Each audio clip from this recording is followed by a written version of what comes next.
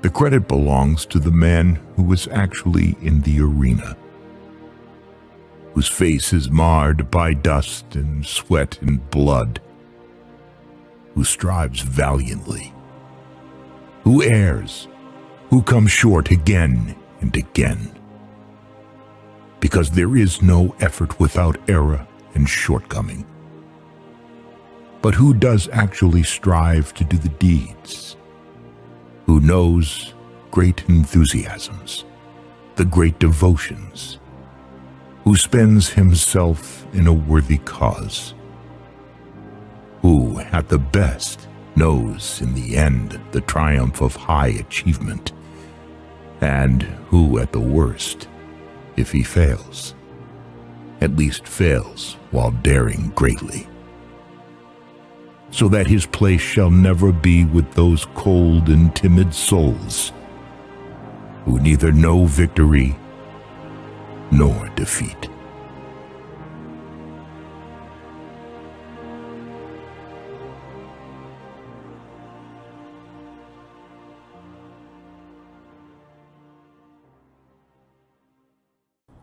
Spartans! What is your profession?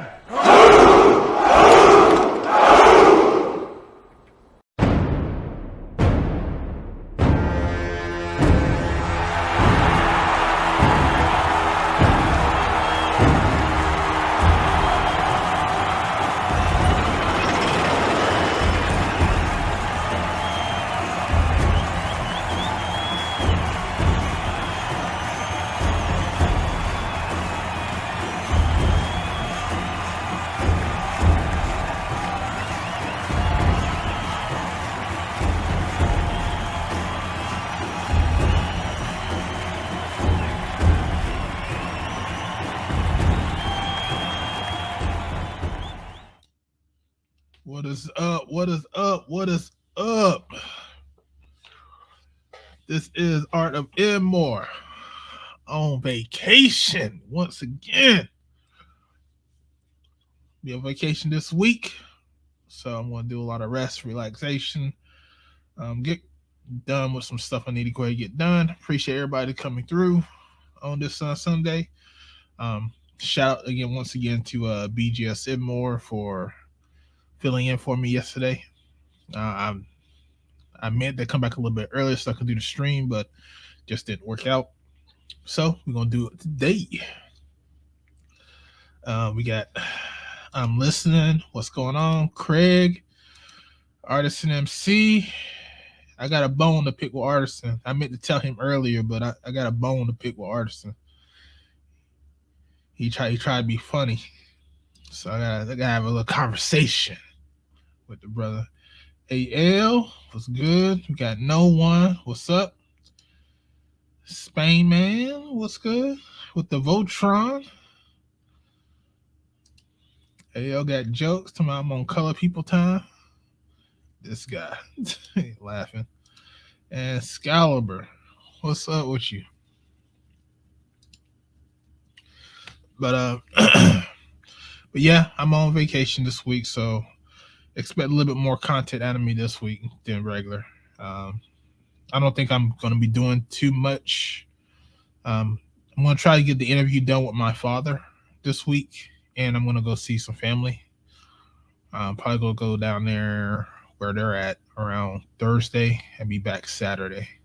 At least that's the plan. But for the rest of the week, I'm just chilling and going to see people that's close. But it's always good to have vacation, man. If you got vacation, make sure you take it, because it's not a guarantee. Whenever you have some free time, enjoy yourself. That's one thing I can't say. I try to enjoy myself as much as I can. All right, so now that we got the intros out the way, we had a lot of stuff to talk about,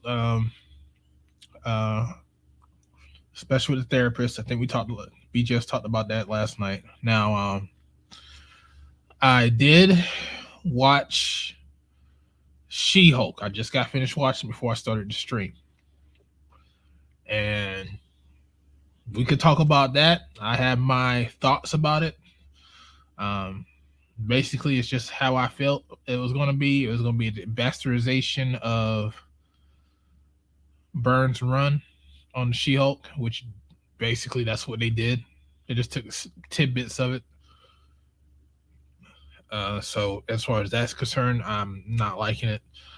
I think that it's just not a show for me. Like I will never watch this show. I will never watch this show. Like the some of the stuff does not make sense in it, for what I could tell. Like I didn't even like the simple fact how she became the Hulk. I thought that was just like weak. So if you guys want to talk about it, we can still talk about it, whatever. But like I said, this is not going to be like any. This is going to be just like any other Saturday hangout, open hangout. Talk about whatever you want to talk about. Talk about any topics are open for discussion, as long as we're respectful to each other, and we can do what we got to do. Like I said, these this platform is for you guys, so that way you guys can talk, have fun. I am going to. Well, I'll leave it up to you guys. I want to do like an anime watch day this week, so it's going to be up to you guys. Like, what day will be probably good for you guys to watch? Like, either like on a Wednesday night or Monday night. We can get together like around 8 o'clock, 9 o'clock my time, Eastern Standard Time, and we could just. I do like an unlisted behind the wall and just watch some anime. So I think that'd be something good to do. Let's see what Spain Man.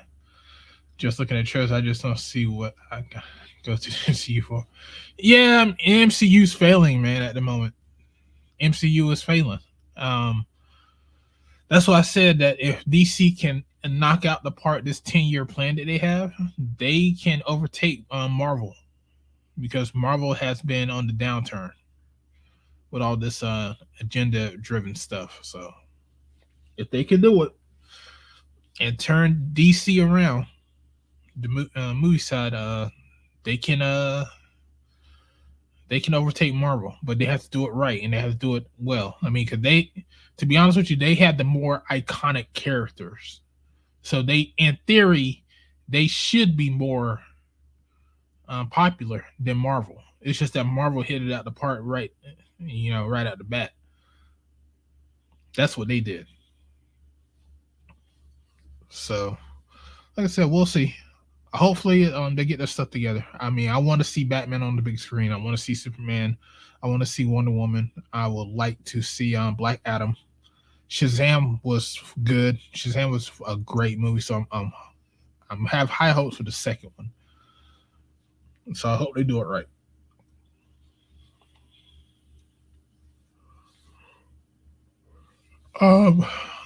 So basically, I'm just I just hope they do it right. I really do. I really hope.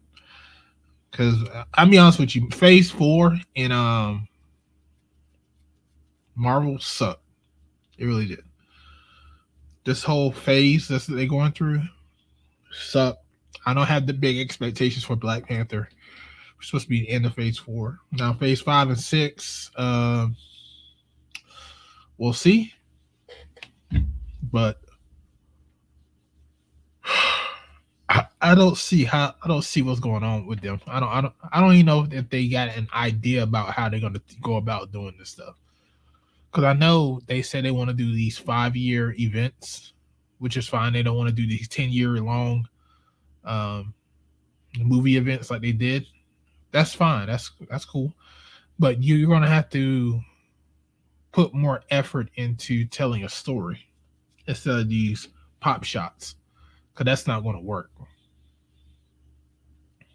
So we'll see what the deal is. We'll see how it works out. As far as the therapist is concerned, I agree with the brothers on the panel last night. She got what she got. I mean, you can't be doing what she was doing and saying this stuff and being unprofessional like she was on social media and thinking that you're going to get away with it. You can't. You can't do that. So her being fired is actually the right move, the right thing to do for that company. So she lost the job, and she act like she doesn't really care. Maybe if she has a boyfriend, maybe he could pay all her bills. Maybe it's so. Maybe that's why she's acting out. But you would think that you would sit your ass down somewhere and actually reflect about what you said and what you did. And another thing too about that fucking article, like Dr. T.S.R. Johnson already went through the fucking article already and just said that it does take into account that when it comes to black people, black women are going to be more lonely than black men. So all these black women in this fucking space, these divestors and, all these women doing these bullshit ass streams talking about, oh, see, women want to be alone, la, la, la, la. In that study, it says that you're still going to be more lonely than us. So what is that? So what you are celebrating for, because this study came out, even though it was a feminist study to make a man look bad, because I think even MTR was pointing out the simple fact that in a year ago, before the study came out, it was sitting there saying that black women being single and being a mother was a good thing, basically saying that family should not exist. Come on, man. Y'all gotta do better. Y'all divestors, y'all need to do better than that. So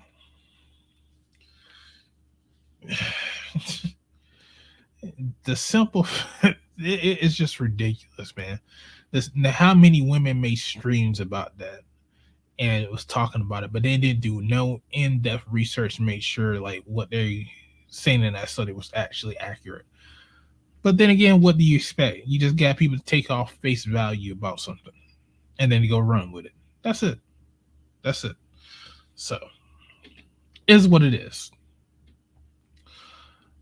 But like I said, this is for you guys, my makeup day. So I'm gonna go ahead and drop the stream. Like I said, we could talk about whatever you guys want to talk about, and we will be good.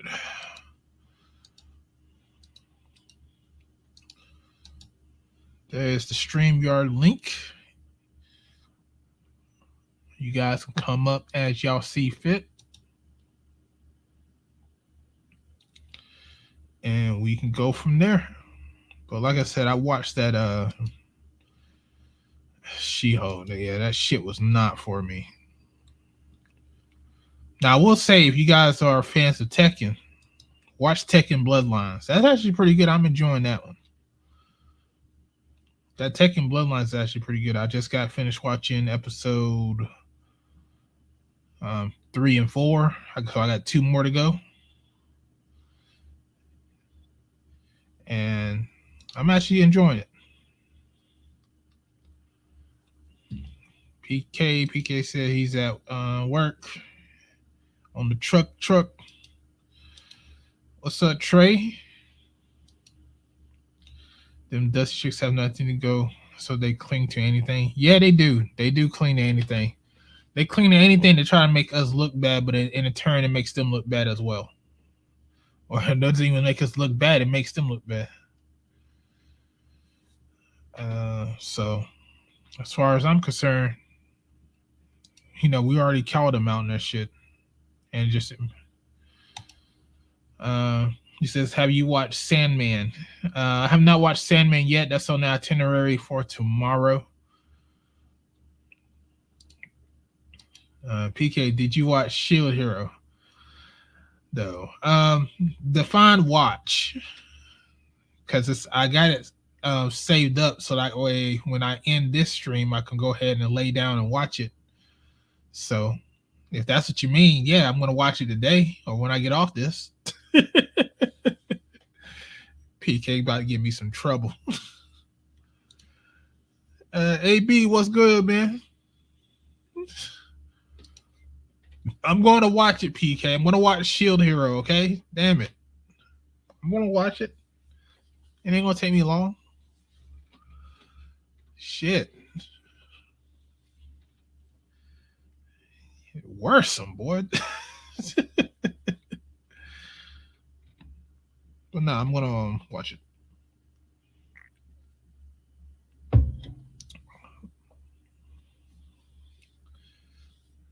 Said Resident Evil is trash. KJ Eternal. I keep hearing Resident Evil is trash. I keep hearing that. Like, how do you fuck up Resident Evil? Like, seriously. It's not that fucking hard.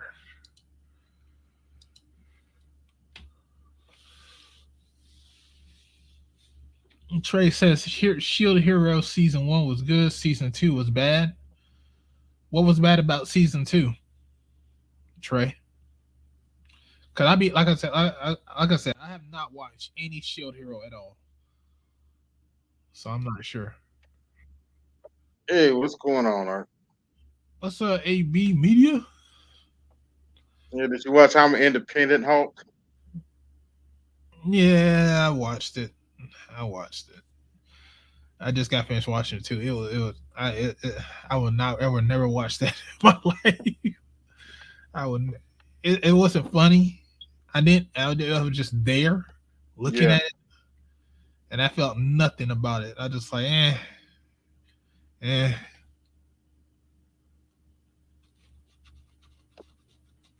So it didn't move me at all. Like I felt like I just really didn't care. It's not necessarily the actress, but her lines. I'm just like, nah, no. I mean, nothing funny happened. Yeah, I did not laugh at not at one thing about that. What up, BMT? Hey, what's going on? So, I guess you're talking about I just left off from like talking about TVs and shows. I'm not really bothering watching the She-Hulk, and it's not because it's a female, it's a woman. It's just that because I know the character, who she is, and she's always been an attachment onto like other bigger characters like the Hulk. You know what I'm saying? When the Hulk has the Hulk family, then she would be she that's her job, is like the superhero's attorney. You know what I'm saying? Like she joins on, like the Fantastic Four was going on an adventure. Bring the She-Hulk. Let's go. Okay, we can. If Ben don't feel like doing smashing, bring She-Hulk along. She's not somebody like. This is where it's kind of failing. I guess in a sense, I see where it's failing because they're trying to make her more independent. Like I don't know why they keep doing the independent of certain female characters, or trying to make them like walk away from their own. Like you seen them do this with Harley Quinn. You seen them do this with the Batwoman, Supergirl. And I know some people are like, well, they've done that before to an extent. Like when Kara Zor-El gets into a situation, Superman shows up, or like another higher frequency male of the league will come around and help her out. You get what I'm saying? Like Batgirl, she doesn't mind doing detective work, to an extent, but she kind of like, okay, where's Dick? Where's Red Hood? Like she's worked with other male, like she knows her lane. What you're seeing in Hollywood is where they're trying to make it where the females are, I don't need the men to be this type. That's why I'm saying, like, it's like they're trying to have men see something out of the women, like, I can stand alone by myself. And it's kind of a destructive type of model or bargain.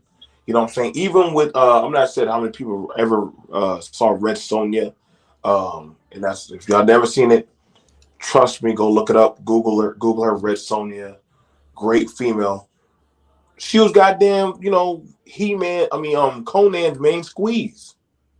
Yeah, she was a warrior, but she was like, shit, I need a fucking man. Yeah, they tricked Arnold with that movie because that wasn't actually Conan. Well, it's supposed to be Conan, but they told him it wasn't, and they changed the name. Right. Just that, and he was pissed about that because he came out with Conan the movie. Right. But the thing ultimately about it was it's.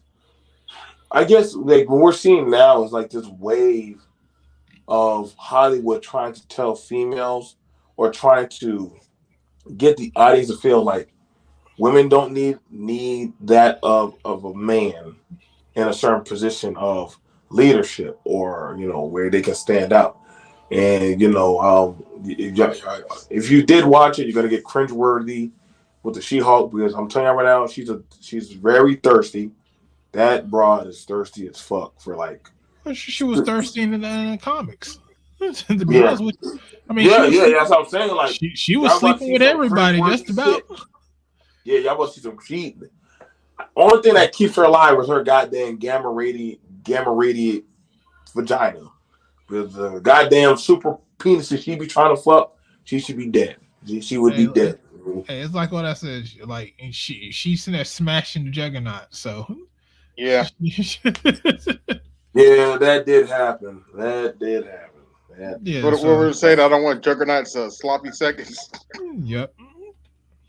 She smashed Juggernaut, and she's no stranger to the bar. Like there was one issue where the guy came in there to try to fight her, and she was getting drunk at the bar, and she said, "Hey, you want a beer?" The guy said, "Fuck it, why not?" They just went up the side and started drinking. It's like, shit, I'll drink a beer with you, shit.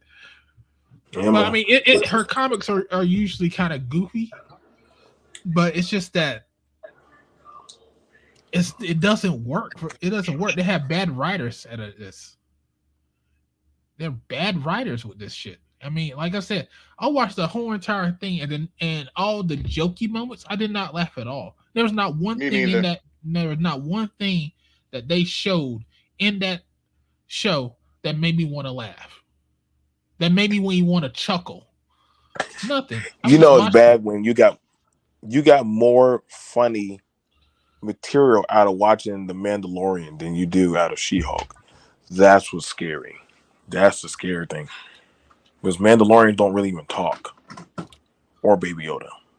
Yet they're more funnier. Right there. All right, son. Well, I mean, if this you got more funny moments out of Book of Boba Fett, too. Yeah.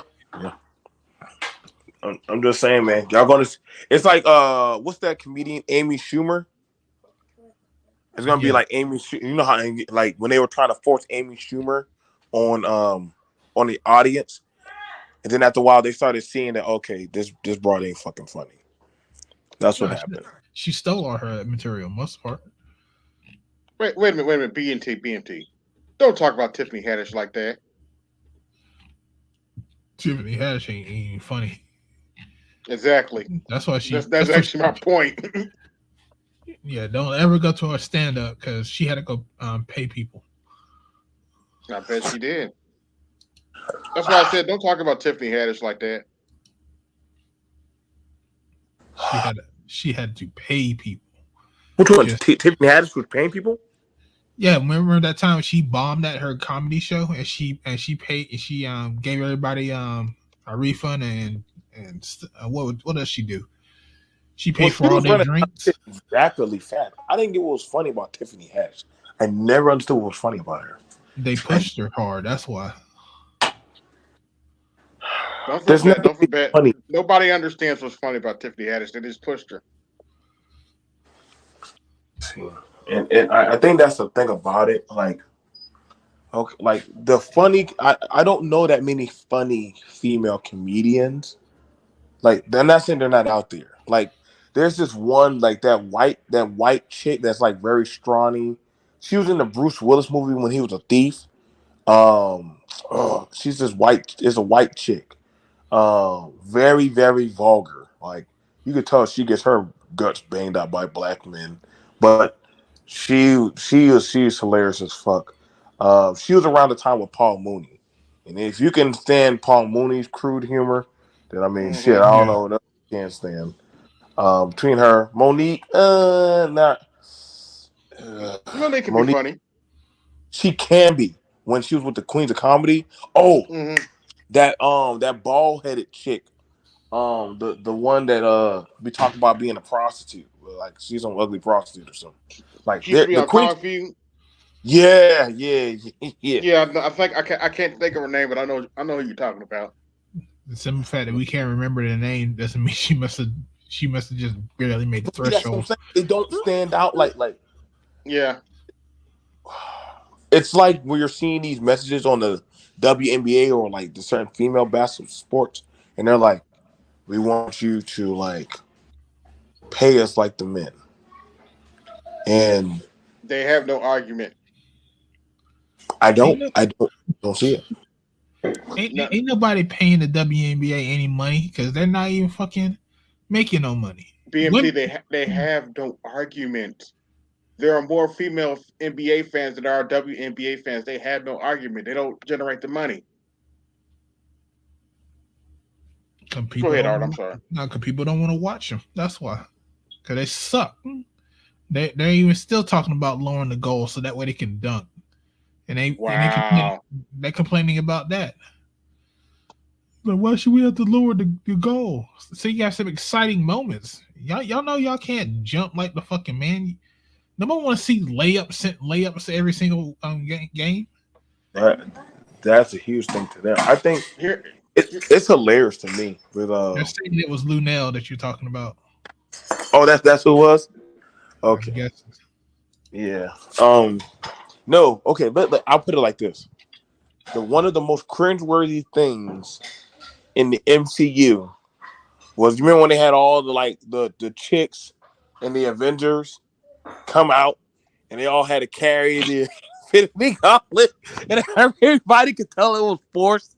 Like, why are we watching this shit? Like, what's going on? The fight scenes. Yeah, when they had all the chicks, sisters, let's band together. We were like, what the fuck? She's not alone. I was like, really? I was like, Jesus Christ! Like, this is crazy. You need this many women to carry one gauntlet when literally the guys are just throwing it around, hot potato in the round just fine, but they all want to do some female shit. I was like, okay. Why you think Thanos got it? Yeah. Oops. Thanos got it back faster when the females got it. Exactly. He got it back faster. Oh my God, dude, y'all want to keep it away from him. That was a nod to the A-Force in the comments, because there was like an all-female Avengers. I mean, She-Hulk was in that group. Oh man, yeah, they were talking about doing an A-Force movie. Well, they fucked it up with Ghostbusters. Oh yeah, the female one. Yeah. Even my feminist cousin said that movie sucked. That's how bad. That's how bad that. I mean, you know the movie's gonna suck when the first joke in the fucking movie is a damn queef joke. Yeah. Oh wow, I didn't even watch it, so I couldn't tell you. A pussy farting joke, really? Yeah, I didn't watch it either. I'm so glad Sony came and directed his father's movie for the third one. That's like the perfect sequel right there. No, or I think Transformers took a hit when they had it where they made it about them with the little girl. They had to run around with the little girl and shit, and I was like, really? okay, yep, yeah, oh yeah. It was like, yeah, they had it like. Movie? That one actually has mixed. Some people actually do like that. The problem with Transformers though is people have been tired of Transformers for a minute. So what happened, to your credit, BMT, is a lot of people didn't give that a chance because that's the same chick that did Hawkeye when she was young. Really, that's her. Yeah. Oh, they must grew her up. Yeah, so what it is people are already low key tired. They're tired of Michael Bay and the bullshit. And obviously they was like, oh, this another one. Wait, the girl, fuck that. And so, but that pretty much happened. The only thing I heard about that damn movie is that a lot of Transformers fans say just watch the first 5-10 minutes of it and that's it, because that's when you saw the 3D Transformers up there and everybody looked good. Yeah, when they on Cybertron, that whole scene. Yeah, that's it. It's like the best one. Oh shit, you can probably check that out on fucking YouTube. Yeah, you can. I saw on Instagram so much they posted. I was like, damn, it's the best part of the movie. Yeah. I mean, that's what people pretty much do now. Or shit, you watch them reaction channels. They'll give you the condensed version, the ones that literally play it Play the shit. Mm-hmm. And it's only certain people, because only everybody don't get to do that, because it's like, you do that and they want to tag you for like taking their content, so people be magically getting claimed while other people be allowed to do that shit, but whatever. Speaking of which, you hear that Kendra G's trying to take people down for repeating what she said? Oh yeah. uh, Oh, they did a video about that. yeah, Yeah. YouTube. Tell me why YouTube sent a email to the person saying this person is requesting to take. This is a black person now. Take your stuff down. However, we recognize you are protected by the. This YouTube saying it. You're recognized by the fair use. So shit is not going to be done. So carry on, sir. That's how you know. No respect.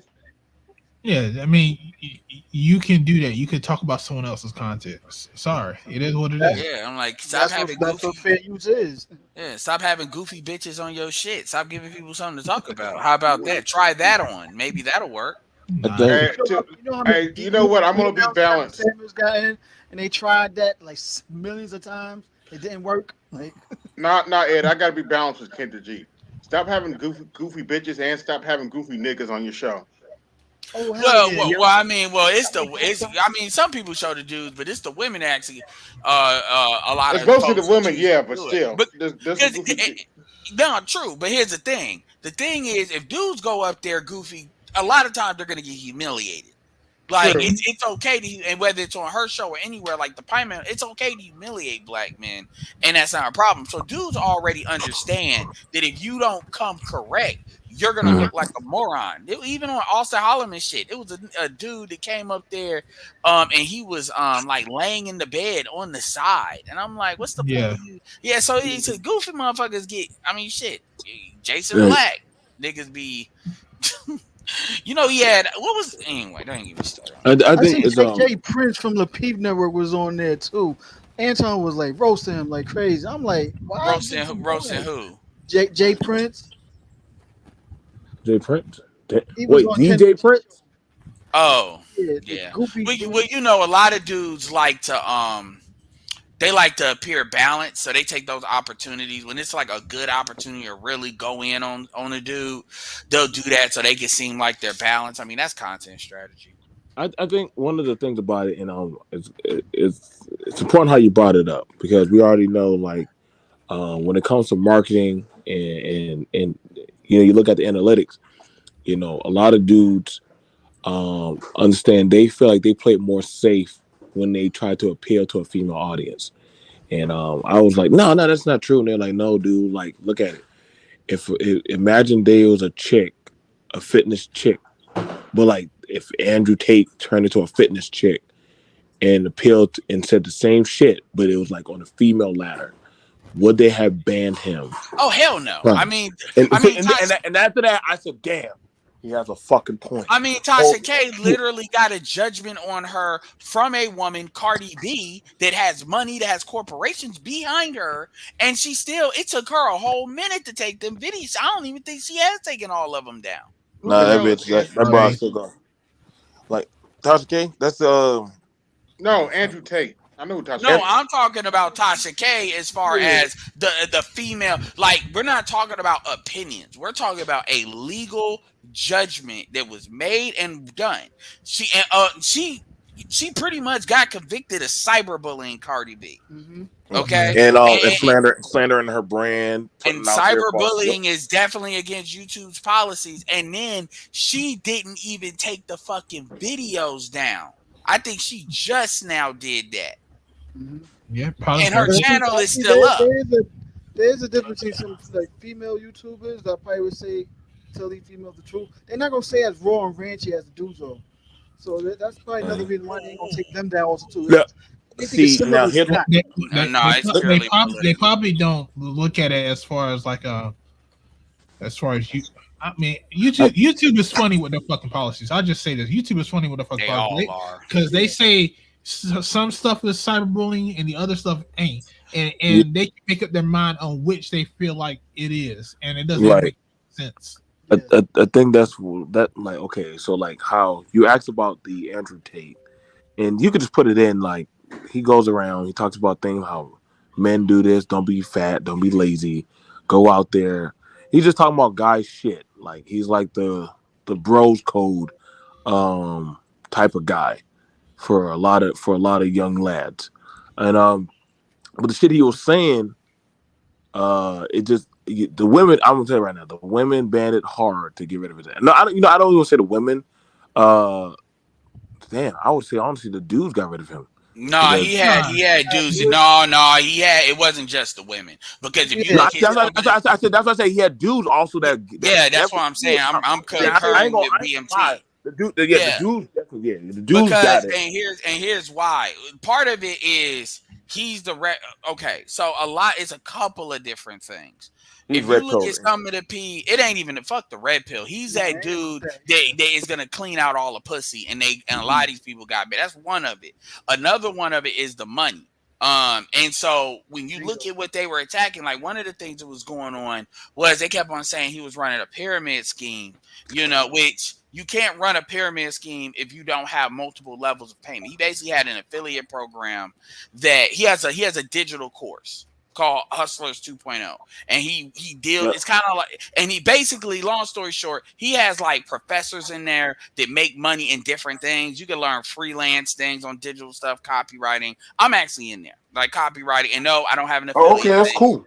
I don't have an affiliate, and they run it through Discord. It's actually very interesting. They actually shut down the affiliate part because people kept saying it was a pyramid scheme, and they don't need it. They're generating like $7 million a month on $50 a month. So they're actually about to raise the price. They've been saying in Discord, and it's nothing but dudes in there because they curse all the time when they want to be serious. But the point is that a lot of him being places, if he wasn't talking about the man stuff, he was on Twitch a lot talking about that, and they kept on saying that. And these are people that even Spencer Cornelia, the white dude that kind of calls out like fake gurus and stuff, kind of like he done some shout out with Pocket Watch with JT. He went in it and said, no, that's not what that is. Like you can say it's good or not good, but it's not this for this reason. So Right. people had a lot of different reasons. It wasn't just the red pill stuff.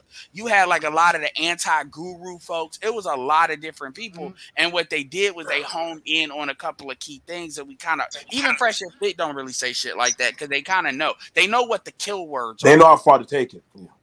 Yeah, they And know what the kill words are. Yeah. He was saying that he said something about when it comes to SA, it's women's fault or they say accountability. I never even heard Kevin Samuels saying anything like that. I've heard Stephen A. Smith allude. That's what got Stephen A. Right. Smith in Like, trouble real bad with Michelle Like, Pito. Kevin But really, he said that with domestic violence. yeah. You know what? You want to know the thing about it that Something like that to it's. say to Go the ahead. stream that is the women's fault or they take responsibility. Yeah, that's kind of crossing lines from one point of view. but Like she could said it differently. Like what? Okay, dress a certain way so you at least lessen your chances. But he just He's not going to do that. Tate is not going to do that. exactly like Well, the thing about it is with him, he doesn't even have like a platform like TikTok and other sort of shit. exactly. So them getting rid of him on TikTok, it ain't gonna do anything because all these people, because most people that are promoting him are just taking clips of shows that he's been on and then re-uploading it. That's it. That's all. A lot, Yeah. and a lot of dudes were promoting him because okay. So here's the thing, and this is like kind of genius. First of all, the way they run, they got 100-something thousand people in that Discord, so they use like bots to help them run it. It's actually really interesting. But long story short, they actually have a whole archive of things that he has said. Like they have a whole library. It's like hundreds of videos. And they're organized in such a way that if you, let's say you want to promote Hustlers 2.0, if you wanted to create a channel, now you can't do this anymore. If you wanted to create a channel, you have all these videos. So these people are not scouring YouTube to get the videos. It's in the Discord. It was designed that way as a growth strategy. Now, so understand, so they did that in order to kind of go viral in that way. Because you gotta look at this is like a dude, like imagine, okay, take Ty Lopez. I get people think he's a grifter. That's cool. Take Ty Lopez, for example. Ty Lopez has a network of people around him that he makes money, they make money. You may not like how they make money, but these people legitimately make money. They don't all make money selling courses. They make money in different. So he has a whole network of people that he knows based on things he's done.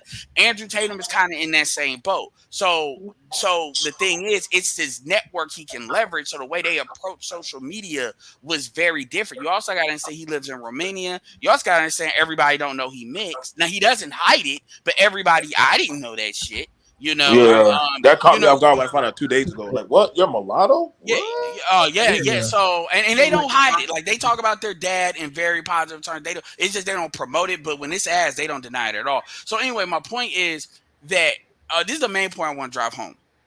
They made him a living martyr from a social media standpoint because you got to think. You got to think about it. So now you cut him off. You can't ban him from YouTube if he doesn't have a channel. Cause then it looks real crazy. Then you can't really ban him from the other stuff if they don't have a channel. I don't give a fuck. These corp companies don't have the resources to just clean out everything and everybody that's got his stuff. Cause that looks way too much like straight censorship. They don't even do that with Trump. They don't even do that with Alex Jones like that. Now they may keep them Right. from doing stuff. Then you got to understand Andrew Tatum's big enough that if he actually wanted to create like a website, and here's the thing, he don't run that Hustle 2.0. There's other people that run it. He's just the front man for it. Mhm. So my point is, if he wanted to create like a website that he became the front man for, honestly, it wouldn't be anything people can do. And even if they want to ban like the website link, there's ways around that because again, he lives in Romania. So he doesn't have to get the servers in the United States. That's another thing. He's pulling from an international audience. Okay. So social media is segmented regionally. A lot of people don't know that. Go ahead. Listen, It's almost like Obi-Wan told Vader, if you strike me down, we become more Yes. powerful than you get a handle. That's what happened Yeah. with Tate. Like, yo, Yeah. Because stop what? it. Because what do Bible you? still exists. Hold on, one more Sorry. time. Yo, he ain't gonna go away. Like, All right, go ahead, Edward, and then B and T, and then Jesse. Because what happened? My bad. Because I'm not even looking at the screens. I didn't realize how many people want. So what happens when that shit doesn't work? What else do? You once you make it so people can't get on social media, other people's putting their stuff. It's only because, like, for instance, let's say you do a motivational channel and Andrew Tate is kind of everything he say ain't crazy like that, right? And he's like, let's say you just say, I'm gonna take just the stuff where he's telling dudes, kind of punching dudes in the chest, right? If you do a motivational channel, like shout out to Absolute Motivation, Motiversity, that type of stuff, and you do it behind like because they do it behind movie soundtrack music, like scores, love that shit, and you sit there and you take his video out on YouTube. You take that video out when it only has a clip of him, kind of like what they do with Gary Vee. You understand how crazy that is? Because then it's gonna be like, okay, so what was said? Like that's some McCarthyism stuff. So you're saying at about 10-minute video, he's like 60, like 30 seconds, 45 seconds of words and stuff. All of it and has nothing to do with women. But you sit there and knock that out. That looks too crazy. And here's another thing too. And I'm gonna say this, and I'm gonna bow out. These fucking corporations can be regulated like a utility. Like it's not impossible to politically do that. Because if you don't, because it gets to the point where if it's enough political will, like look at what they did with fucking Trump and raiding his shit. These white folks talk about defund the FBI. The same one talk about all lives matter. Nothing is politically impossible, and you do not want to be in front of your shareholders talking about that you make that possible because you want to play the woke game. Anyway, I'm done. Appreciate it. So no problem. Then, and like I said, because Ed hit on a lot of points. When it comes to, and this is why when we try to tell a lot of black men, YouTube is good. It's a tool, but it's not the end all be all type of tool. And Yeah. and like Tate might just prove that. He's gonna definitely prove that. Like, hey, should he have stayed away from the debates? I believe so. Like if you believe in your talking point, I get some people want to, and like with the Hassan and different other people, and I have my stakes about how Tate is, but I'm like, you know what? If he stays away from debating people and just stay to just the motivational stuff about the bro code, about hey, you guys get your shit, doesn't matter, no excuses, X, Y, Z, dudes will follow that shit. They'll get on board and get energized. Like, yeah, I get it. Like, let me get my 3-minute Tate video. Like, the dudes will follow it because they were like, you ask like guys way more successful than them. Like, yup. Do you think he'd be as big though? Because part of the controversy is was what the really debate railed on him. I think the thing about it, and I get what you're saying, Ed, because with the people he was going up against were like heavy advocates for the feminist like like wing. Like they have no problem saying like, yeah, I am a male feminist. What? Yeah, I basically am this status quo people. like oh listen, in the outer realms of YouTube, there are some people who are huge that they bang hard for certain agendas. Oh And yeah. yeah, so it's like kind of like you're going to different warlords and you're going to actually they're going to come upon you. Like You got a and lot of so soy boys, soy white boys, and moist boys. See, people, we only see what's in the sphere, but and right, then you got to A understand lot of them those out folks there. get promoted Hmm. right. by And YouTube. so right. And so that's it. That's actually how sometimes they will see you. Like some people, you want to know how they saw Kevin when in different sectors or different types of channels or different types of Hmm. atmosphere. Like, damn, when did he have that discussion or when did he have that talk? So this is why sometimes even as black men, you can't just regulate yourself well just to one area. Like you got to start branching out, start getting a team, and hey, let me just keep putting it out there, keep putting it out there. Let me drop off this in these mailboxes and like it's ingenious because by killing him here, it was like when they killed Neo in the Matrix. What happened? He ended up going into like all the motherfucking Smiths. Like it was like, yo, maybe we shouldn't have killed him, but now he's in everybody now. And so it's like one of those kind of situations where you actually do more harm when you're trying to actually stifle certain messages.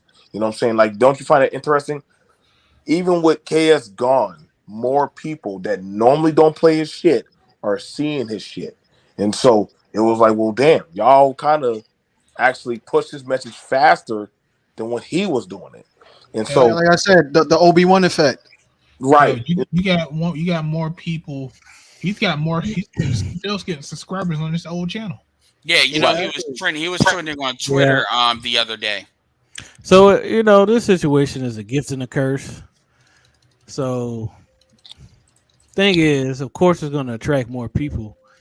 Like, hey, who's this guy that got banned? And it's kind of crazy because he got banned at a not the best time because he was really what I would say he was at that tipping point where he had like very famous people that were speaking about him, right?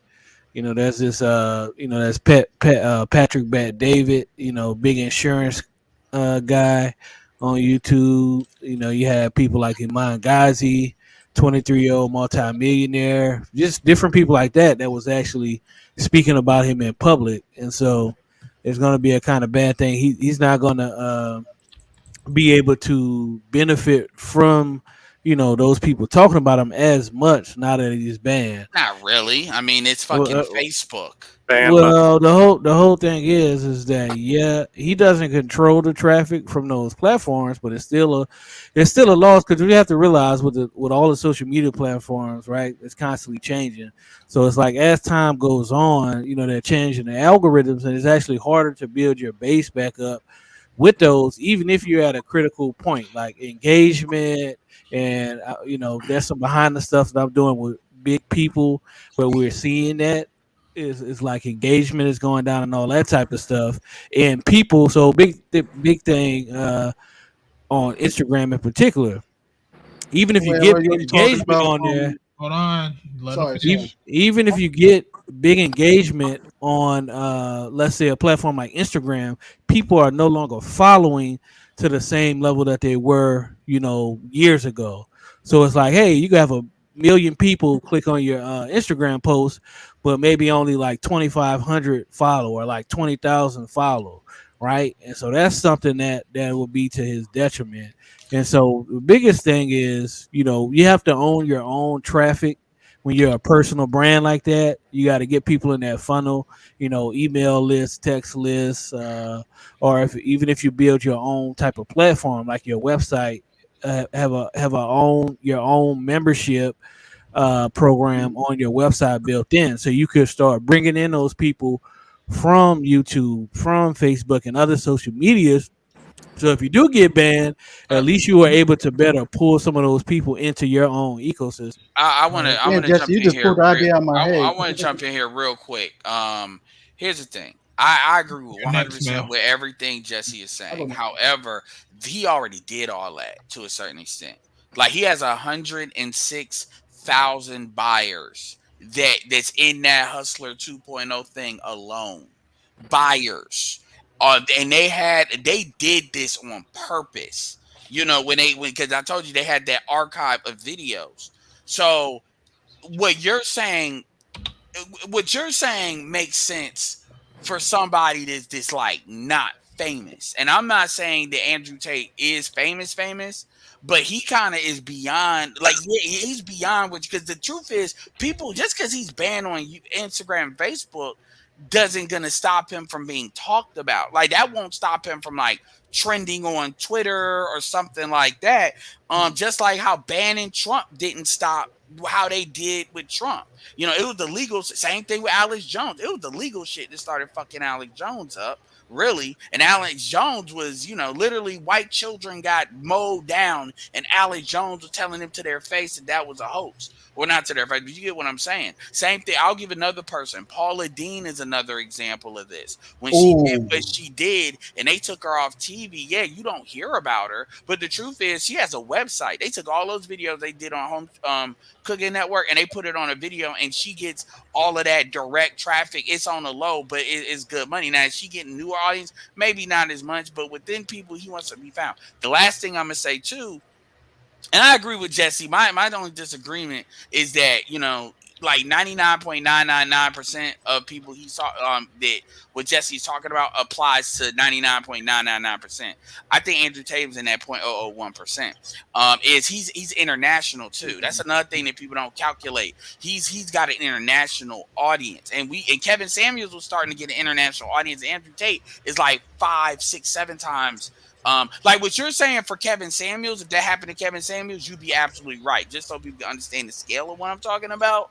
But Andrew Tate, they would have needed to do that like before he got on Friday. They had to do that like maybe 6, 7 months ago. For him to be in that kind of gravity pull, because now he was on Bing. I go to Bing.com, and then they have all of like the news, like trending news. Bing is really good about that. It's usually 20 things. Literally, him getting banned was on Bing, so he's actually getting national news coverage because of this. Nigga, Jason Black literally said, you know, he disagreed with him being banned, even though he didn't. He said, look, I'm not going to commit to all the shit he said, because you know how he is about the white man in spirit. But for Jason Black to say that it's ridiculous to ban him for misogyny, when we know how Jason Black feels about the entire like manosphere that's white, or any black or melanin person associated with that, it's a lot of people that's going to be looking at and talking about it for different reasons. That's why I brought the martyr thing up. So wait a minute. He got banned for misogyny. Yep, Yeah. that's pretty much it. They said, hold on, Charles. They said he was a threat to young men. Yeah. I find that funny, right? Mhm. Bitches could talk about aborting black male babies all day on Facebook. I mean, they could literally talk about niggas ain't shit. I don't even call it Facebook. I call it Fembook. I'm really thinking that the powers that be do not want nobody to galvanize men. They want men to be in this docile, pussified, effeminate mode, just worker bees.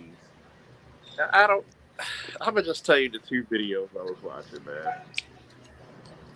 It was an Army Ranger checking back, looking at the first 3 women to go through Ranger school. He said I was a cut 168, 169 pound man. By the end of my 74 days of Ranger school, I was down to 133 pounds.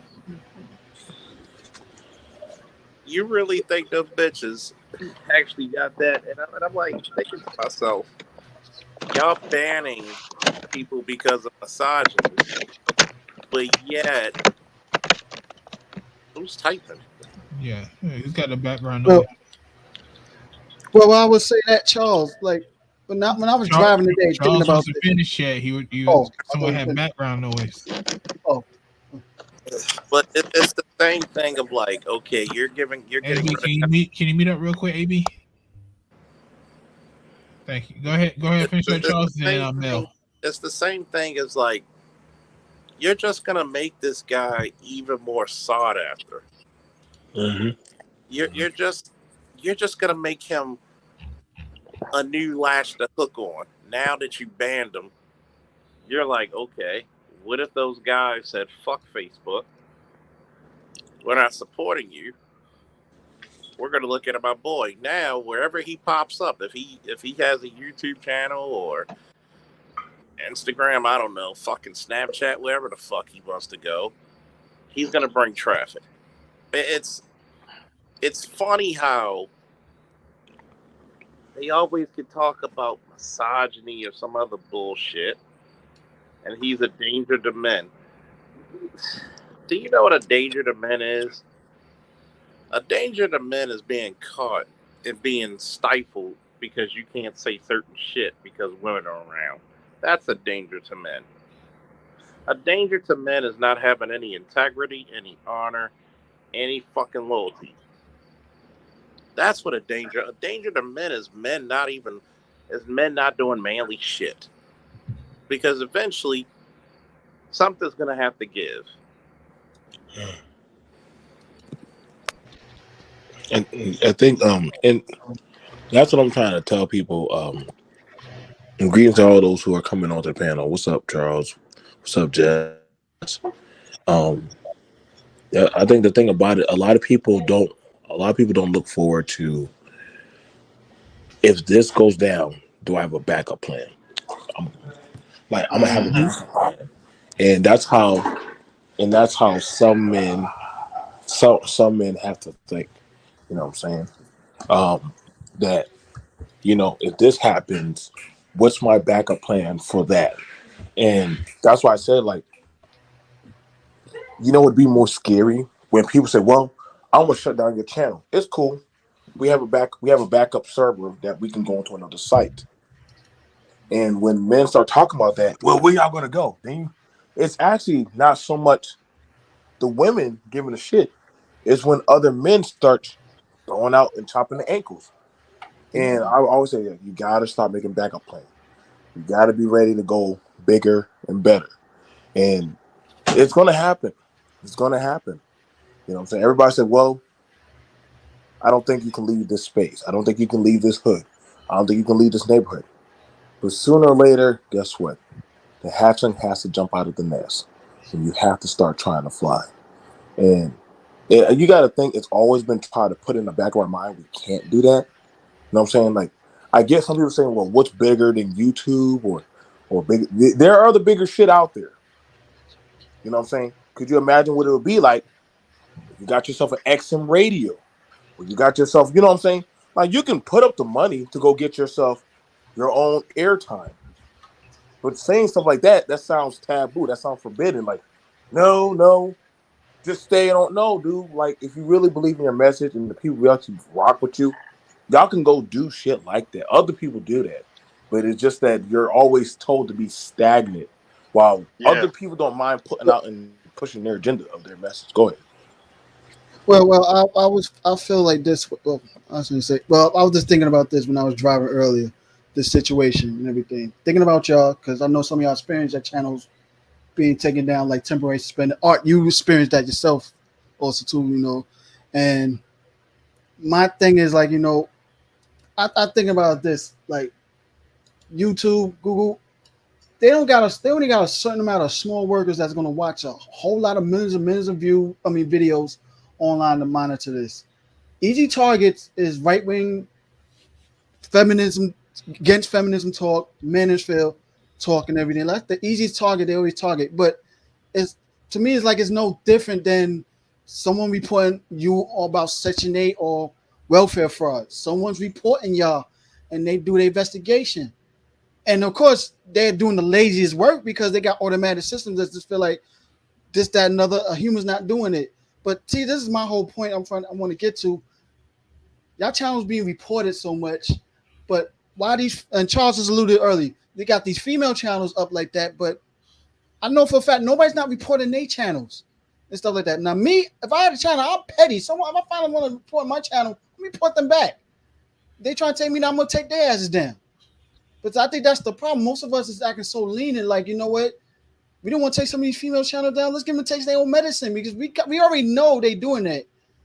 Now we already know, even though they took us down, that's going to spread the message hard. We just rebuilt, but even still, it's like the work we put in.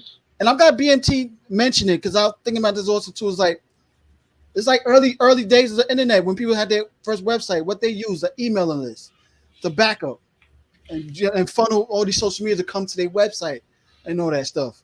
If you're gonna take their channels down, you definitely have to take everything they say and keep it, and everything they do and keep it, and that's the way. That way you can have a record of everything. You're gonna have to do something like that. Yeah, because I wanted to jump back in here real quick on what some of the stuff Mel, a couple of the brothers saying. First things first, number one of the reasons we had this argument before with and people wanted to cuss me out and get mad, but at the end of the day, I was right on that. The reality is, you're not going to win that fight. Number one, YouTube determines what gets taken down. And truthfully told, they could take something that they said and know it's hate speech and not take it down. I told you about that Tasha K thing. That's a legal judgment. Yeah. You know, and YouTube. So YouTube, the social media sites, for the most part, they do what the fuck they want to do. And all them terms and agreement thing is just there. Now, it's a guide, but ultimately they decide. And mostly it's women. And this research showed this it's women that are in there. So you flagging just gives a notice. It doesn't. So you will always take I would say like a 2 to 8 ratio hit on that. That's number one. But number two, as far as keeping all their stuff, Art is right, because they are notorious for removing shit. They have perfected that art of getting rid of shit. Another thing you need to understand too, Mel, is the women have the and I'm not talking about you I get what you're saying, and I just want it's worthy of answering it. That's why I'm answering it. The women have an entire infrastructure of things you all don't even, most of y'all don't know about it unless you know. Like, Lipstick Alley is like the tip of the iceberg. It's like it's a bigger site, but it's a hidden site. And then if you don't know what it is, like for instance, I looked at it. They were talking about something with Melanie King and what she looked like before her surgery, which is very different. But I was in Google Images, and then one of the sites, Lipstick Alley's one of the site that came up, and then they were casually talking about Andrew Tate getting removed, and they were talking about how white people won't tolerate this hatred. That's why And then one person was talking about, because they were comparing Tate to Kevin Samuels. Now, out of all these chicks, one chick actually said Kevin didn't say the same shit, and Kevin actually had female supporters, but 99% of the rest of them were on some, life took them out, so we won. Like this shit like that. And so they have whole networks of websites like that, like the Avenger and stuff, and they've been had it. And another thing, Mel, too, and the passport things as a perfect example. With niggas like these, who needs a gender war? Like, compare what the women's been saying about Passport Bros with what the men have been saying. And truly told, Dennis Sperling just got a video. He just a live he just did. It's over now, but he just did doing the Pursuit of Happiness book, because the women have been low-key doing it. So they're kind of like, they're gonna talk their shit, but they'll only go so far because they know what they've been doing as far as traveling overseas. Most of these dudes don't know. So that's that point. The second point and the last point is the idea of monetizing. When BMT was talking about, absolutely. And even though I might go in a different direction of what he's talking about, because even with XM and all that, you still got sponsors and stuff like that, but that might work depending on what somebody's platform is, right? But even before you do all that, and I need to do this, so I'm not going to toot my own horn. Everybody should have an email list, or at the very least, you should have something that people can do that's outside of just YouTube. But I would say have an email list. There's a thing, I forget the website, but it's like a website where you can get 2,000 contacts for free. And I'll drop that in when I get the chance. And it's got a great page. Email champ.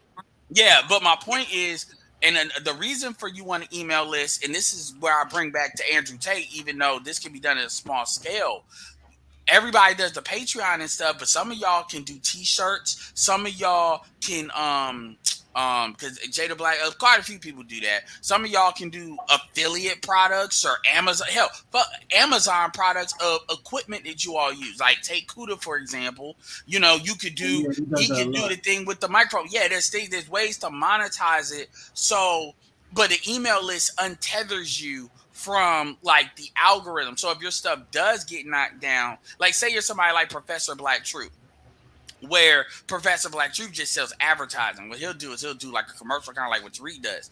If he would have had an email list or Jap email, because these are people who have lost channels. Hell, Tareen Lane has lost the channel, even though he built his back up. Superboy, who is not controversial, has lost the channel. If these people had email lists, their stuff would have gotten bigger a lot faster, and you control that email list. So there's little things you can do that everybody can do. And here, last thing too is even a channel my size. If I were to do, let's say I have a combination of products that equal like $150 each, and I did. Yes, I'm only to fix their mic. Jesse got that Thanos microphone, that anti-black woman riot microphone. Anyway, but let's say you have I have a digital product like that and stuff I do, and it's per month. If I got 42 people in there, now I don't promote that here because I don't want to deal with you niggas as far as the shit that people do. I separate that. But let's say I did it. $150 and I get 80% of that. So that's 120 times 42. That's $5,000 right there. I can do that on my size of a channel with the people. There are people that actually rock with me hard enough to do that. And that's what certain people like Glendon talk about when it comes to you don't need a big channel in order to make money. There's a lot of these hoes, they be selling $2,000 fucking YouTube courses. And there's dumbass niggas, because I know it's you niggas that actually buy it.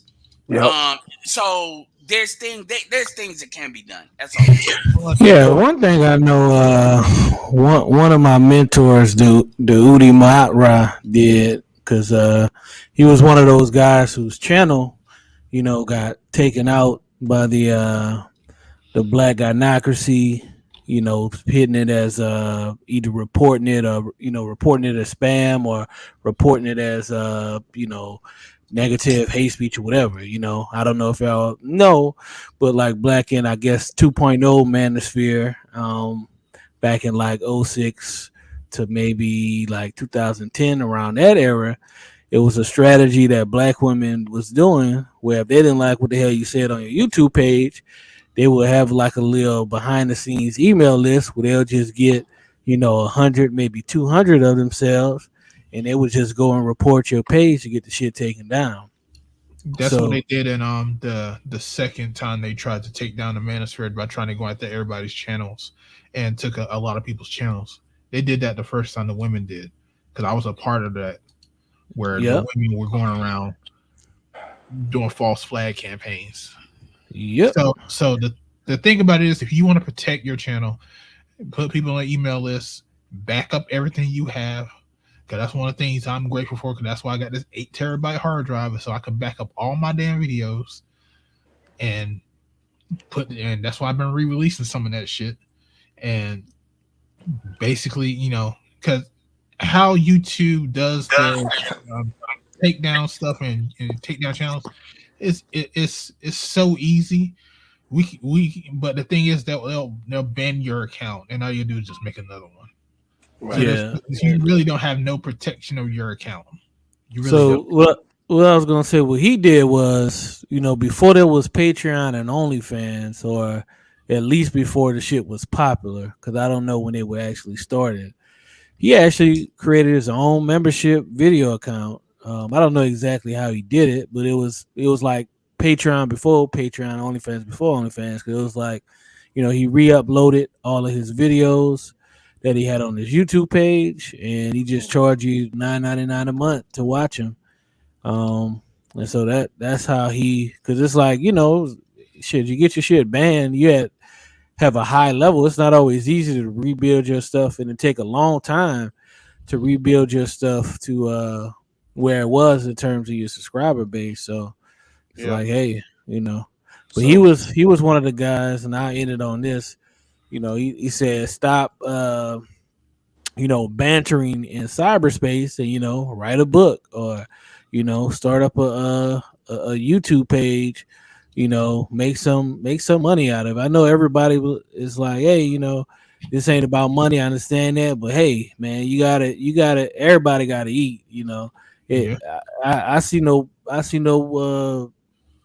problem supporting somebody that's bringing out a good message or whatever, and kind of helping them, because I know it takes time to not only come up with the content but to upload and edit and all this type of stuff. So yeah. Mm-hmm. So the thing about it is this, and that's the reason why I said what I said about, hey, um, you guys got to start seeing outside of your community.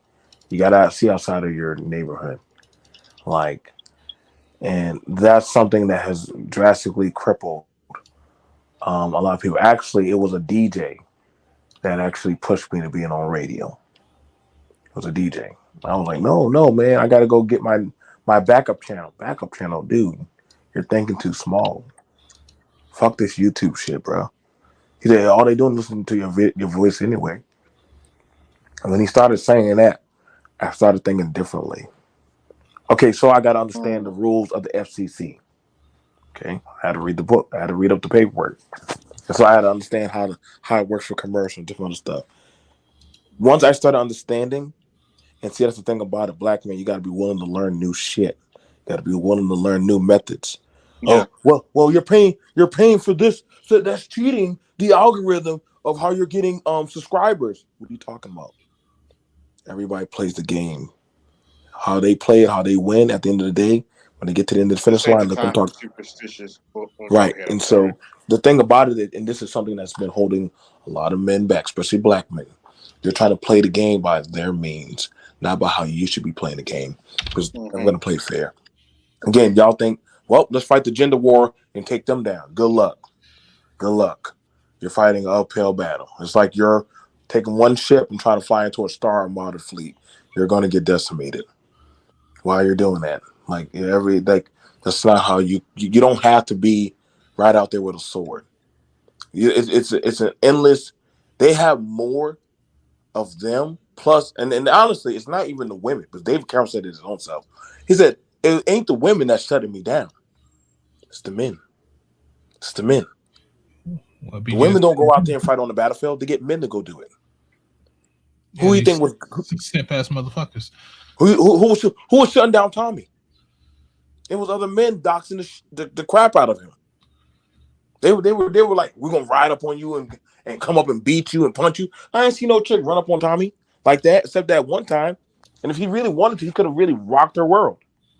You gotta understand, man, like, you're gonna always have that of you be the quickest thing to kill you. You think they killed the Terminator? No, they got another person that could kill the Terminator to kill the Terminator. Pretty And so much. you got, I mean, think about this, man. You got people who have come to our panels. Why do you think? I mean, if you're a smart person, you probably know who I was referring to. Amari Brown? Close, but be a little bit more smart. And you'll figure out, how can you come to people's panels and then cheer us on when we talk about black male empowerment? How to get out of the games and the bullshit of the gynocracy. But then you go over to a person's channel where he's speaking foul about black men, even though the nigga is a black man, and it's funny.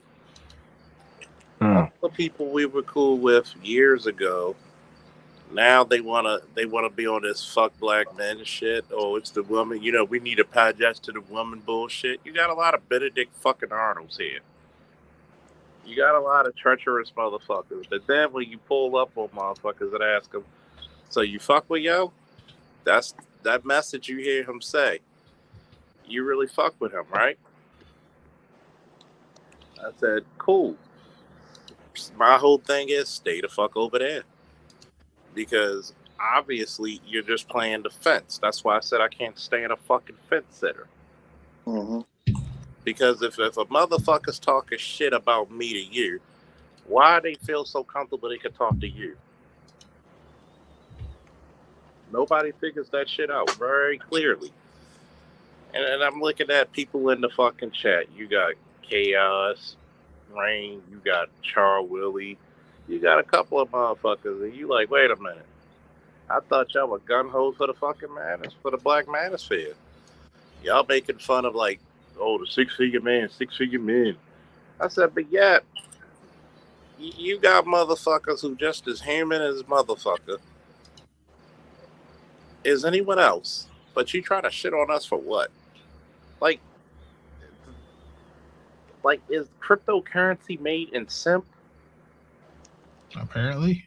Because haven't, and I will say this about Mary. Haven't you learned your lesson trying to be with a motherfucker like Cynthia G? Of course not. What happened? You brought her over to the damn Coliseum when it was BGS running it. You got thoroughly debunked. Everybody made a fucking fool of you. You went to go get your little mistress. You brought the Gorgon over there. The Gorgon came over, and some handsome fella just asked her, "What's the opposite of a beta male coon?" And she went running with her tail too. So you got kicked out of her shit. Then you start trying to talk on some red pill shit. But you notice the real money is kissing women's asses, and this is the reason why I keep saying women don't respect a sucker motherfucker. They don't respect a bitch ass nigga. They'll use you. They'll use you to soothe their egos, but say one thing they don't like. Boom. Yeah, you're done. You're gone. You're gone. But like there's people I've talked to behind the scenes about shit like that. Like, yo, you really rocking with these motherfuckers? They hear what the fuck they saying about us? Well, no, stay the fuck over there. Don't come back. Don't. When motherfuckers feel really comfortable saying some foul shit. No, yeah. By the way, I don't know if I didn't mention this, but fuck you forever, Classic Ruby.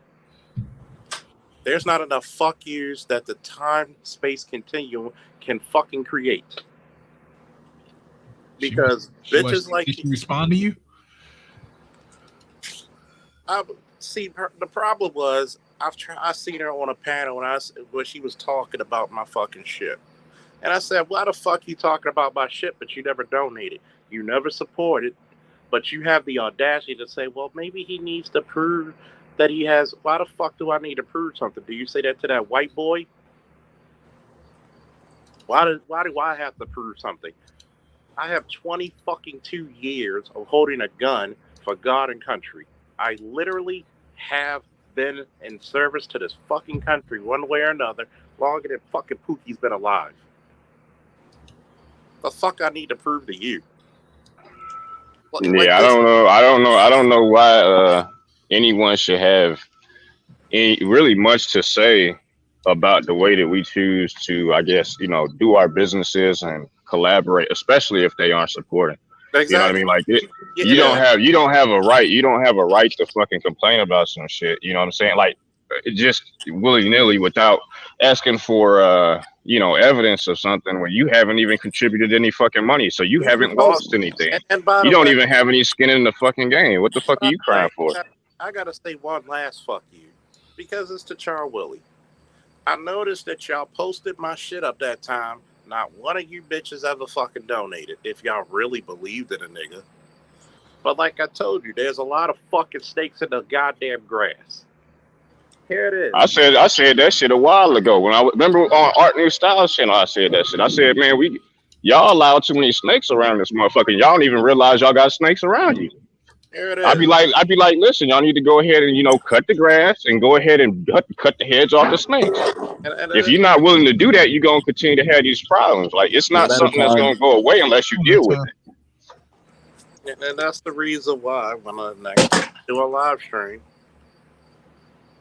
I'm gonna ask a question to a certain person who likes to be around Marys all the time, and I'm gonna ask them publicly. You agree with that bullshit? If so, stay over that fence.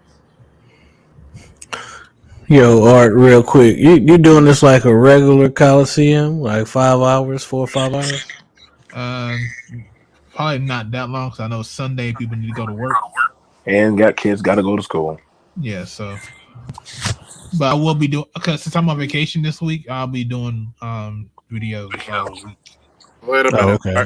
Fuck all you motherfuckers. You ain't no real man. You give a fuck about your kids. Fuck all of you. Fuck all. Oh, don't play. Please don't run that shit to me. As much shit as I be going through. Fuck like, all you. Fuck all whatever. you. Fuck you too. Kids going to work and shit. Why don't you be a real nigga and not get a job? Okay. What, send me an application. Getting tired, Jesse?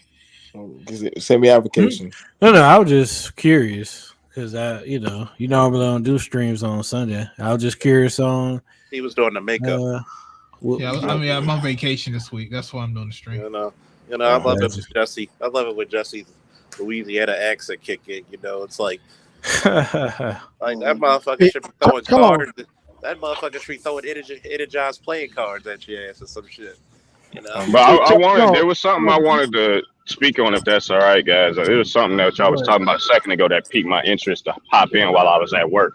Normally I wouldn't, but it was really important, and it's something that I think a lot of you guys need to hear, because it's something that, we don't all have to be masters of every single individual thing in this fucking world, bro. That's what your friends are there for, man.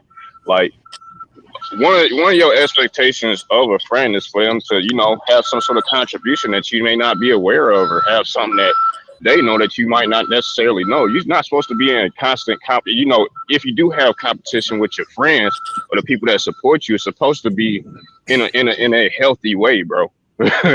It's not supposed to be no unhealthy shit. Like, competition where there no hold bars, no rules, and none of that, that's reserved for your enemies, not your homies. That's not how that works. And so you're supposed to mostly be in cooperation. You see, you understand this when it comes to sports. You understand this when it comes to entertainment. But when it comes to getting shit done, when it comes to business, this is where really, truthfully, the black man falls short. You guys not just you guys, but men in general, you're going to have to start understanding that, man. So, for instance, back in 2014, when I was actually a live streamer, I wasn't doing this, but I was doing gaming on Twitch.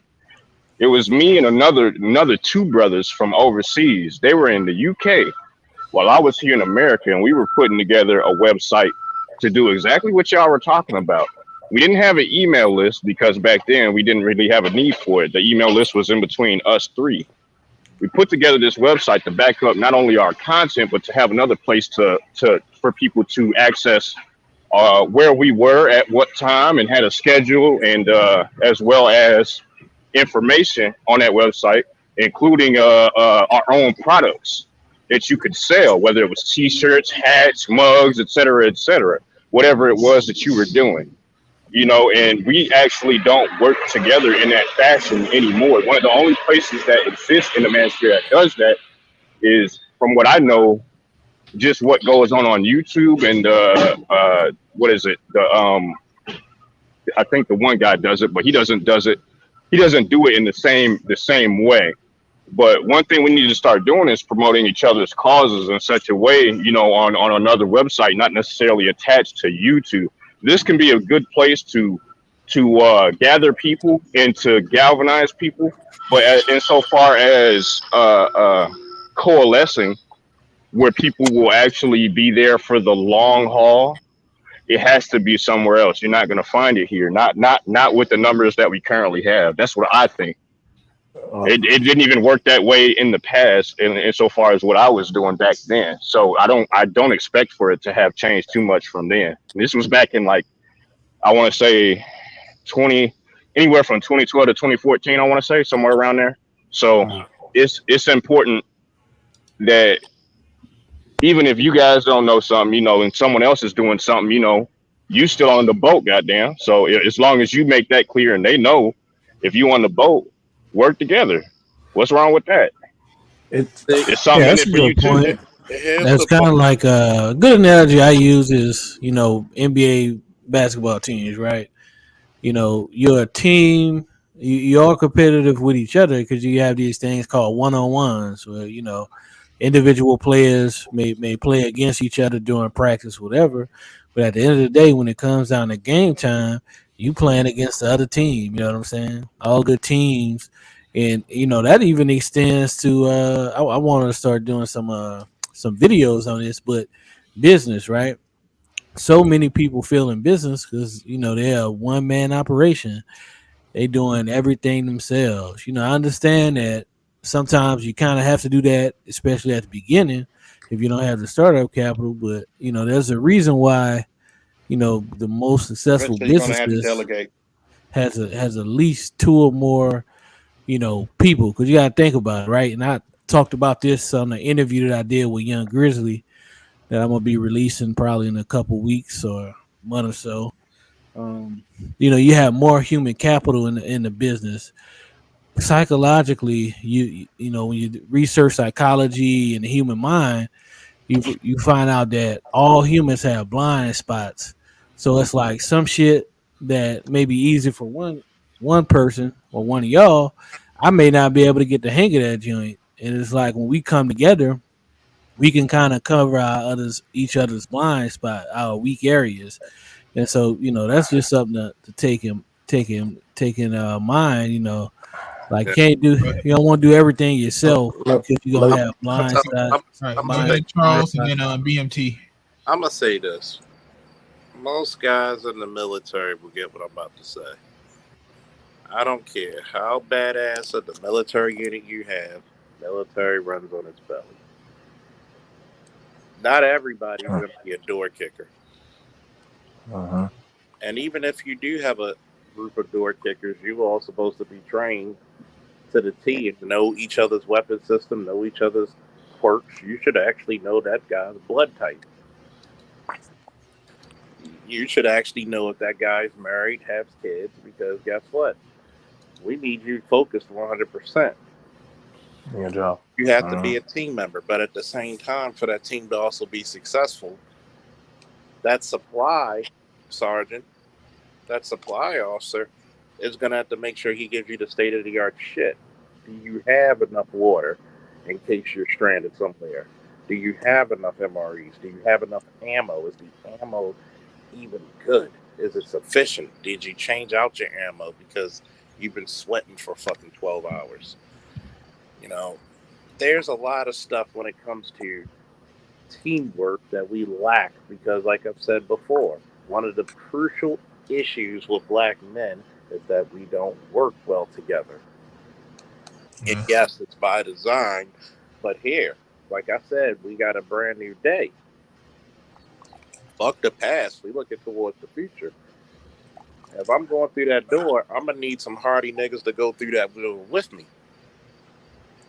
But yet, if I take the rounds, both figuratively and literally, you got to be strong enough to get my big ass out and patch me up. Yeah. At the Go ahead, BMC. Yeah. So if somebody asks me a question, and I say this honestly, but there's nothing I'm not going to say to anybody I have not already said to Charles.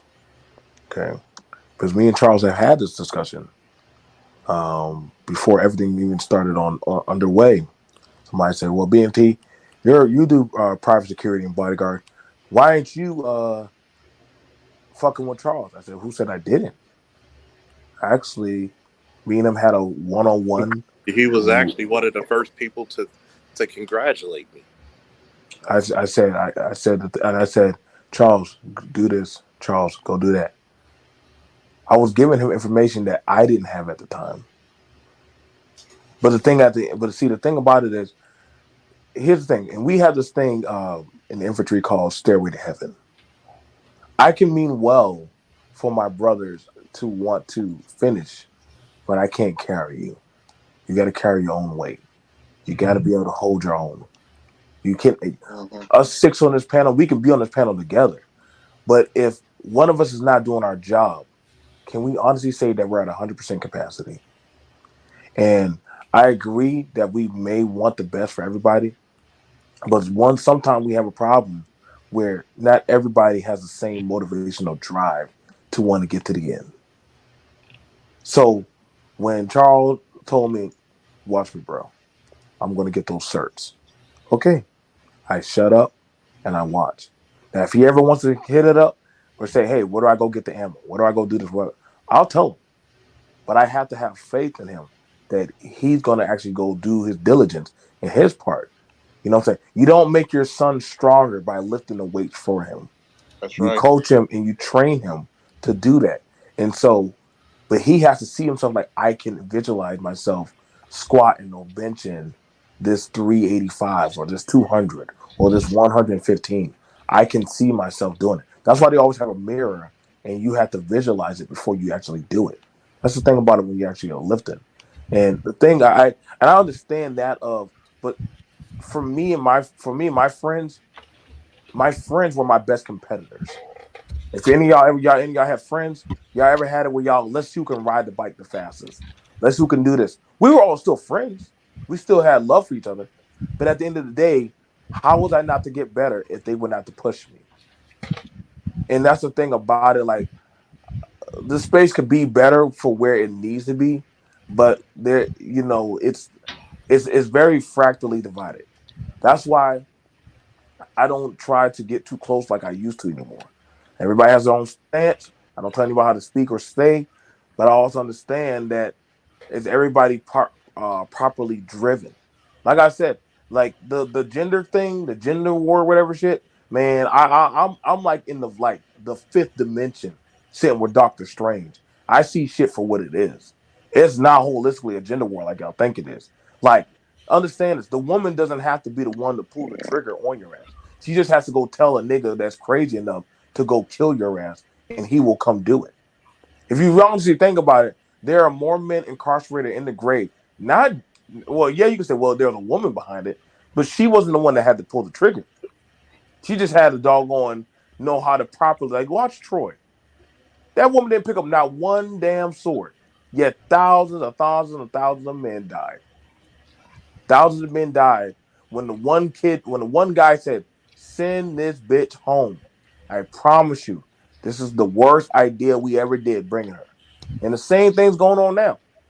We're arguing, fighting over people that do not give a damn about you. Versus, you know what? You can have it. You got it. I never understand why some people are hooked up on people traveling abroad. I done traveled abroad. A lot of different other men have traveled abroad. Never been that big. If you want to go, you can go. You have my blessing.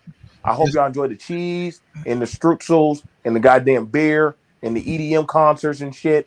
I encourage you to go do it. It's Go do mostly it. jealousy when it comes to traveling, but Yeah. Right. the thing about It it is a is jealousy. the thing about it is about as far as friendship, they have to be your friends first before they can be your friends. I mean, just because someone says that you're your friend doesn't mean they're your friend. It's because of their actions. Because your friends are going to act a certain way around you. Your friends are not just going to sit there and try to use you just because they feel like they can.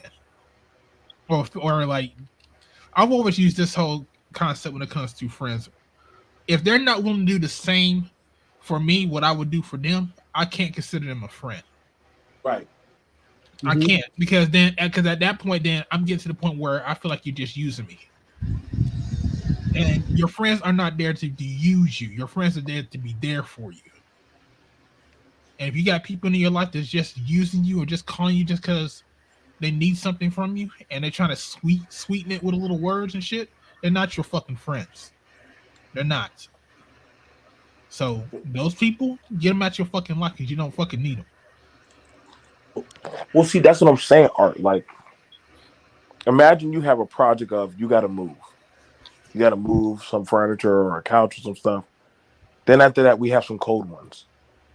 That if I were to show up after y'all done suffered it out to move that furniture up like 2 or 3 stories, and I'm like, oh man, let's crack open them beers you got in your fridge. You're like, no, no, no, no, no, no, no, no, no, no, no. No, you do not partake in this cold beverage that we earned. You're fucked up. You're fucked up. And sometimes like that's like everybody that's like you ain't really always going to be there for you. You know what I'm saying? Like, and sometimes we're told to try to always play the get along game, it doesn't always work like that. You know what I'm saying? It doesn't always. We would like for it to be, but sometimes you gotta like. That's why I love watching the Saiyans in them.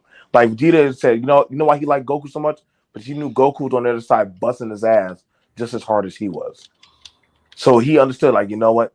That's my true friend.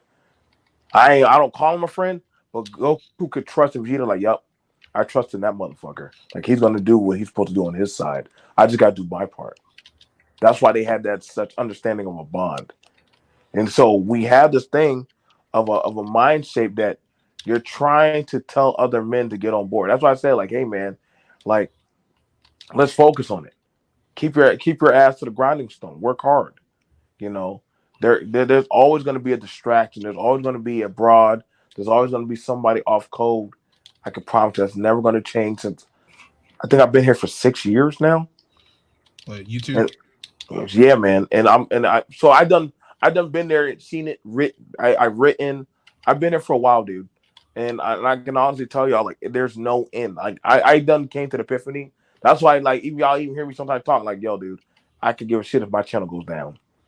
And I'm pretty up there, and I'm like, I don't care anymore. Because honestly, I now understand that we're fighting an immovable war. And once you have that taste in your mouth, that you understand that the enemy of my enemy, like, the women can't make content unless they have the men. Some of the men can't make content if they don't have the women. But if you actually get to a point where you can make content, say, fuck these bitches, I got my own content, I don't need you, that's what's scary. Because then they're like, wait, where you going? Wait, you got to talk about me. Well, no, if I don't give you no power, then you have nothing over me. Well, this is the manosphere, and we do talk about relationships, and relationships are with women. But they have to want. But now here's the thing about the art. Wouldn't they have to want a relationship? Some of these guys do. No. I didn't say that. I didn't say the guys. Talking about the women? Yes. The women want relationships too. It's just that we just can't come to agreement about what the roles are. That's it. That's the problem. Women want it their way. Men want it their way. So anyway, I think sorry, I didn't mean to cut you off, Art. Nah, you good. Go ahead. Well, I was just gonna say, I think I kind of, said my piece. Hopefully, everyone understood it. That's maybe everyone doesn't see it that way, but I mean, that's the way that I see it. Ultimately, I don't expect. I have zero, and when I say zero, I do mean zero expectations for everyone to be equal, at all times and in every way, and to compete in the same realms of all fields. I reject that idea. Right. Some people believe strongly that your friends should be capable in competing with you in every level. I don't see it that way. I think that people spend a lot of time trying to get people to measure up in the same way or equal to where they are. And what I'm looking for and always have been about as a person really is just, what set of skills, what talents, what expertise do you have that may be unique to you individually? And how can that benefit me? And vice versa.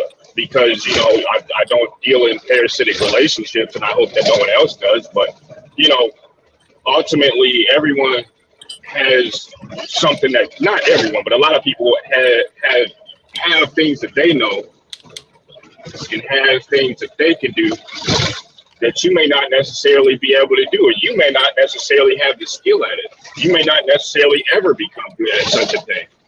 You know what I mean? So these people can be able to help you in a litany of ways that is outside of your expertise. For instance, we wouldn't have sets of skills that are unique to like the military as just one example. You know what I mean?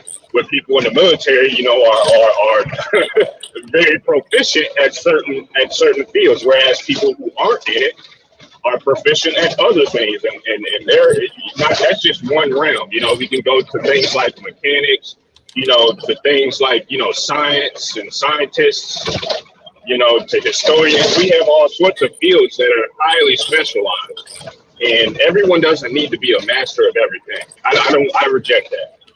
Not even your friends. No. So a friend can help you just like a woman in her role in a relationship is to help you in the ways that are necessary to you. Okay. That's how a healthy friendship is supposed to work, man.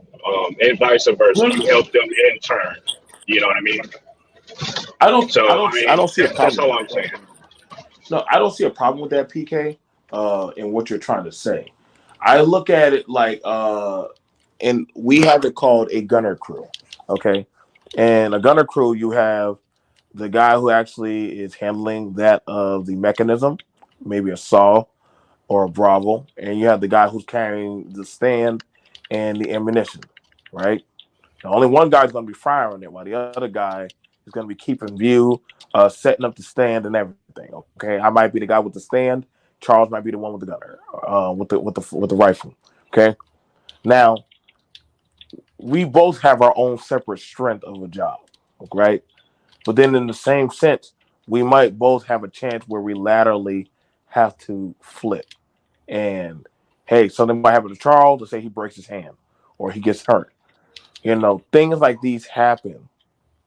Like we've seen it actually where some guys, what happened? Their channel went down, and it's a different feel when hey, my channel went down. It's cool. I think this happened to BGS one time. People went after her channel. What could he easily do? Or it more just said, hey man, just come over here. I got you. Did that not happen? And guess what? Not. I think his channel didn't go down. He just not like down, but like if something were to happen, you could easily just go over to another channel and just easily keep it going. I've seen it happen. Y'all guys done it before, where that's why I find it interesting when y'all are like y'all are more connected than what y'all think y'all are. That's why I call y'all like a crew. Like I wouldn't call y'all like a gunner team, like more like a crew team, like for a tank. Like everybody knows how to work. Well, the reason why I'm doing the Coliseum is because he wasn't going to do the Coliseum anymore, and me and him never talked about it. I took it upon myself to do it because I know how important it was to this space to have guys come through on a Saturday night and just have a talk about whatever you wanted. So that's the reason why I did it, and BGS just helped me, supported me in doing it because I said I wanted to do this for this space, not for me, but for the space itself. Right. But see, in the same sense of you doing that, right? It was in a sense, it's kind of like, well, if you're not firing the rifle anymore, I'll fire it. You understand me? Like it's cool. And honestly, I think we had a conversation before on Arch panel about somebody has to take over the farm. Eventually, somebody has to learn how to take it over. Like if you have a set skill or there's a need for that, do you let it leave out of your community or out of your family versus guess what? You know how to work it. You know what you're doing. And that would mean sooner or later, you're going to have to supersede that of the master. You're going to have to move forward. It's not a bad thing because it's not a bad thing at all because you understood like, yo, there's a need for this shop. There's a need for this conversation, and I think that's an admirable thing. Like Black Mentor had that in the back of the mind, like, hey, in case this guy gets old, all things must come to an end sooner or later. The first Doctor Who wasn't going to be the last Doctor Who. He was going to have other people that were going to stand in for him. Like he's going to have other bodies, acolytes, and that's how I need. I don't know why I'm doing all these nerd references, but I'm hoping people understand it. Like you got Black men. You got to start having that thing in your mind of, in case this happens, there is going to be a backup. There is going to be somebody else to fill in where he goes down or he's not doing it anymore. That's why I can understand this. Well, why I don't mind coming to the Coliseum, but I'm like, damn, I remember when the old man had it. But sooner or later, he's gonna be like, I'm tired. I'm gonna shut it down. I'll visit, but I don't want to do it like that no more. It's okay, cool. We got it. We got it, dude. And I think it can still be just as powerful. That's how I look at how I think the space, like the Manosphere, would have had an easier transition knowing that other people, like, hey, even if he quits or he leaves, it's fine. Like, it's okay. We have somebody standing in for that position. He's not a KS, he's not a BGS, but the message is still potently still the same. It's still moving the same. You know, I I mean, think that. Go ahead, bro. that's what you're supposed to do. You're supposed to replicate yourself in any way, Mhm. shape, or form. If you see that something needs to be done, just go ahead and get it done. Right, right, right. I think that's where we're having a dysfunction. And I'm looping it back to how the guy was saying about the friendship. You know what I'm saying? Like, if I know you can't do it, but I'm in that position to do it for right now, I'll hold you down until you get there. I'll just hold it down until you get to that position, you know, and I'll show you everything you need to until you're ready, you I know. mean, friendships are kind of, if you want to have good friendships, they're kind of like, make it a comic book. And I just put it in the geek because you're on the geek thing too. You got a penciler, you got an inker, you got a colorist, you got a letterer. Put all those people together, and you got a comic book. They may not be good at, I may not be good at pencils, but I'm good at inking. I may not be good at inking or penciling, but I'm good at lettering shit. I may not be good at penciling, inking, or anything like that, but guess what? I'm good at coloring. We all have your role to play to create this formation of a friendship. Mm-hmm. What is your role in that friendship? And do you do it well? And can I count on you to do it well? I think the thing about Because a friend that doesn't show up is not a friend. right, and I can agree with that. Like, I want to see. There's not a lot of men I can sit down and have in-depth firearm um, uh, strategies talking about actual protection and stuff. And I'm not saying that we don't, but there wasn't a holistic niche like that. Like, we could talk about it on an individual basis, but that of, hey guys, like, this is what you need. Like I know this is actually what I've been doing for so long. Like, I'm getting tired. Like, I actually told that to my son. Um, my feet were hurting when I was watching him. Uh, get his bolt action rifle ready. Mm-hmm. And he was like, Dad, what's wrong? I said, I'm getting tired of standing up. He said, well, take that chair. I've never really sat down at the range. I never sat down. But that let me know that, guess what? Sooner or later, I'm going to have to permanently sit down. And he's going to have to be standing up, watching over and teaching the next group. So I understand that, I need to get out everything I can to him. So I don't want my time to be wasted. So anything I can tell the next guy, what I'm saying, if hell, when I was talking about security, there wasn't hardly nobody like that until now. I see Charles going.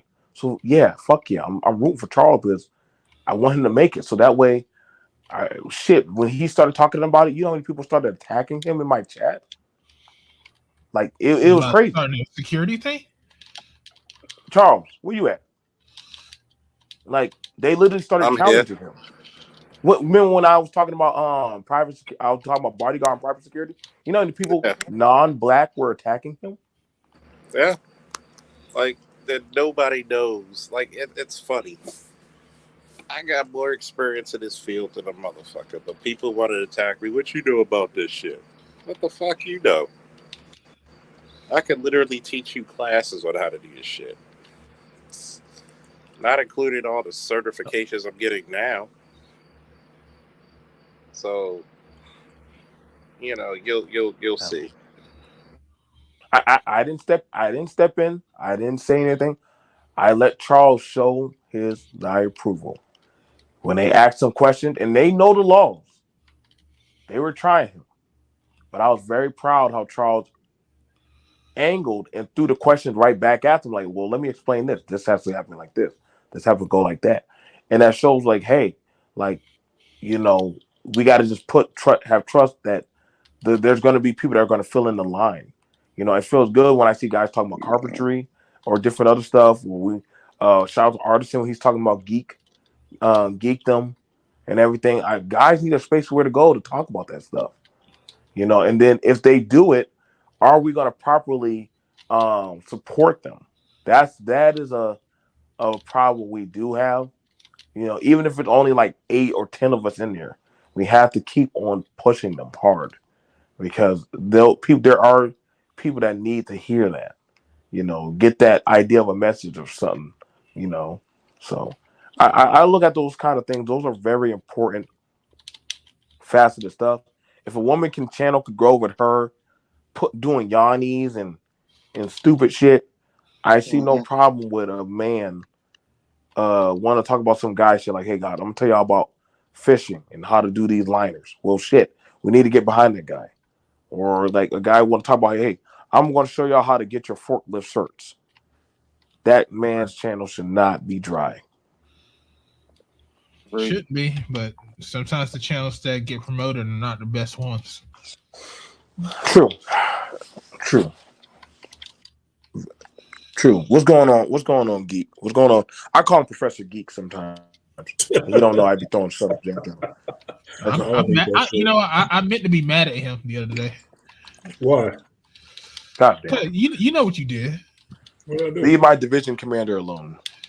Nah, he need to get this one. All right, you remember that picture you shared with me? Which one? God damn. Wait a minute. Let me look at my phone. God damn. No, I'm tired. I'm like, what the fuck what did I send? You sent that damn orange burrito. And my ass was hungry. Oh yeah. Hey, fuck you, man. When you send that shit? I'm trying to help you expand your world, man. I can't eat my damn phone, motherfucker. That shit was looking good too. Yeah, had chicken, cheese. Yeah, it was good. Man, fuck you. What's going on, bro? Well, I'm letting you know it was good. That's the kind of shit. Get you some orange tortillas, man. You can make the same shit. That's the kind of shit you see your niggas be like, yo, she bad, big butt chick. And he's in the background with his thumbs up. Like, nigga, why you send me that? There you go. What can I do? Yeah, that shit, man. Fuck you. That shit look good as hell. I know you enjoyed it too. I did enjoy it. In your honor, homie. Matter of fact, he said he was singing "It's So Hard to Say Goodbye to Yesterday." Oh my goodness. Shit, I want a burrito. So what you guys talk about right now? Because I heard some friends' conversation. I was going to come on here singing like Houdini for a minute. R.I.P. Ecstasy. Oh yeah. Man. I remember going to one of their concerts when they did a hip hop reunion at Coppin State. No, I think we were talking about like having a backup plan. I look at having a competent. You can have friends, but I also look at having competent friends or alliance because I want people that are competent. And that I'm on. Well, hey guys, I need help with this project. Well, dude, I wish the best luck for you. Well, what the fuck do I got you as friends for? Versus, hey man, like, I got to go set up my room. All right, we'll be over there. I know I'll be a little tired, but I'm gonna help you paint your room. That's a fucking friend, because he actually has a back. Not the guy that's like, hey man, like I'll pray for you. Like, fuck you, dude. Keep your prayers to your God. You know what, BMT? It's funny you say that. There's 2 points on that shit. Just today, while I was on stream, I got a text. And I got a text from my boy, Demetrius, right? He texted me and he sent me pictures of his daughter. She getting grown and shit like that. And I know him from, coming in the shop. Known him for years. But the motherfucker stopped coming in there. And it's a brother. He stopped coming in there for a while, right? Ain't seen him. So he texted me today and he's asking me about, sending me the pictures of, how you doing? And I already know what it is, but I'm just like, okay, let's wait till you get to the finish line. Like, I'm good. Yeah, your baby girl getting big. That's nice. Good for you. He said, I was going to swing by if you was at the shop today. Not at the shop today. I'm in Fairfield. I'm at work. He said, okay. You still got the shop? Yeah, nigga. And I text that shit thinking, where the fuck you been? What difference do it make if I still got I know, right? You ain't been in there spending no money, so fuck you. What difference do it make? That's what I mean by vultures, nigga. You just coming around to see if anything dead yet. It's like you got discounts. Yeah, that's the only shit. Oh, I want such and such. You gotta pay for that shit. All right, I'll get you next time. Well, fuck you next time. One for now, one for later. Yeah, that's not a friend. If I, No, I tell you, there was something that happened to me and that I had to get rid of somebody. So the guy car broke down in the morning. So I work third shift. So I'm tired as hell. The guy called me before I got off work. Said, "Hey, I'm stuck on the side of the highway. Could you come get me?" Keep in mind, I had to go like 40 minutes out my way to come get this guy because he lived over in the other side of town. Mm-hmm. So I had to go pick this guy up, pick him up from his car from the side of the road, take him back home. Then the next day, I took him out to try to go look for a car. Because I thought we were friends and shit. I'm looking out for him. He's struggling. Being a friend. Yeah. So now, when I had like a little bit of car trouble, it wasn't nothing. I took some stuff off my car because I was changing out, I think the oil and stuff. So he calls me up and said, "Hey, you want to go to this arcade? I want to go. Do you want to go with me?" I said, "I would, but I'm working on my car right now, so it's not really in drivable mode right now. But if you want to, I could put this stuff up real quick, and you can come by, pick me up, and we can ride in your car back down there." And he's like, "Nah, that's all right." Okay. I was like, "Oh, really?" Yeah, the thing to learn, because I'll tell you this: what I've had to do multiple times in life was to shed friends. After 2013, 2014, I shed a lot of fucking friends, right? I just started making new friends. That's just what it was. Because outside of having a place that you regularly go, like school or being in the military or just your job that you have that you ain't never left, your friend group, your actual friends are few and far between. You have plenty of acquaintances. People who know your name, but you don't hang out with them and shit like that. Yeah, there's plenty of people that you're acquaintances with. But your friends are few and far between because those are the ones that you can count on if something happens. But you have to actually go through the people in your life and start doing that, hard calculus on what are they bringing to my life? What am I giving into theirs? It gets to the point of understanding how much am I putting in and how much are they putting in back. Because I had a few friends like that. I was a better friend to them than they were to me. And it was a hard thing to actually say, these ain't my fucking friends. These are people I know. They know me, but they know me that I will always help them if they ask me. They know that because I'm a better friend to them than they are to me. So, I didn't require anything of them really. I was just like, oh, we just friends and we just cool like that. No, make a motherfucker do some shit. Like my homeboy, Joe Ford's dad, helped that motherfucker move every time. Every time he had to move somewhere, even when it was fucking 200 concrete stairs, he had to move his furniture up. I was there with my family helping him do that shit. But when shit went down with me and the ex-wife, that nigga was on her side. He wasn't helping at all. Damn. Yeah, I was like, damn. Damn. I'm gonna tell you a good representation of friendship. I remember my boy Leon called me, and this was actually during one of the Coliseums. And he's like, "Charles, I'm running late. I just need a jump." And I was like, "It's about to take a shower, but I'm on my way." Got my clothes on, came down there. He had his jumper cables, and I looked at the jumper cables, and I was like, "God damn!" He said, "What?" I didn't know Fisher Price made jumper cables, nigga. And we laughed like that shit, jumped him, and he went to work. And I remember when my car was down about 3 weeks later, he actually took me down to the college campus for my classes. First thing he said, "I love you, bro. I'm about to go to this hospital. I keep you posted." And that's when he passed away the next day. Oh, man. See, that was a friend to the end, literally. Yeah. I have friends where You got to be careful what you say to me because they might hit you first. That's a friend. I don't have. Okay, is it me? I got a question about the jumper cables. Why is it people always want to put the red side on the black side? I'm like, what are you doing?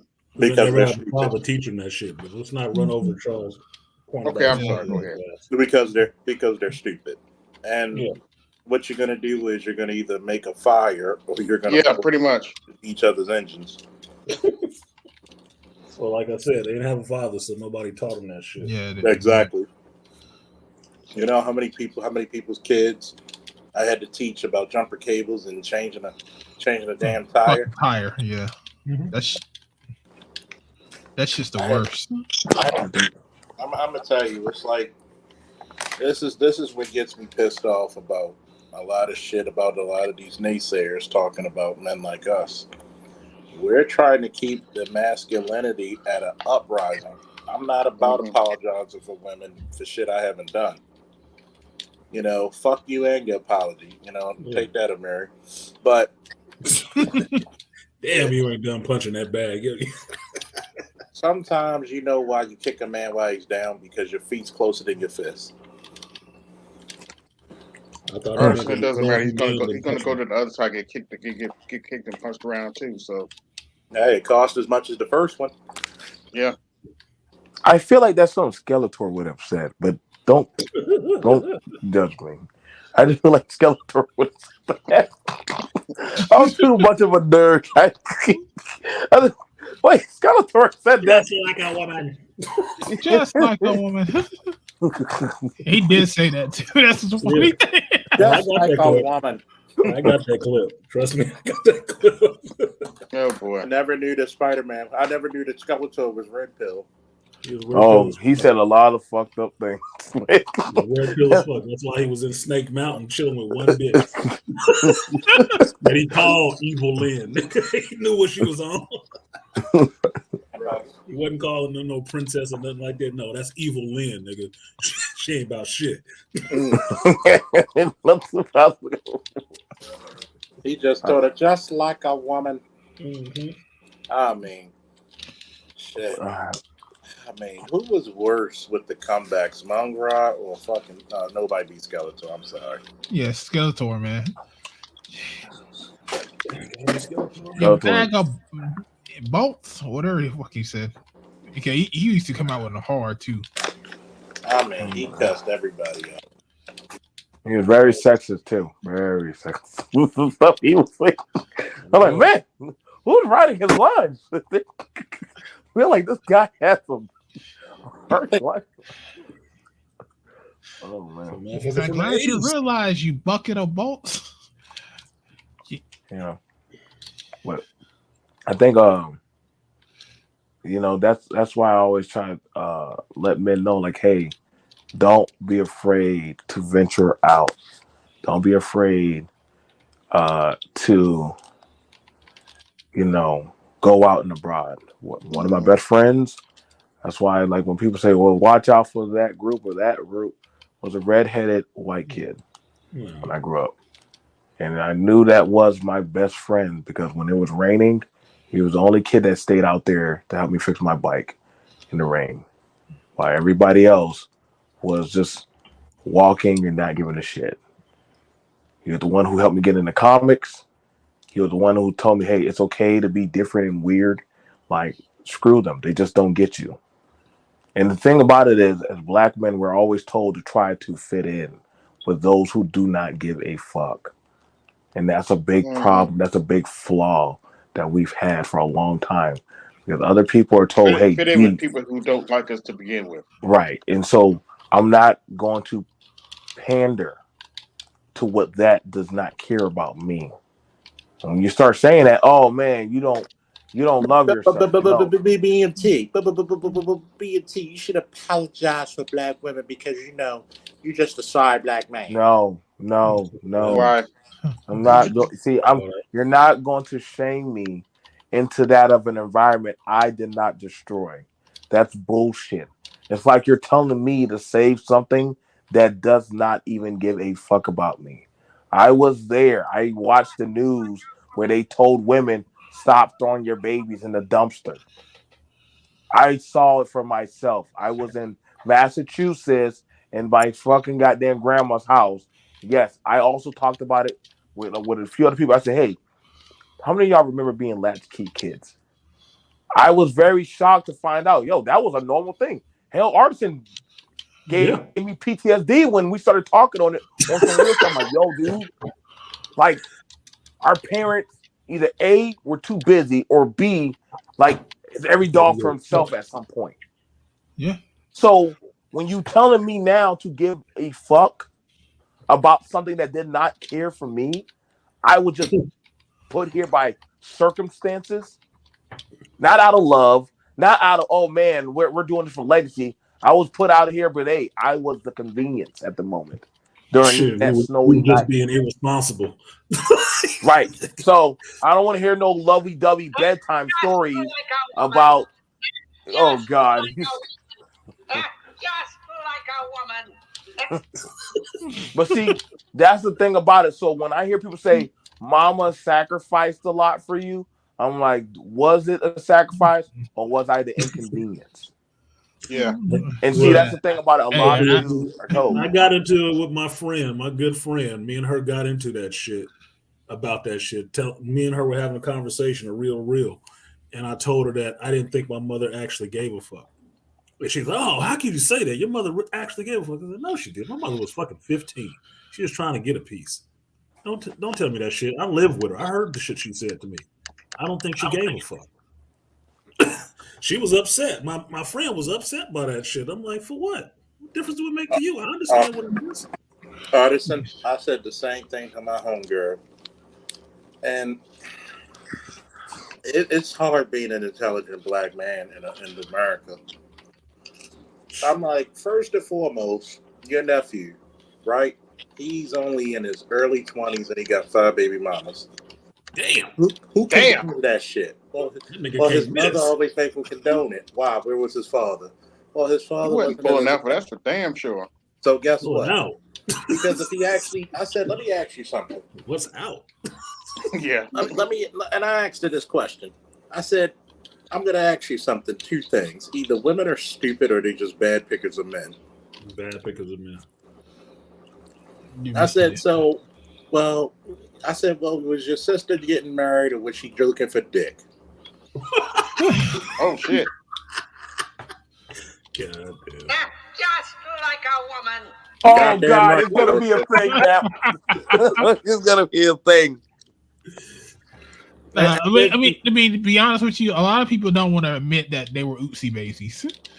Damn everybody. Oh God, don't do it. We're gonna go down the whole trend of the space about oopsie babies. I mean, that's what most people are. I mean, I'm especially in the millennial class. So a lot of those oopsie babies. They're not oopsie babies. They just couldn't pull out fast enough to be in mama's mouth. Ooh, no. Mama didn't want it in the mouth. No, just come inside me. I know what it is, dude. Come on, man. We all been with women before. They may look at her. Hardly ever want you to pull out. Fuck that shit. You look at her. You may look at her as all seeing mama. Everybody else in her generation look at her as that bitch that everybody dumped their DNA in. Oh shit.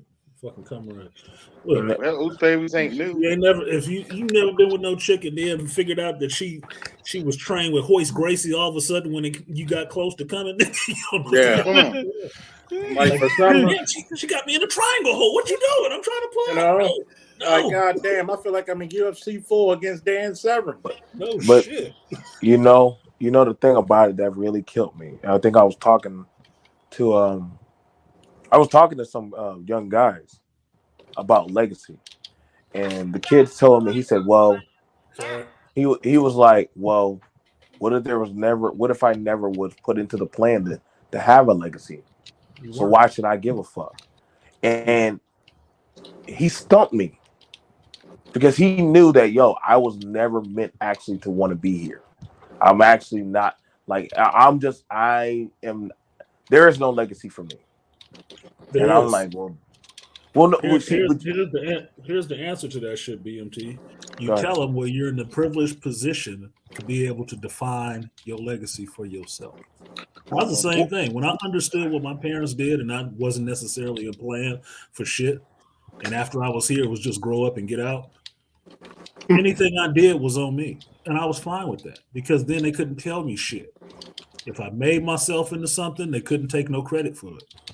If I didn't make myself into anything, they could take the blame for it or not. They could always wash their hands. So it just left it on me. I was like, well, fine, fuck it. It's all me. I'm self-determined at this point. It's my legacy that matters at this point, not yours. And that's what I built my legacy on my children. You know, shit, because they didn't do anything for it. And I hear you with that. I hear you with that, artisan. That's why I've rocked heavy.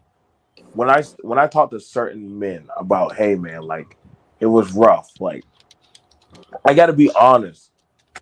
We're kind of built a lot, and this is no shot to anybody. Some of us are just built differently than our predecessors or how our people are now. And some people, no, it's the same. No, it's not, dude. Like we understand, like it was for what it was, dude. Like crack heroin era, goddamn gangster culture. Like the ones who built in that terraforming apocalypse. Like it was like, well, shit, this is normal. Well, I get it. I get it for what it is. Fuck it.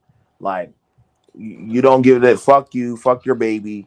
And hey, Porch baby just got to figure out like, all right, man, I got to just learn how to survive this apocalypse. So now that we're here now, people say it's a vitriol. No, I'm just a product of what y'all didn't want to see. And so I get something, but now those kids, their kids now, you notice that they can't take when you tell them certain narratives or you just tell them it is for what it is. Like certain men, like, I don't have time to bullshit you. I'm just going to tell you that, like, hey, you're fat. I told a chick that she came there wearing a two-piece shit. Her belly was hanging out. She had a belly button ring that looked infected. Her toes looked like Sabretooth's claws from X-Men. She came to the club. She had When she came to me, bag lady.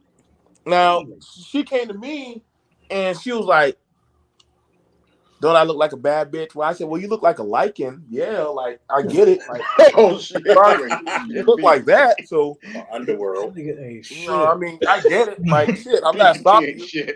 You're like, what the fuck does that mean? Well, listen, I don't have time to lie to you anymore. Like, I don't get no points for lying. Men, you get no points. Well, somewhat. You really don't get I'm married. You get no points for lying. You get no points for lying to a woman. There's no PlayStation, Xbox achievement under you anymore when you lie to these broads now. Because now when they damn if you do, damn if you don't. And you know what I've learned over years being team? They actually get wetter when you don't lie to them. Yeah. That's the one that the you women say that shit again for the niggas in the back who didn't hear you. They actually get wetter when you don't lie to them. What did I say on my live stream? A bitch actually likes you more when you tell her ass no and you put her in her place. Yep. I mean, I remember one chick tried to tell me that you think you the shit. I said, I see that you think I am too, but you know, what's up? Just like the chick when she was like, oh, when the last time you got some? Why, you offering? No shit. Really? Like if you're a woman and you ask a man that, he has every right to ask you offering? Yeah, what's the I'm price? just saying, if you're going to go there, okay, I can talk to you on that level. You know what I told, when a woman tells me something like that, I said, well, that sounds like Whores R Us catalog. Whores R Us catalog. And I'm like, she was like, what do you mean? I'm like, if you're telling me you're validating me off of my sexual prowess, then I need to go take this goddamn fucking wand and validate your goddamn usage of your pussy. Like I see an EBT card in it. I see goddamn I don't want EBT pussy. I'm sorry. So you're gonna validate me on how much I bet. Hey, it's all good when all you got to do is get your shrimp, your vegetables. You can't get anything hot though, but you can get some mean ass cold cuts from the supermarket. Yeah, I mean they got some. Listen, I'm not hating on them EBT chicks. Like, hey, Bang out your guts. Hey, they're going to be when the apocalypse happens. I understand. 60, the inflation pussy will be happening. I already foretold it. Inflation pussy vagina will be happening. You will see the ultimate simps. That's why I said the winner doctrine is not going to happen to these bras, but there will always be some vanguard of a dude that's going to go kill himself. Like, understand, you got rid of a Taz and you got it in a Mary. How the fuck did that work? There's always going to be a vanguard juggernaut that's going. What did I call them? I called them the Simp Knights Templar. I call it the juggernaut. Like the juggernaut always has to have a body. It has to have a body. You can't. It's a force of nature. So no matter what, you get rid of one, there's going to be another one to take its place, even worse. I'm the juggernaut, bitch. I'm the juggernaut. You know what do we got? The crimson ring of Sidorak. You all right? Y'all think I'm laughing? Nah, not Sidorak, Simparak. Skeetorak. I'm bro. But you put me up there with the Lord. When you take this gem, you shall become a force of nature. There will be no simp greater than you. Oh my God, we can make a whole cartoon off. Oh my God, I think we should do that. Oh my God, man! Like, just put me up there. We should get that stutter motherfucker too. For real? I can get back. Bro, I mean, I can get back in Cynthia G's good graces. I take it. See, what happened was he drank some of Cynthia G's breast milk. That's why he's simping so hard. What did he add? Water? What's say what? No, I'm just saying what scares me, and this is the thing about it. I always wonder, what do you get out of? I can understand if you're holding men accountable, and there are some men in these spaces that do not like accountability. There are, but there's a difference between holding men accountable and just you're doing what you're doing for that other validation of women, and that's scary because there's no method to that of madness right there. Because the same way and they done shown that we'll use you, abuse you, and throw you away, you know. And I've seen plenty of young men when I was growing up that were like that. Like they will do anything that their mama told them, fight the boyfriend, sell some dope, do all kind of shit. That's why you got a bunch of these gangbangers right here. Like their moms know what the hell they're doing. Their mom and grandmas know what the hell they're doing. They're not stopping them. Why? What'd you call them, Art? The pets of the gynocracy? Yep. Right. They're never going to stop those type. Like and that blew my mind because when I saw my aunt brag off how her sons were thugs and how that gave her an elation. And I'm like, ain't shit. Yeah. Oh, he must have. And Amiri's face, Pander Africans, as I call them. I call these niggas, you know, the Great Value and Dollar Tree version of Derek Jackson. The Great Value. You know, and actually, that is a good name for him. That's why I don't go to Walmart because that's where I know all the strags go. That's why I refuse to go to Walmart. I go to other stores. You could tell you with a woman you shouldn't be with if she start pronouncing shit wrong. Like, I'm going to Target. Oh, we need to go to the store. I found this new drink. It was called champagne. Oh Lord. No. Hey, you notice? Go ahead. I'm sorry. No, I say she say tag it. Tag it. Yeah. And you know what the sad part is, Charles? It'd be the heifers that have so-called degrees to be saying that dumb shit. You know what? I'm tired of a degree woman mispronouncing shit in my presence. Get out my head, AB. Get the fuck out my head. It happens too fucking often. I'm just looking at them like, well, you know, we got to go topical. You mean tropical? Oh, did you see that video that's on TikTok when Kevin talked to the chick and she mispronounced the word certifications?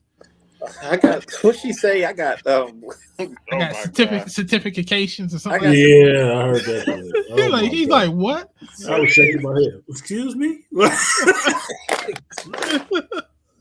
No, it's like that heifer that claimed she was in the health profession, but I don't need no biology. You know what? Really? You know what? I swear to God, that shit was such classic. That shit was such a classic, man.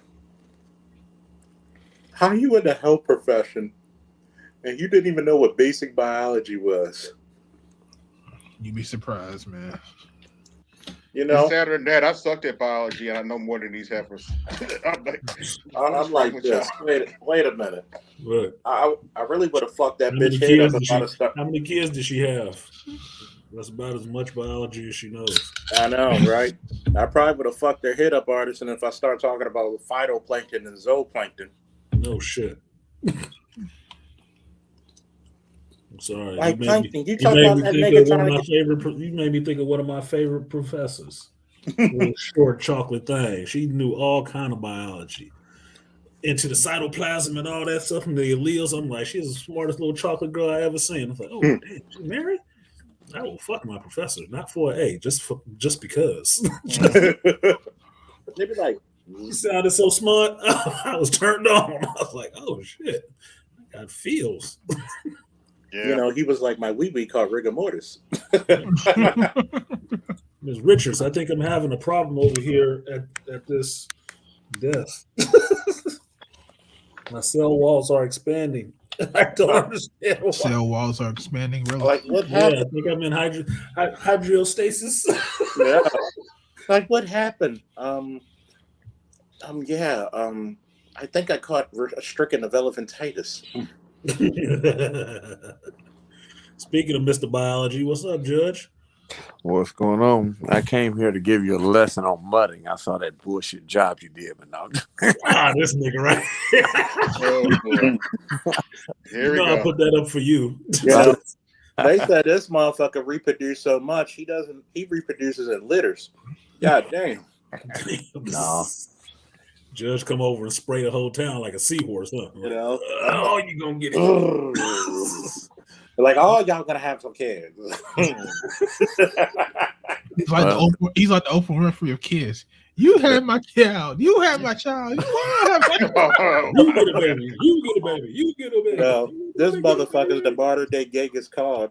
You get a baby daddy. You get a baby daddy. You get a baby daddy. Judges Khan. You want to hear something funny? Always. I'll ask you guys. Y'all motherfuckers are fucking jinx. What? Oh shit. Oh no. What did you do, Judge? Well, what are we talking about? I met a chick like that. She don't have no kids. But she want one. And so y'all stop talking, right?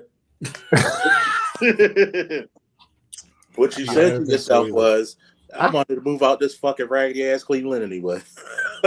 Matter of fact, what's so bad? She don't stay in Cleveland. She stay in a neighboring city. So. Oh no! Don't tell me she stay at Akron. No, that's no. He said no. That's Close though. Close. What's the next one? Is it the white girl? No, she black. Okay, so she got enough bodies buried in her trash, she's branching out. But don't jinx me. And we had a real conversation today about what people should do and how they should raise kids. Well, yeah, look, no, but this is what she did bad. I was totally against, totally against exactly like the opposite on what she said. She gave good pushback and didn't give a fucking attitude. Oh shit. So I'm like, what you trying to do? Lure me into a relationship? Yeah, exactly. Yeah. I'm like, you gave good pushback with no attitude. And even though I told her she was wrong, this, that, and the other, on all these occasions, it's like normally, when you tell them you're wrong, that usually started an argument. No raising of the voice, no just voicing your opinions and how I'm like, nigga, you don't learn your lesson the first time. You found you a T2000, huh? Right. I'm like, I'm sitting up here thinking, okay, well, we're in the other shoe gonna drop because I ain't fuck with her. I fucked her back in the day. I ain't gonna lie, I did like 10 years ago. When you give her a baby, that's when the other shoe drop. Right. That's what I'm like. That's when things change. I got what I wanted. Bye, nigga. Bye. Right. And see, that's my thing. You know, I already said if I go down that road again, I ain't gonna lie. If I got a new motto: if I can't see my kid, you can't see him. You understand what I mean by that, don't you? Oh man, this motherfucker drops off dick like a fucking Christmas present. No, but you understand what I'm saying by that, don't you? No, Yeah, I do, and I didn't hear it. That's the mentality I think a lot of dudes should have. I am not. I had to tell my homeboy, two of my homeboys who are police officers who are going through similar shit. You got guys with good jobs, good careers, good heads on their shoulders, and you take the baby out of state. Mm-hmm. I said this on my show. From now on, we need to call women who do that shit what they properly should be titled. They're terrorists.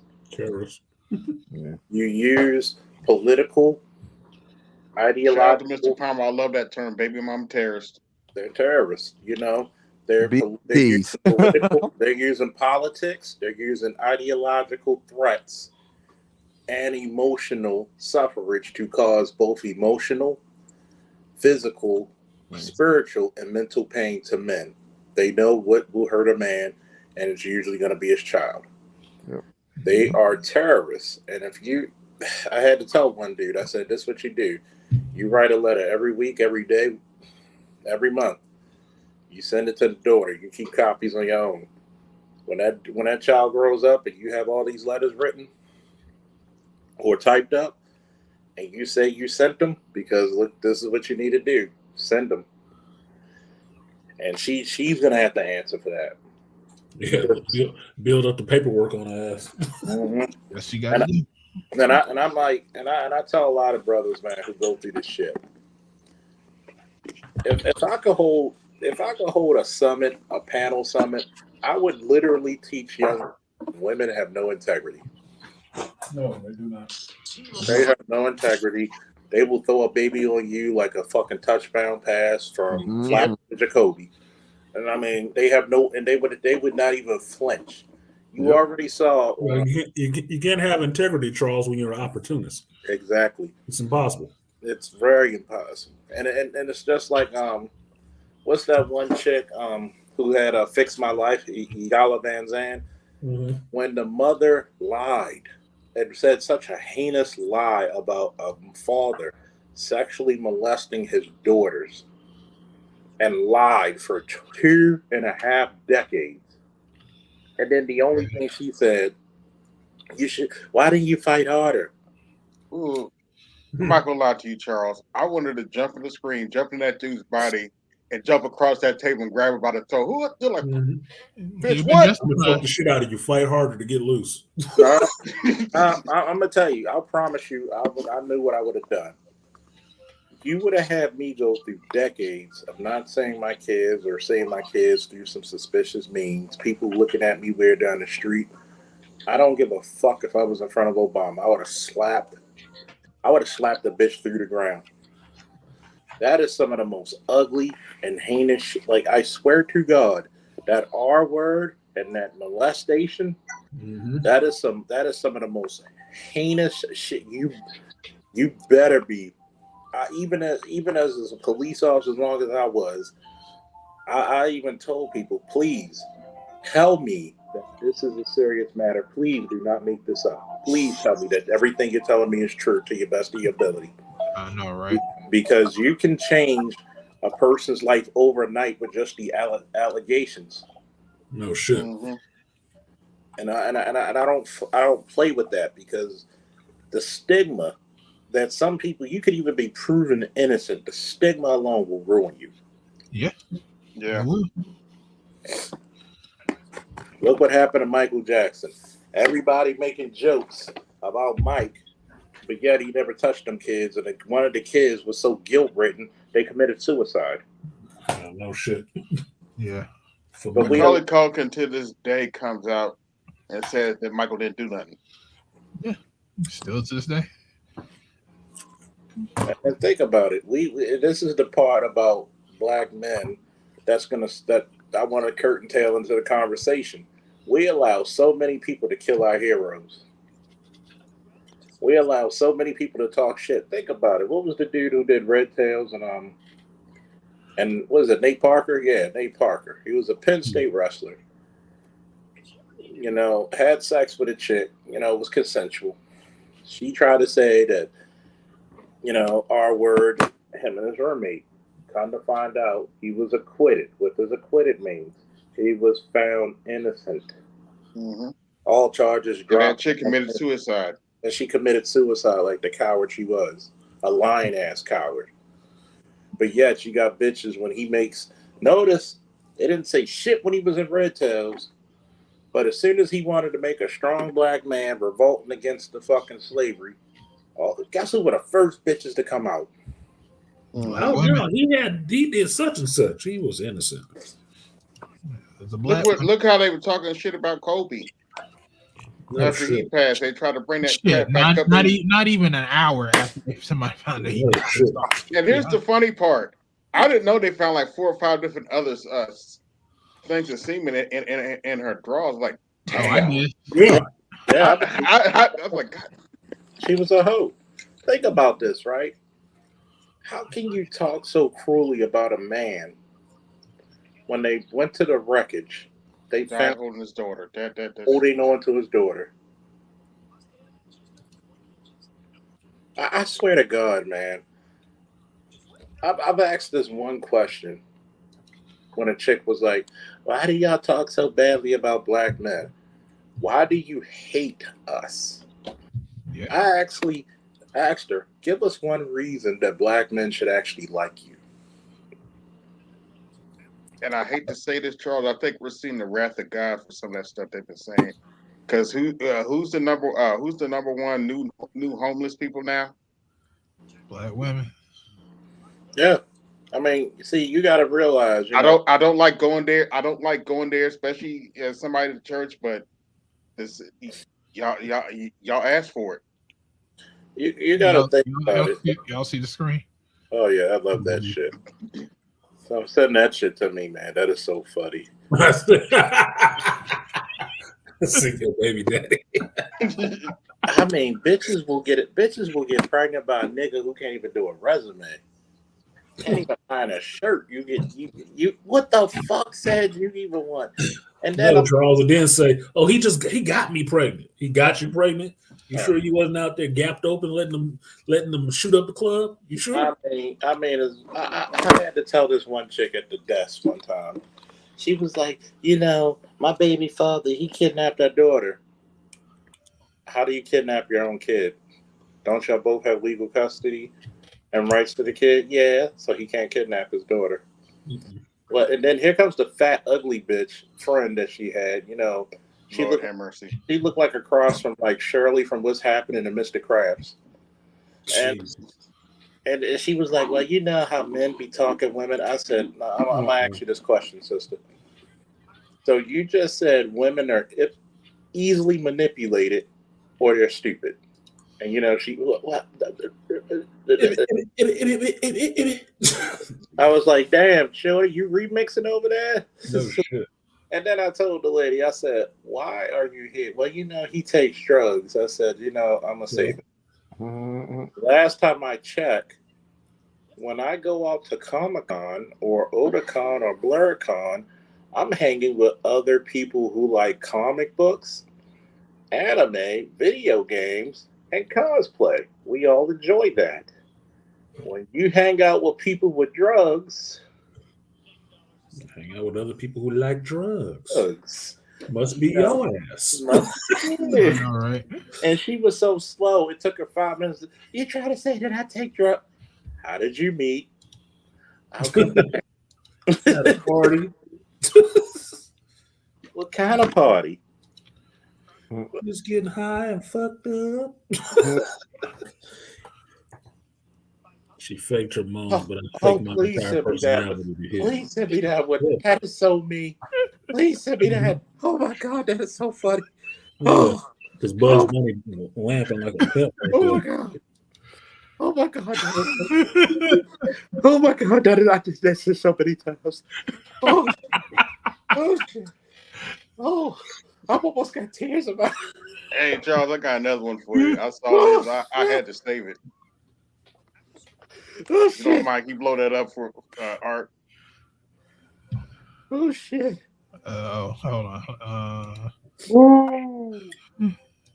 Oh shit! I don't need a man. I don't want a man. I don't want to be a man. Oh, See the dude in the background. I'm out. I'm out. I could email that to you, but I was like, I'm out. I'm like, yeah, that's how I feel in a nutshell. I'm out. Please, dude. Why did I told you before, man? Either I lead or I leave. Men ain't taking this fucking subservient role anymore. You don't want me? Peace. They were like, yo, you ain't like you need to go find your like I had to tell one chick. I said, first of all, I know why you mad. Because you with me and you see how I'm treating my son, how I'm taking care of him, how I'm raising him. You wish your child's father did the same for your children. That's usually what it is, Charles. Yeah, that's sad, but it's true because you know, I swear to God, I never knew ain't shit was DNA because he ain't shit. Well, you beget shit too, didn't you? No shit. I'm like, how do y'all get? I just want to just be, I want to have a documentary. Dr. Charles Faulkner Jr. is going to search for why bitches are so dumb. So, let me ask you this, Megan Good. Yeah, you goddamn, you fine as hell. Goddamn, take a seat next to me. But I do have to ask you this question. Closer, goddamn it, closer. Closer. I want you to be so close that I consider you a cardigan. Like, I just have to ask you this, Miss Good, because goddamn, you look so good. You were married for almost a decade, no kids. Why do you want children now at 41? Listen at the BGS too. Wow, she want kids now? That's what she just said. Yeah. Oh, that's right. I forgot about that. Back up, Dre. Back up, Dre. Stop it. That was hilarious. What up, AL? I know you fine. Not a joke though, AL. She actually said it. I know you fine as shit. What's up, Artist? What's up, Woo Man? What's up, AB? What's up, Artist? AKA CPT Time. Let me send this picture to AL too while I'm thinking about it. What's up to America's favorite mother trucker? Bad mother trucker? I'm just like, well, Miss Good, as tempting as I really want to give you that baby. Oh, shit. Why? You do know that the milk is past the expiration, young miss. Or not so young miss. Oh, Charles, you just reminded me of something saying that shit. Why the fuck did I had this conversation with my mother, and we had this conversation the other day about this, and this came up. I told BGS about this. I was supposed to say it on my stream today, and I forgot. We were talking about the difference why older men like younger women and why older women don't need to be having babies because those eggs is bad. Now, my mother, mind you, pretty smart woman, sitting up there trying to tell me how it's the sperm that make the eggs bad. I was like, no, it's an old ass basket with the eggs in it. Man, 80 years old. I mean, man, 80 years old. All he needs is a 20-year-old chicken. He can still have a baby. He said, yeah, but the sperm might be slow. I said, all he needs is one motivated swimmer. It don't matter if it's slow. It just got to get there. Artisan, you don't get it, bro. Despite your mom being bright now and wise, she still had to defend the gynocracy by any means necessary. Oh, of course, of course. That's why she put up the fight. She knew you were right. She knew you were right. You know what? Look, I didn't get into the conversation because I was looking for a win. I know what it is. I'm just having a conversation. The shit she said though was something fucking funny. I had to write that shit down because I was laughing so hard about it. But she was saying that the dude had basically what she said was the dude had like Benjamin Button sperm. Like what the fuck? like it's too old, it can't do anything. I was like, that's not true, mama. That's Like not what? how The shit sperm works. instead of swimming, the motherfucker just doggy paddles. What the fuck? Yeah, it's like it don't matter. I said that shit forever. All I need is one sperm. He can walk with a limp with a cane. As long as he make it to the egg first, he in that bitch. Yeah. It don't matter. I said, All you need is a viable egg. He said, here's the crazy well, that old sperm can give you kids with birth defects. No, that's your eggs. That's old eggs give you that old shit. eggs give you birth defects. You No gotta shit. What you talking See, about? when your eggs are already scrambled. Shut up. Wow. Motherfuckers like I'll you, return the blue. you know, when you're 30, 90% of your eggs are done. Well, this is one thing I'm gonna tell you that from what I've read, I don't think it's actually the fact that the eggs are old. I think it's actually the fact that her body is old, which That doesn't too. give the nourishment to the eggs at the time as during the Exactly. development, and that's what, because technically when a woman is born, she has all the eggs she's ever going to have. That's it. But you got It's not that no, but wait. It's basically saying like this: if I'm mixing up a batch of mud, if I'm mixing it up with not the right humidity or too much water, or you understand what I'm saying, then those tiles ain't gonna set right. Nope. It ain't got shit to do with the tiles that it came, but maybe the mix wasn't stored well. It wasn't mixed at the right temperature. It didn't sat too long. You didn't wait the 15 minutes for it to go off. You know, all of those factors play more into it than the fact that they try. But basically, what they're trying to do is trying to find a way to blame it on the men. Exactly. But basically, what it is this: as your body gets older, you know that your body doesn't hold up. Like I know I'm getting close to 45. I know that I don't have the stamina that I did have 10 years ago. Stamina. You know, I know that. But they don't realize, your body takes wait a minute, you're feeding nutrition and nutrients to an egg. You realize that your uterus probably done been banged by everybody and their mama. No shit, been jackhammered way too many times. I know, really. Moby Dick been in and out that fucking Ahab. God, Unless you've been messing with people from Baltimore, they couldn't reach it. Wow. when you mess Ringer with in a triangle. when you mess with a nigga from Baltimore, you go limp. But anyway, shit. Unlike them niggas in Cleveland, because all y'all do is scissors. But anyway. Oh boy. Wow. I mean, this nigga talking about getting somebody pregnant. You can't get that old chick pregnant because them potted ass eggs. God damn, shit look pulverized and shit. Like, how you gonna have eggs and you gotta add water to them and powder. They powder.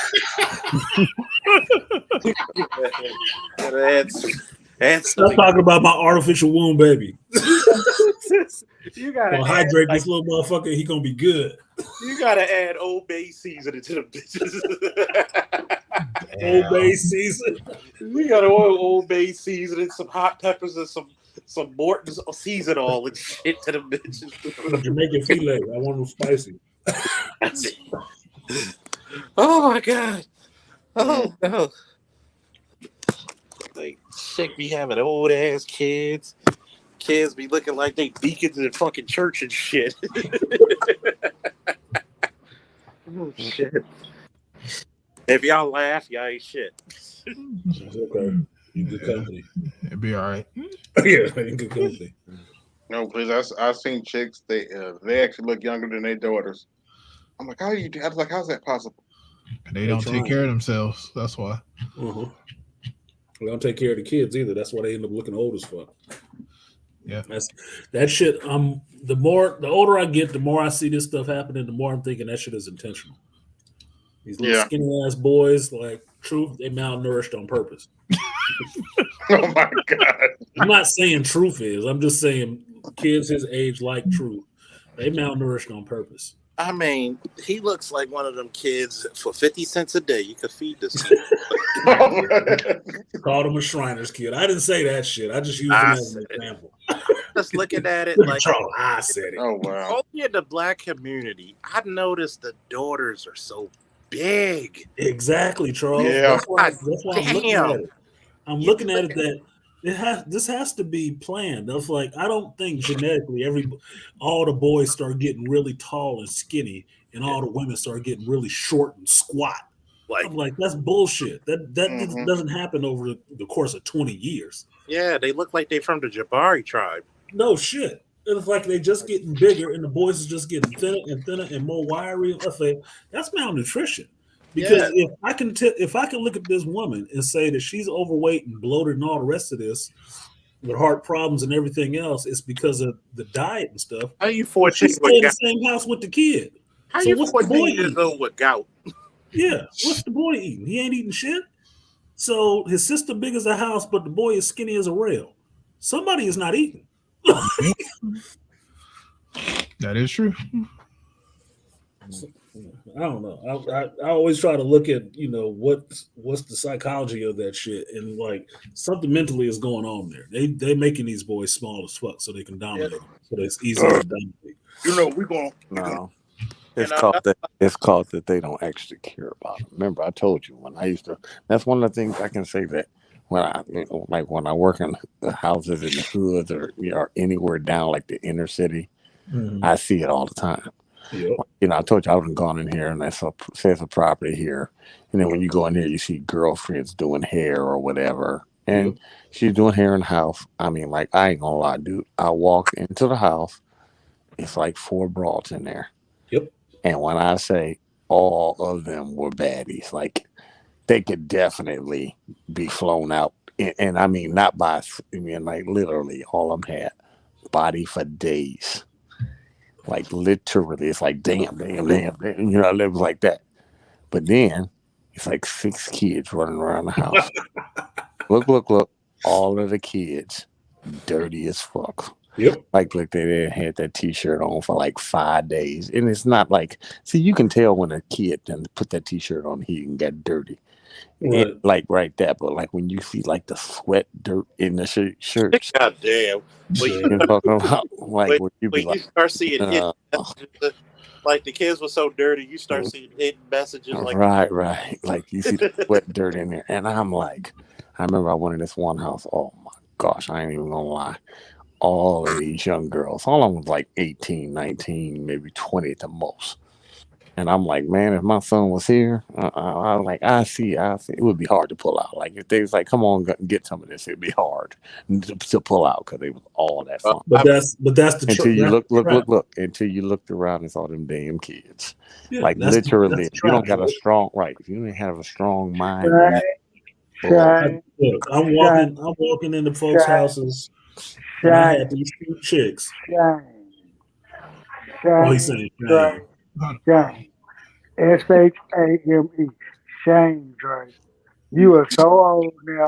You supposed to look past all that harlotry, young harlotry that was going on. Talking about it'd be hard to pull out. Shame, Dre. Shame. Bro. It's not. Somebody play the organ. God damn. It's not that. It's the fact is this. I'm just honest. Like I ain't even gonna lie. Like I said, I look at something. Remember, I live right across the street from the high school, so I see a lot of them. I'd be like, man, I feel sorry for these young boys today. And then especially to know that half of these young dudes ain't getting it as much as we were. We shit with them anyway. No, but I'm just trying to say they ain't getting it as much as we were. Like when you look at the numbers, God damn, I feel sorry for them because I mean they're not getting it, Dre, because they don't want it.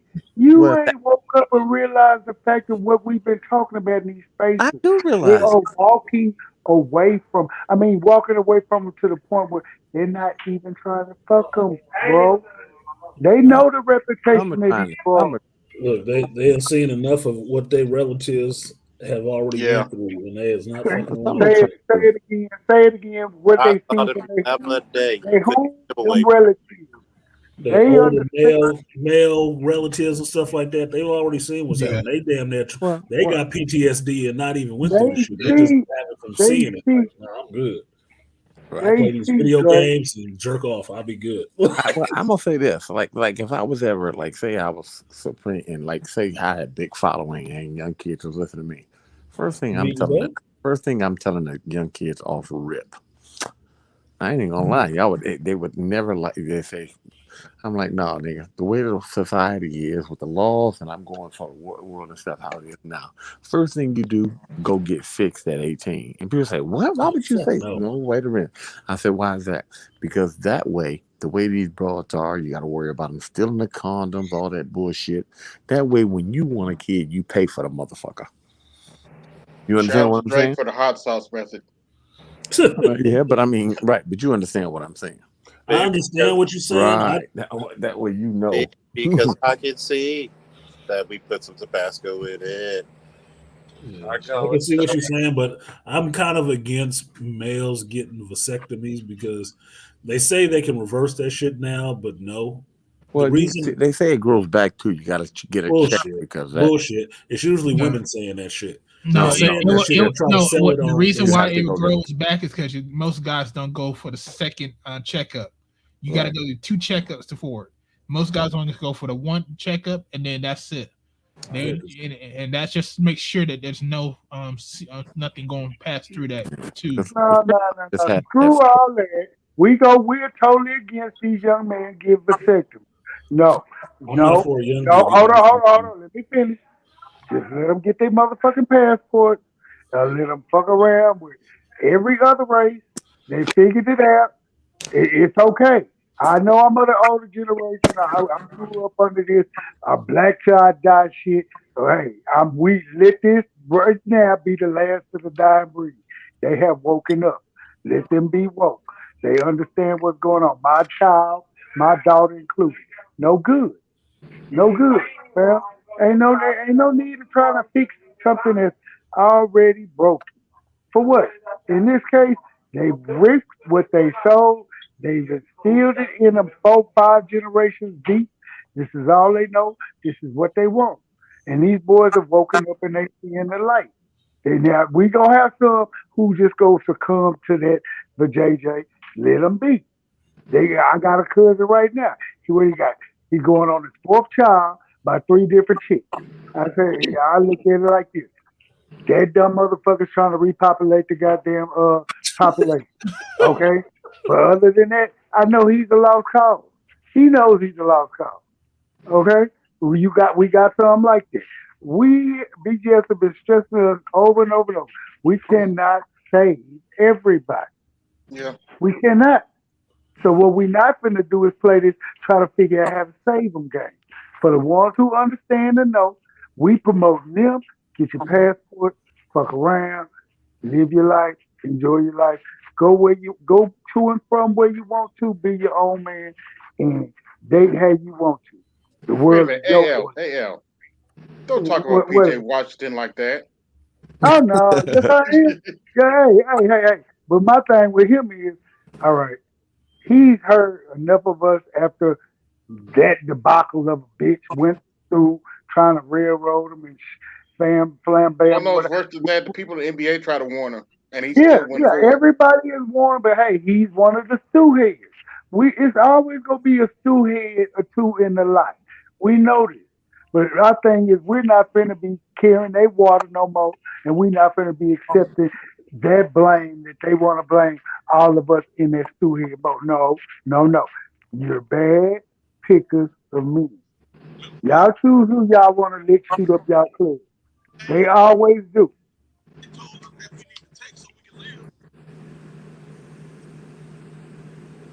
Somebody in the background. What I was going to say was, I've seen women in this 30-year-old group try to push that vasectomy shit off on brothers like that's something they need to be doing.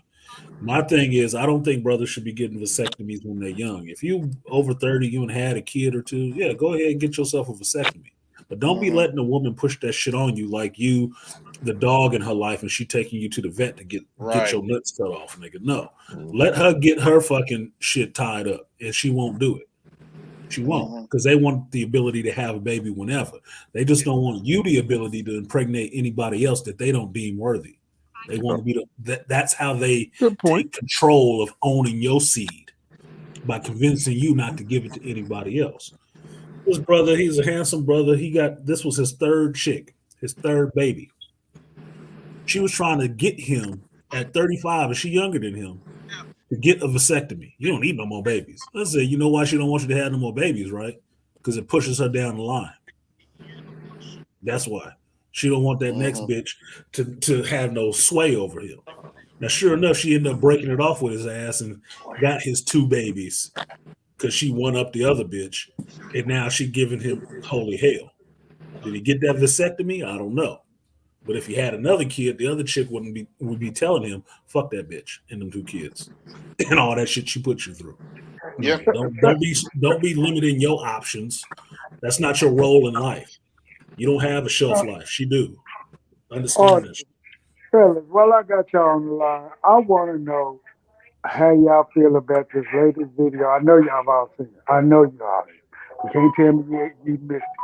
That's Where it. I'm gonna tell you, I'm gonna set it up, and I want y'all to go from there. The Tee it up. video of the black guy trying to buy shoes for his kid who he pays $500 a month child support to, and the woman he's with literally is having an aneurysm and trying to kick him out of the house because he wants to buy his kids some shoes.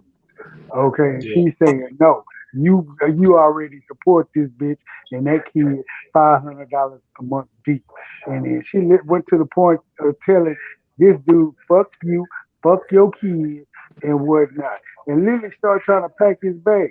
Now Yeah, I I'm saw gonna that. set it up. I saw Y'all that. go. I actually I posted saw it about on that Dr. on T. Facebook. Yeah, I saw I that said, on I Dr. said, I T. said, black woman kicks her husband out for buying his son shoes, and people wonder why I'm single. It wasn't Just to go me. It ahead. wasn't even about buying his son shoes. It's about he was giving that other bitch money.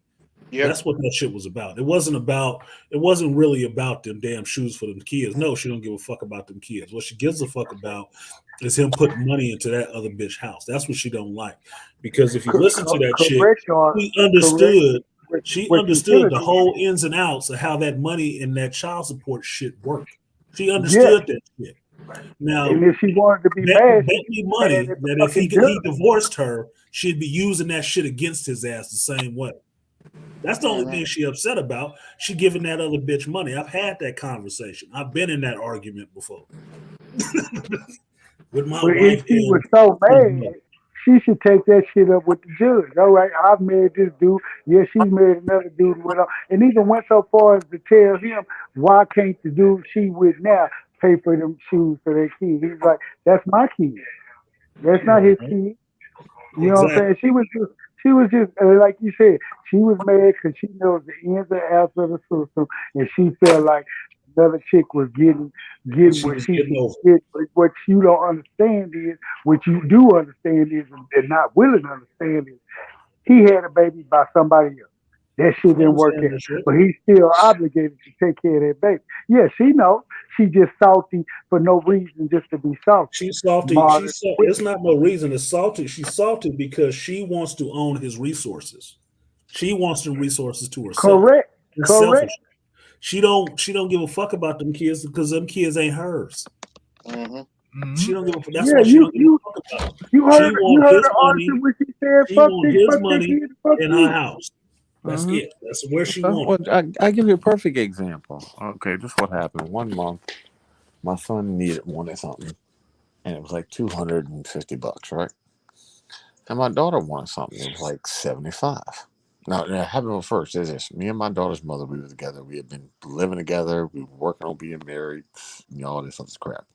So we were already living together. Everything. I take my daughter to school every day. I was the assistant coach on the basketball team to show you how I was involved. So my daughter sees me every day. I take her to school every day. I pick her up from school every day. All that stuff. Okay, my daughter she wanted an iPod Touch. That was all the rage. My son wanted like a $60 video game, so I bought her the iPod Touch, and it was like $275 back then. And I bought my son a $60 video game. Okay, now I'm with my daughter's mother at the time, so she sees me every day. You always spend more on the kid that's always there in the house with you anyway. Yeah, You it spend just more happens time that with. way. Okay. Oh no, no. So it comes up a couple months later. My daughter wanted this doll. It was like $70, and one of the new game systems came out. So it was like $240 for the game system. So I bought the daughter the doll, and I bought him the game system. She was mad. Yeah. And I Because that said, money wasn't but I balanced. said, now here's something funny. Oh, no, you should spend the amount. You should get her something else. I said, but last year when I gave her the iPod Touch and gave him the $60, it wasn't no problem. Yeah. Because And she it was wanted like, her. well, and I said, now, if it really goes to like when we do the little late night ice cream runs and all that stuff, it's usually always me and my daughter. She spends more time with dad because dad's in the same house with her. Mm-hmm. I said, so when if they wanted to sit up here and be mad, they could say, well, she gets all the little things here, the things we do here on the side, this, that, and the other. But it's like, I find that funny where it's not like I did him first. She actually got the big, more expensive gift first. And then it was like, well, I And said, that's well, what I what's the wanted. difference? Both, I said, you don't, it really, it doesn't, you should spend the same amount on both. But you wasn't like that last year when your daughter got the more expensive gift. Nope, because I that's how said, she it wanted. don't work like that. And I said, I've been raising my kids to know that life ain't fair. So what if if I buy a 16-year-old a car and she's 4, I need to buy her a car too? I'm just asking, is that what you're saying? I said I can. because I can. The crazy part about it, all this is, Hold we, on. Yeah, let me jump in. One at a time. okay, go ahead. This is the thing, Judge. I've been in that situation, right? Because my Mm-hmm. son and my daughter are not by the same woman; they by two separate Yeah, women. And I've except had one. that same conversation before. Because the hardest part of having two kids separate, which is why I don't necessarily recommend it to anybody, is just you end up in having these conversations on how Dumb you shit. spend your money on both kids. That you Mm-hmm. always have to be playing that game of trying to keep that shit balanced out because somebody think they gonna go without. Soon as my son's mother found out I was having another kid, that's when she filed for child support. Child support. Why you think my oldest son's mother didn't What put was her reasoning? She didn't want her kid to go without. I said he ain't go about to out? go without shit. The But fuck you but talking about? mine did it to But me this when is she but this they is the thought that same some reason money why was I coming told in. my One kids. at a time. You can't keep talking over each other. Go Yeah, ahead. let me Go ahead. finish. This is the same reason why I told my kids that I'm the only one who can be fair in this situation. Don't listen to your mothers to be fair. They're not going to be fair. They're selfish. Definitely. I see you both the same because you're both my kids. I'm not seeing you, well, that's that other kid. No, you both my kids. So I'm going to do for you the same regardless. The rules apply to both of you. The rules apply to Same both of rules, you. same Same rules. fucking rules. Because Right. it's coming from me. That's why the man is supposed to be the head of that shit, not the woman. Because the Mm-hmm. woman is only thinking about herself, which is how they design. They're supposed to only think about themselves and protecting their kids. It just gets fucked up when it's more than one person there and they don't want to listen to the man that's there. That's all I'm saying. Mm-hmm. Go ahead, I Judge. don't, well, go ahead, Judge. But all I was going to say was my whole point in it, and listening to what y'all had to say and whatnot is, when they even bring up that conversation, you kind of supposed to break your neck in a little angle, roll your eyes at them, and stare at them with 1,000-yard stare. I'm not even going to hold this conversation with you. This is not even a conversation worthy of you even trying to even start up and have with me. Have you lost your mind? You're trying to incite some form of division, and I will not allow it. Well, but Exactly, it's bro. funny about that because Yeah. they actually do that. And I told her, I said, when it comes to how much money that gets spent on each kid, my daughter gets the most all the time because when we just run to the store and get snacks or buy little trinkets, you know what I mean? She's in the same house. She sees me every day. That's But my money it's always like I ain't gonna lie. It's like I even think that too the women look at it as some form of control. It And is. like I told her, I said, you don't realize the rules apply to, if you notice, all my kids, I said, I don't really give a fuck what you say and all like this. All my kids with me got to follow the same rules. I really don't give a shit. Yep. And I I said, don't I do either. admit, I've changed rules like as things went older, because I remember my oldest son, he had asked when I let my younger son start playing the game. And I told him, I said, well, he made a good argument, this, that, and the other. I was against these type of games. And I sat down with my older son and said, I did change that rule because that was the only rule I ever changed. And he was like, well, I understand that, Dad. And I said, but, it's like that to you both of y'all. I said, and it goes to show you that some things I may want and I may want for you, but if you can give me a good enough reason on why I should let you do something, even if I'm against it and I know it's really not a big, super big issue like that, I'll let you do it because that shows that you thought about it and took my, opinion into consideration. I took your opinion into consideration, and I said, you know what? Being the asshole, I can be like, yeah, you're gonna do it my way just because I'm dad. No, that's But women. if That's you the don't women have a way of doing shit. logical reason, like where's a logical reason for you to do it my way? If you get, hey, dad, we should do it this way because this, that, and the other. And then I can't say, well, you know what? We should, it ain't like I can say, well, we should build it this way because it's stronger. You know what I mean? I can't. Mm-hmm.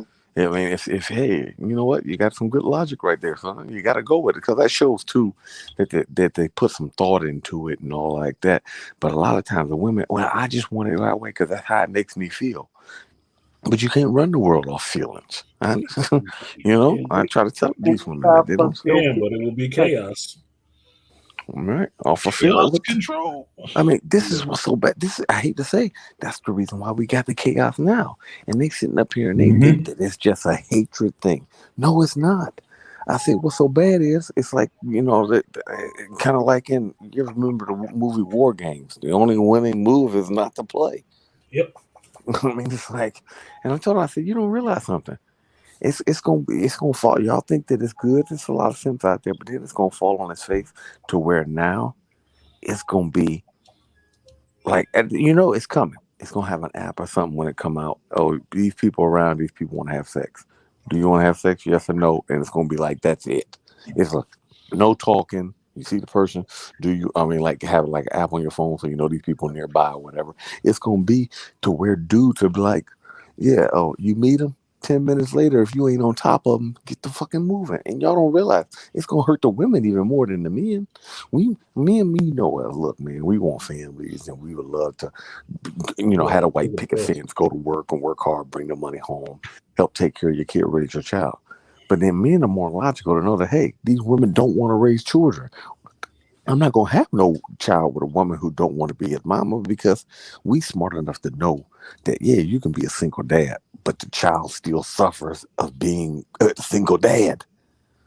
You understand? We logical to know that, even though oh no, he can do it. Just no, we already know that it'll still be missing in that child's life, and we don't want to do that to a kid.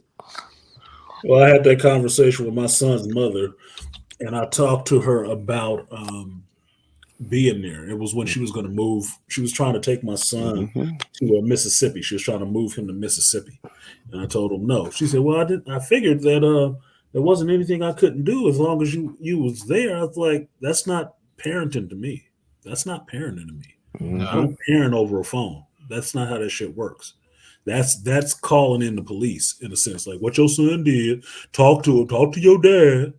I don't want the only time I talk and see this motherfucker to be when I have to yell at him for doing something that I didn't even witness. I don't even know the situation. Fuck you. That's you calling me in, having me on retainer to be the head. Basically, you're a tool. That's what they like. They want you to be a tool. Pulling you out the shed, come in here and beat this kid for me. Oh, fuck you're the forever bad guy at that point. Exactly. You are the person that the kid doesn't like because you are the disciplinarian. You're just the attack dog. That's all it is. Yep. It's democratic programming to be. You're just the attack dog. I got this parenting thing down. You just hang back until I tell you to jump in. No, this ain't double. Excuse me, Artisan. Excuse me, Artisan. All right. Go ahead, Al. Go ahead, Al. AL did See, my ex-wife tried that shit on me one time, a couple times. Oh, she's not listening. She's not there. I said, you know what you about to hear? What? My phone go click. Remember, you want it all of it. Just give me my key. Give me my key. I don't want your money. I don't want your time. I don't want nothing. I can do it all by myself. Well, see, I'm the type of Negro. You tell that shit too. I hold your foot to the fire till it's done. Till it's just straight whack. I don't care. I'm not trying to hear that shit. Remember, every time when I'm trying to be a present and upstanding father and do everything I need to do. I'm asking questions. Don't nobody want to answer my questions. Guess what? You don't want my input in this everyday shit. Don't call me when the shit hit the fan. and now the shit can hit the fan all in our face. And I called a couple a few days ago. Yep, click. They just let me know. Yep, you going through it. I don't want to hear it. I ain't got time for it. Just AL in that same boat is like, oh, she don't want to listen? Oh, she mouthy? I wonder where she get that shit from. Sound like somebody I know. Anyway, what I wanted to ask was,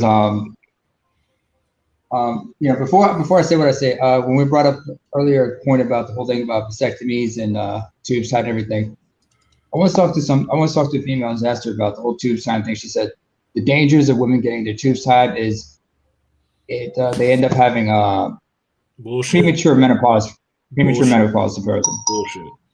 Bullshit. You see, all right. Saying is bullshit. That's their new excuse. Women been getting their tubes tied forever, for over 30, 40 years. This is the new excuse that they use for not doing it. Just like the excuse for not using condoms is, oh, my insides are really sensitive. It has to be lamb skin dipped in oil and rubbed down with gold. Oh, I'm gonna get an infection or something. I've heard that excuse before. That's why excuses for doing what they're supposed to be doing. Have you tried the other 32? Have you tried the other 32 remedies of contraception? Because all you complaining about is one, and I ain't even trying to go for it. That's what that should be the response. Have you tried the other 32? After you exhaust all 33 forms of female contraception, then I might be able to ration with you. But other than that, I've had that discussion with some. We can sit down and talk to a gynecologist, a male gynecologist. Go right ahead. Male gynecologist. Yeah, let me hear that shit from him. A male OBGYN. Yeah, let me hear that shit from him, because I'm not listening to you. This is why you have to be doing your own due diligence on what's going on with women's bodies, because they'll tell you any kind of dumb shit. Well, what's so bad is you can't be kicking me while I'm down anyway. But what I wanted to ask was, with the males, because they can't be a weak male gynecologist. Dre, I didn't get a chance.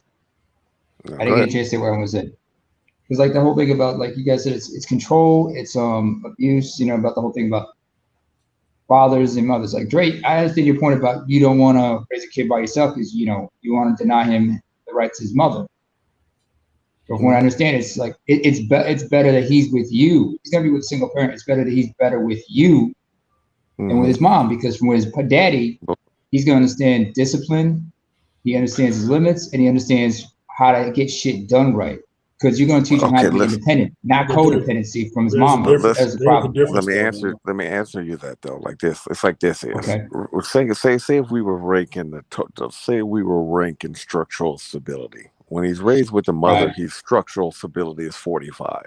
When he's raised with the father, structural stability might be 75, which is much higher. But I hate to say something is, how we black people are. We want 100. Why would I bring, even though you understand what I'm saying, why would I bring a child, like especially now with me being more older and knowledgeable, why would I bring a child in this world where his max would be 75? No, I want 95, 100. Exactly. Because you understand that that's what most men are saying. Well, fuck, I can't have a kid because we ain't sitting up here, we ain't selfish when it comes to that. Or when I just want a kid, well, we're gonna be like, no, man, I do want a kid, this, that, and the other. But then the max he gonna be 75 because his mama's the shit. Man, then I gotta put him through all that shit. I'm like, no, I ain't gonna do that to him. You know what I mean? Yeah. I hear what you're saying. What I was going to say to that, Nimit, is that Judge was hitting on it. I call it balance. You can raise a child by yourself as a man and do a good job, but there's something that a woman gives a child that you cannot give them. Just the same way as there's something that you give the child that a woman can't give them. It's supposed to work in tandem. It's supposed to be the two of them working in that balance to actually get I got pushback artists. Nowadays, only thing these women are giving these young girls and these boys is poison. All right, you say, hold on. We line up 10 black women right now. Out of them 10, 8 go give these children bad ideas and bad ways. This is what they're raising without us. And it's been seen and it's been shown. Yeah, okay. I sit back and I be reflecting. I'm like, man, I should have just kept my daughter in my own. Wouldn't have shut the door. in front of the police. My baby's got an address. She ain't being abused, and I pretty much take care of her. This woman, except from postpartum and out of her halfway out her mind anyway, and doing narcissistic shit. Now I'm gonna keep my baby, and my baby would have grew up a hell of a lot better with me being with her. I know this for a fact, but yet still trying to. Okay, I thought like some of y'all back. You know what? A child does need a mom, but look what I got. And look what most of these dudes who relinquish that right get. Man, no. I'm to the point now, man, these women ain't worthy of even motherhood, let alone Here's the thing on that, AL. narcissistic, dude. You gotta take a They breath got too many in there so narcissistic somebody can ways. respond to that shit. Come on, you got it. So what I'm gonna say is this is where vetting is more important. Yes, every chick is gonna have her own bit of fucked up with her. Just like you ain't perfect, she ain't perfect. You have to vet to find the one that you can actually work with that got a little bit of sense in her fucking head to actually work with your ass. Yes, she can suffer from that postpartum. It is possible that any chick, no matter how good, will suffer from that postpartum shit. You got to be the one to step up and deal with that shit. You gotta mitigate her downsides in some sense. I'm not saying just leave her to it. That's why I don't believe in nowadays with these women. Don't leave your kids with these women. Take these kids yourself. Even if you don't think you can do it, take them anyway. I don't give a fuck. Yeah. Raise the kids yourself. You at 75% got a better chance than her ass a whole 50 fucked up. Well, Okay? I ain't gonna You can lie. have I ain't gonna lie. When I got kid mine, I was scared. You're supposed to be scared. You should be scared. I was scared. You should be. If you walk in, I got lie, this bro. on why? I was scared as fuck. I was scared as fuck. I ain't gonna lie. I was scared as fuck. I put a lot of pressure on myself. I ain't gonna lie. I did. But it's like, if I had to do it all over again, the only thing is I looked at is I'm mad at myself even more after getting them because I should have clocked her over the head and got him a lot younger. Well, see, I got upset because I didn't take my son because I was feeling like you, Dre. I didn't want her to take my son away from me, and I didn't want to be the one to take her son away from her. I didn't think it was right. I'm trying to play the balance on the things. If I don't think it's right for it to happen to me, I wouldn't turn around and try to do that shit to you. We both need to be able to be in our son's life. We just need to try to work this shit, balance it out so we can both get what we want out of this situation and raising our child and both be effective with that because it's better for the child in the middle of that shit, right? Yep. But in retrospect, I look at it, I should have took that fucking kid because if I'm going to pay all this fucking money, then you obviously can't take care of him. Fuck that. He should have been staying with me from the jump. Yeah, and it's crazy I that still you pay say you some that. money to fuck off and dance with your friends and shit and still have my kid. It's 24/7 with me.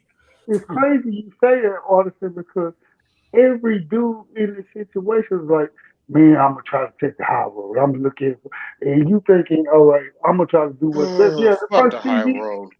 Yeah, That's a Democratic talking point. Yeah, it really is. But that's what's put us in this fuck position because they trained us and raised us to be like this.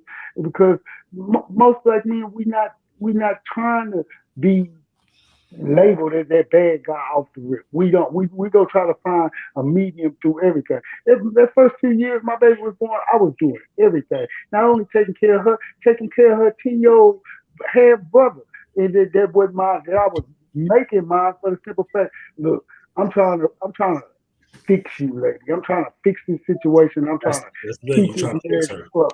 Yeah, I'm trying to keep this marriage afloat all the while you doing everything you can to self-sabotage because you're inside your mind listening to those other 33 fucking symbols in your head.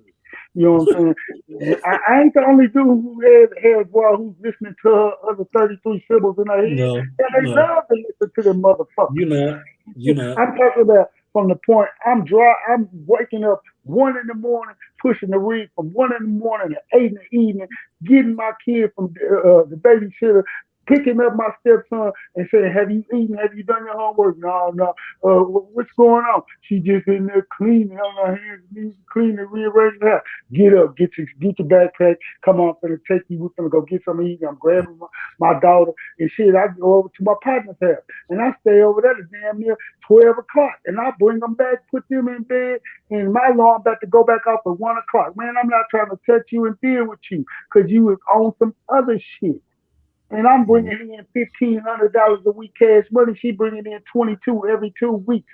That's way than enough money for two adults and two children. And I'm talking about especially in one house. we living like we damn near like on government assistance. I'm like, cause you can't budget shit. You can't. I got to do every fucking thing.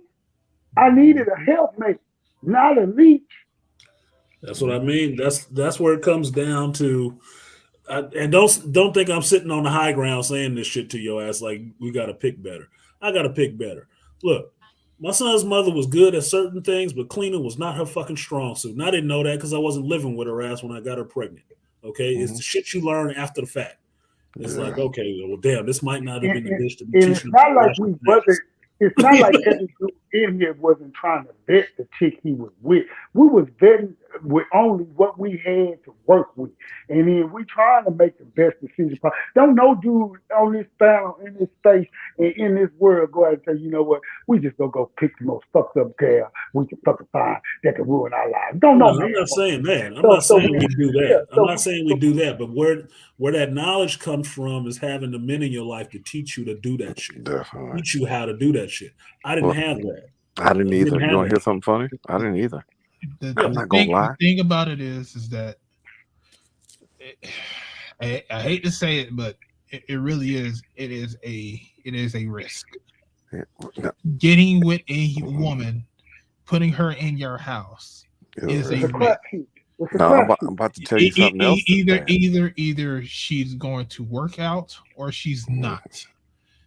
No, here you go, Art. I'm gonna tell you something else is bad.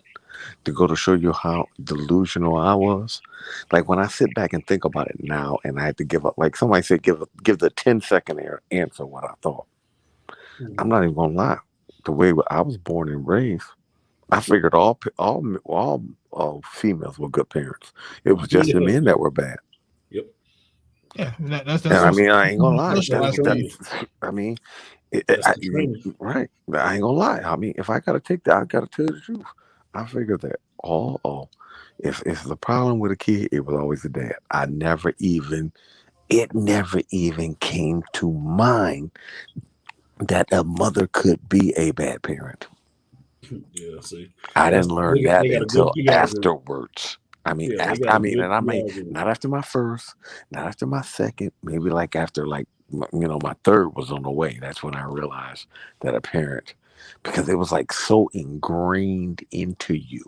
Yeah. Society pushes that into you, and then sometimes it's like you be part of the matrix, and you be like, no, it's not that. It's something I'm doing wrong.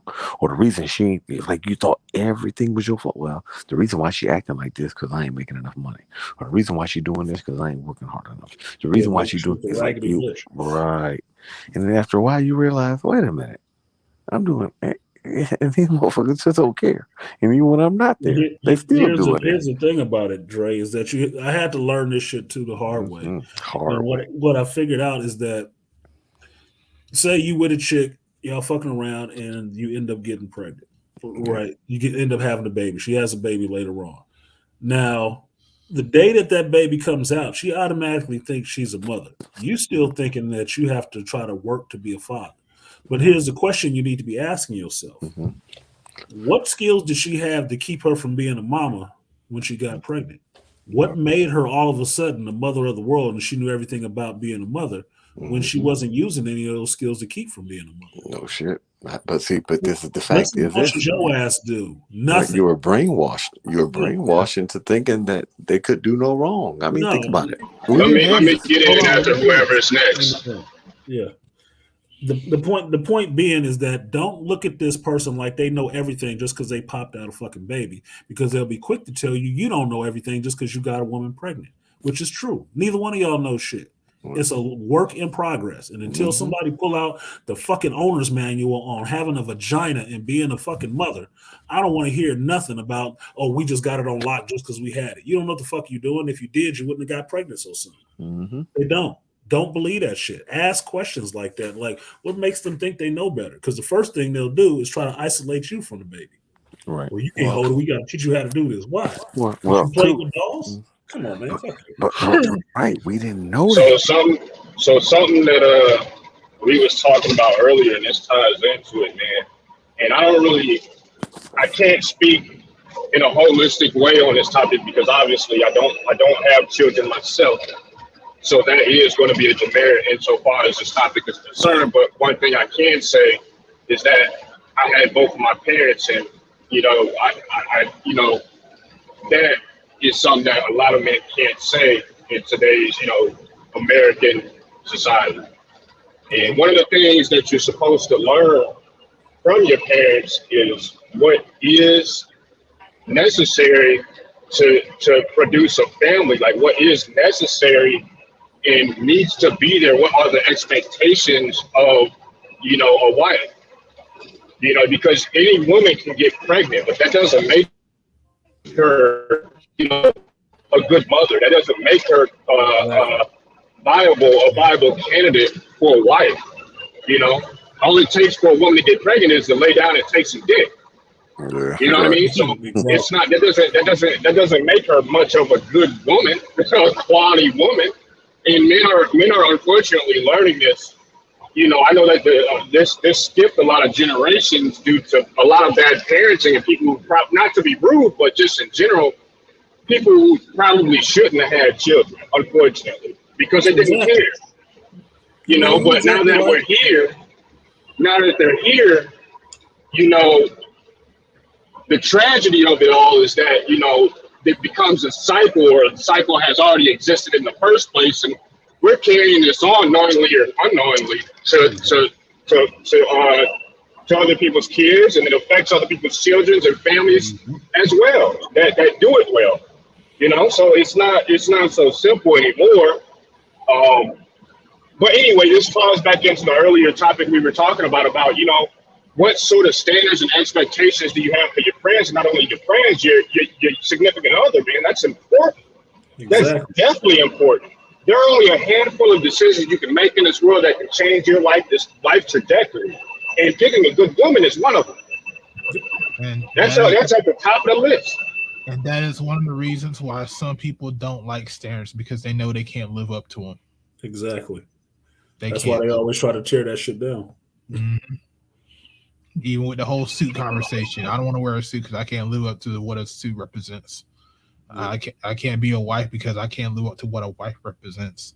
Mm-hmm. They know what it represents. They just don't want to live up to it, so they want to play stupid, or they want to be like, "Oh, I don't need to do that." Well, that's their table flip, is what it is. It's like, oh, I don't want to live to that standard because I probably couldn't make it. Because if you call them on that, they'd say, "Oh no, it's not that. It's something else." Then what else could it actually be? Yeah. If you can make the standard, you'd make the standard. It wouldn't be an issue, because I don't see people running around beating their chest when they perform to a standard or above it. Like, oh, I did that shit. It's all about me. No, if you could make it, you'd do it, just so you can be proud about it. But you can't. That's why you don't want to. That's why they don't want the roles and all the rest of that shit, because like BGS and many people have said in the space, a lot of time they ain't even trained for that shit. And to me, it's not. I don't see it as being overly complicated. It's just mechanical. You have to break that fucking cycle. Like PK was saying, it is a cycle. And PK is a perfect person to talk on it, because he's seeing it from the outside. Like, look, I had 2 parents in my house. That shit worked, and it had its pluses and minuses. I'm sure you can see that shit. But you can also look over and see the other shit that went, a car down the road with 3 wheels and not 4. And like, yeah, that shit kind of bumpy. That's a fucked up ride. Yeah, they made it down the road, but that shit was crazy. Luckily, it would work better if you had both of these people, working at this shit. And you do have to be more mindful of the people you pick for these roles, because as a dude, thinking with your dick will get you into the most problems. If you're more thinking with your dick and you haven't been trained how to think with your head, even when your dick is hard, you're gonna make some fucked up decisions. It's just what it is. I shouldn't have been having fucking unprotected sex with my son's mother. Fuck no, not with who she is. But I didn't know all that shit until after the fact. That's when it's too late. That's why you get all that shit up front. Throw the pussy off the table first, and then get all the rest of that shit. If you was vetting every chick like that, even from a young age, you would never have any of these young teenage fathers. You never would, because none of these bitches would make it. And then they would have to start getting smarter just so they can snag a man. That's why they out here losing their goddamn mind now and still trying to get out here on the whole market in their 40s with 3 kids. Because they still think it's a viable option for them. There's still dumb motherfuckers out there somewhere just looking for a hole to skeet in. Skeet. One of the biggest. Sorry, I didn't mean to cut you off. I'll go after you. No, I'm just saying skeet. Oh, skeet. God damn. Well, one of the biggest things. Hold on a second. What? I don't. If PK didn't name him. Sorry, PK. I'll be done with this, so don't worry. I didn't want to take me long. One of the biggest things that I think, especially black men, but I think it's so pervasive in this culture at this point. A lot of people, I think, we take it too literally because of the last about 60 or 70 years of extreme feminism. Man, you bought into an idea that women are supposed to be equal to you. Mm-hmm. We really did. And we think that everyone is supposed to be equal to you in everything. It doesn't work that way. Nope. But we buy it. We bought it wholesale. The unfortunate truth is that we give women way too much, and this is true of even some people's wives. We give them too much stock in what it is that they are supposed to, what are they here for? What are they supposed to be doing? What is the purpose that they serve in your life? And it's like we skip right past that, and you don't understand that one of the most consequential decisions of your life is picking the wife and who will be the one to bring forth your legacy, your children. We don't understand that their role is not going to be equal to your role. It's not a partnership. It never was. Nope. Just because they have a job doesn't mean that they can have equal say. That's not how that works. Yeah, people say at their job. And it's like we believe this wholeheartedly, and that never was supposed to be what a marriage was, but I guess it's been happening so long, people have bought into it now. And black men have been conditioned to believe this for so long, we think it's natural. It's not. I hate to break it to you. That ain't it. That's how you raise this. That's how you end up with a dysfunctional, family. It's a marriage and family is about structure and role. You have to have those two things are not decoupled from one another. So just because a wife may be sharing in some of the decision making does not make her equal to what your role is. That's not how that works. And we got it fucked up. We think they're equal. They never have been. Never will be. Unless we have some sort of type of extreme change in the species of humanity. But I doubt that's coming anytime soon. So you just got to rearrange your mind. If you didn't grow up with these lessons and, take women for what they are and slot them in the, pass judgment on them and put them in their proper positions. Well, PK saying that, one of the biggest arguments I had with my daughter, my college-educated daughter, is about that whole role thing with being equals. It had to tell her and break her down. We are not fucking equals. And it hurt her feelings to hear that shit. And I told her, we sitting right in the restaurant talking about this shit. We are not fucking equals. And she starts sniveling and shit like that. You crying? I hate to tell you this shit, but we fucking not. We're not fucking equals. I raised you. You didn't raise me. I do everything for you. You don't do shit for me. So we ain't never equals. We can have cool conversations as equals, but we ain't equals. So get that shit out your head. Yeah. And I had to break her down like that. I had to actually sit there and stomp on that shit one good time to let her know we are not fucking equals. I'm cool with you. We have good conversation. Love you to death. Motherfucker for you, but we are not goddamn equal. Yeah. The women think that though. The women think that. And I need to get Naima in. Oh yeah, go ahead. Thank you. Yeah, just to pick up what PK was saying earlier, it was like himself. I came from a 2-parent household. I came from extended family and whatnot, but the whole thing about knowing roles and shit. I mean, I've said this a few times on a few chats, even in this chat. Like, You look at relationships like ballroom dancing or Paris figure skating. And Artisan, you can understand what I mean when I say this. Because, you know, we are not equal. Our roles are different. We have different roles and we have to work together. You have to work together and understand I got to do my thing and you got to do your thing. We have to work in tandem. Just like I can't do something if you're going to keep on running interference. Mm-hmm. I'm just like in Paris figure skating.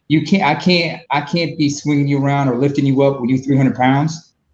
Exactly. You can make my You know what I'm job. saying? You know what my position is? Or I can't lead you on the dance floor if it's gonna be like what's her face in if y'all remember Malcolm X in the early one of the first scenes where like everybody's dancing around doing ragtime and everything, and what's his face Spike Lee's character was trying to run away from the fat chick. Mm-hmm. That's how you gotta avoid some of these motherfuckers. Well, when you think about it. I'll tell you, it's synchronized swimming. It ain't freestyle. That's what. Damn right. It's synchronized. Damn right. You need to be. Or synchronized diving. Yeah. Or synchronized diving. Yeah. All right. Go ahead, Dre. Judge. Yeah. Well, I'm saying, one of the things is I try to tell the people all the time. I said, right, with the women, I said, technically we ain't equal. And I'm just telling them, the only reason why you even got, the only reason why you motherfuckers really got to say so, it's because we try to be civilized. In society, the only reason why you're giving that is because there's other men in power that want that, do that. Once shit go to fans, you see you ain't equal. And I said, see, that's one of the things that men realize right away. We realize that we ain't equal to other men. There's going to be men that's stronger than us and everything else. We know that it's a pecking order and all like that. You guys don't want to follow the order. You just want to be like, oh, I'm fair. No. You earn your place in the rank. You earn your place by what you'll do and all like that. But you women, you look at it as you just want your place just because you're breathing. And it don't work that way in our book. And most of us men know that already. Like, one of the reasons the downfall of society will probably be because we're trying to put you guys up there with equal. And it's not like we want to sit up here and shit on you guys and make you our slaves or something, or you got to bow to our will.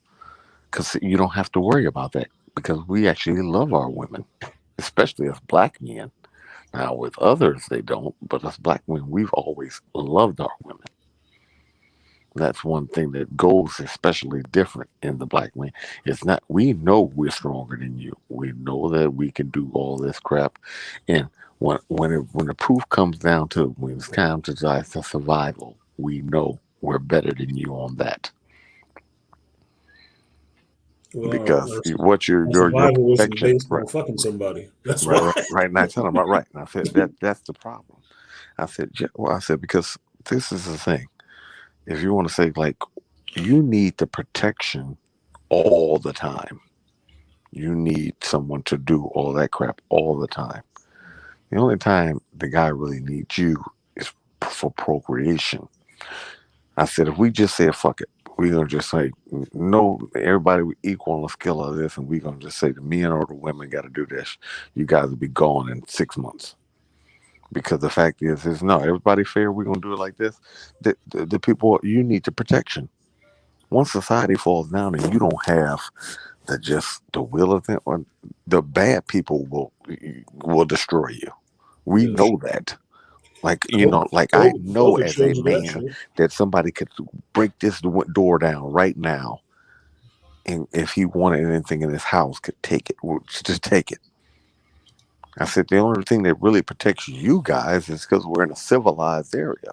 But we not out here trying to sit up here and say you are slaves or nothing like that. We do value your opinion, and we want you to be happy, because nobody wants to sit up here and see somebody miserable. Nobody wants no miserable woman sitting there. Well, I mean, we're not like that. I mean, I want to ask a question, because a lot of guys, for some reason, not you, I'm not talking about anybody here when I say this, but I think a lot of men in general, especially black men, they have bought in wholesale to, the slave and the subordinate position. Either you are one or the other, but ultimately that isn't the case here.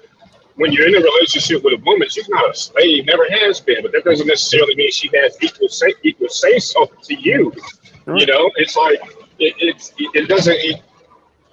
There's a way that a woman can be respected in a relationship that does not make her a slave. You know what I mean? Even in society, it doesn't work that way. Well, think about it. I tell people what's more important more than anything. It's the reason why the United States has the biggest navy in the world. Your protection is more important than everything. Protection first, then food. Because you can't protect yourself, you don't want to get the food in the world. Like people are just gonna come take it. You take it back. Right. Your protection is first, then food. And this is the problem that you don't realize. And the reason why you should definitely have your man should have more say so in your life. Unless you gonna be the one that when somebody kick that door in, you gonna jump in front of everybody. But wait, Judge. I told y'all about the chick that I was talking to. She was about 5 foot nothing little Latina, and I asked her that question like 3 a.m. You hear some glass breaking downstairs. We staying together, and who's going? We gonna take turns. She like, oh, I'm going downstairs first. I said, bitch, please, you 5 nothing. Right. Oh, my dad was a cop, and I know how to shoot. I was like, get the fuck out of here with that shit. No, but do you realize that's I was like, okay, so say you do that, we get into a scuffle. You down the stairs first. I'm bringing up the rear. We both got pistols, and we end up in an altercation, and we get overpowered. Who getting raped first? Right. What? Just giving it. Well, that's an unlikely scenario. I don't want to hear that shit. It's very fucking likely. No, I got your beat right here. And one of the things I hate is she say the number one motherfucking line that you sit up here and should laugh about. Well, my daddy was a cop. No offense, motherfucker. You ain't a cop. Yeah. You know what I'm saying? That's I was like, or do you just say my ex-boyfriend? I used to watch people be like, well, I used to tell people this, oh, this is how you do it, this is how you wire power. Well, my ex-boyfriend, well, how many houses? I ain't never done it, but my ex-boyfriend was. So I know it needs to. Motherfucker, you ain't never done it. You suck somebody's dick who did it. That's why I said that, Judge. I was like, you know what I mean? Never listened to a woman who only sucked the dick of somebody who actually had skills. Right. You don't get the skills through sucking dick. You don't. I don't care how many babies or came out the nuts of somebody who had skills. Look, standing next to the man don't make you the man. Okay, that's not how that shit works. But in women's book, like I sit here and laugh. As soon as I hear a woman say that, and I'm like, so wait a minute. Oh, well, so and so. I knew of somebody who was certified electrician, and they never. So what? They never told you nothing. No. So basically, they realized they didn't waste their time telling you shit. But now I'm gonna sit up here and tell you what you need to do, and you don't want to listen to me. And I said that's the reason why the guy just said, "Oh, you want them? Yeah, that'd be $10,000. That'd be $10,000. I ain't telling you exactly. Shit. You know what I mean? $10,000. Well, these know-it-all motherfuckers. Okay, I just tell them about $10,000. I said, now you see somebody sitting up here giving you that information that could save you a lot of money, and you gonna tell me that I'm wrong, but you don't know what the right answer is. And I said, I sitting up there and I'm like, I see why you sitting up here alone. I see why you sitting here in Home Depot now and you asking me questions. No, motherfucker, if you just shut your mouth somewhere, maybe it'll be a dude there. You know, because I sit here and laugh because my cousin, you know, she might know. Well, I don't know how to do that. Why is that? But hey, either my husband or my husband's cousin will do it for me. Why is that? Because that's what I got him. That's what I got a man for. Either my cousin, I call my husband. He gonna pay for it, do it, or find somebody to do it. Take care of shit. You know, she know. She call her husband. He gonna either get me, somebody else, or he gonna find something to do. It's what it is. I mean, a lot of the roles in society in general are supposed to be contingent upon conditions, mm-hmm. And so unfortunately we've blurred the line so drastically that we believe that, at least insofar as women is concerned, they believe that men should still be held to the same expectations without any of the authority that was afforded and allotted to them, mm-hmm. by virtue of them, doing the tasks that were necessary to keep this bitch going. And unfortunately, that's a part of why you have so many of these mm-hmm. different organizations, like the men's rights movement, Big Towel, SYSBM, Password Bros, et cetera, and more, all these groups that are so vehemently against these ideas at this particular junction in time. You're gonna have that pushback until this situation is remedied. You got to deal with it, because unfortunately, this idea of complete negative liberty insofar as women is concerned just is not possible for them. It comes at a cost that we'll just go ahead and just surmise is most likely your whole society. You'll burn it, you'll fucking turn it into a chaotic wasteland. And that's what we're looking at right now. I mean, by all intents and purposes, the only thing that hasn't fallen yet is the economy, and that's on its way out as we look at it right now. I mean, it never was on any solid fucking foundation to begin with, and that's another discussion. But you got so many different things at play here connected like a web, and it all comes back to, structuring your society in a proper manner. If you don't do it in the correct manner, then you'll end up with this issue. I mean, some people want to say that it's linked to X, Y, and Z, but that's just my view on it, right? That's my own personal opinion. Now, that we can argue about the whys or the hows, but this is always going to be an issue, and if men don't rein it in collectively, the men at the top are satisfied with how this thing will play out, because you see, they can always pick up and try to get the fuck out. That's the game. That's the game. And so if that happens, then I mean it'll come at the cost of this particular society, any society that has this illness. So that's why I will agree with you, PK, is that a lot of this chaos that you're seeing right now in our society is because of the very thing that you're saying. Motherfuckers are advocating their roles and their responsibilities for those roles because they thinking they were just arbitrary. It was just some shit that was made up just because somebody had a wild bug up their ass one day and figured this is the way shit should be. No, that's the way things work, because anything, Dre would understand this just like I would, anything that you build needs to have a solid structure. No, it don't. Some kind of law. No, it don't. Has to. No, it don't. Shit. Nigga, I build on quicksand all the time. He build on quicksand all the time. This guy. Right, but I'm out though, man. I appreciate you guys letting me get in, man. I'm sorry. I'm supposed to be working anyway. I catch y'all later. I'm a listener. It's not about that time anyway, because I know it's getting kind of late. I know people got to go to work in the morning. Well, work. Black men. What are you talking about? There's black men on this panel. Y'all niggas don't do shit. These niggas ain't got no job. Shut up. I'm at work right now. Nigga, you ain't got no job. You're a black man. A black woman said it, so that's what it is. And did you ask me if I gave a fuck about what she said? I'm just saying that's all that matters. I'm sorry, I didn't get that memo that I was supposed to. I didn't get it either, but I'm just letting you know. I must have missed that meeting. Dusty ass motherfucker. Missed that meeting. Right. I be sitting here really laughing because I'm like, where are all these dusty ass motherfuckers at? I mean, not one motherfucker in this, especially when they come in this space, not one of these motherfuckers over there don't got no job. I'm like, here's the question. If I talk about all that, well, here, all these motherfuckers in this damn space, when these women come around here, why don't you, hey, look, man, I really like this person. Hey, look, can I date you?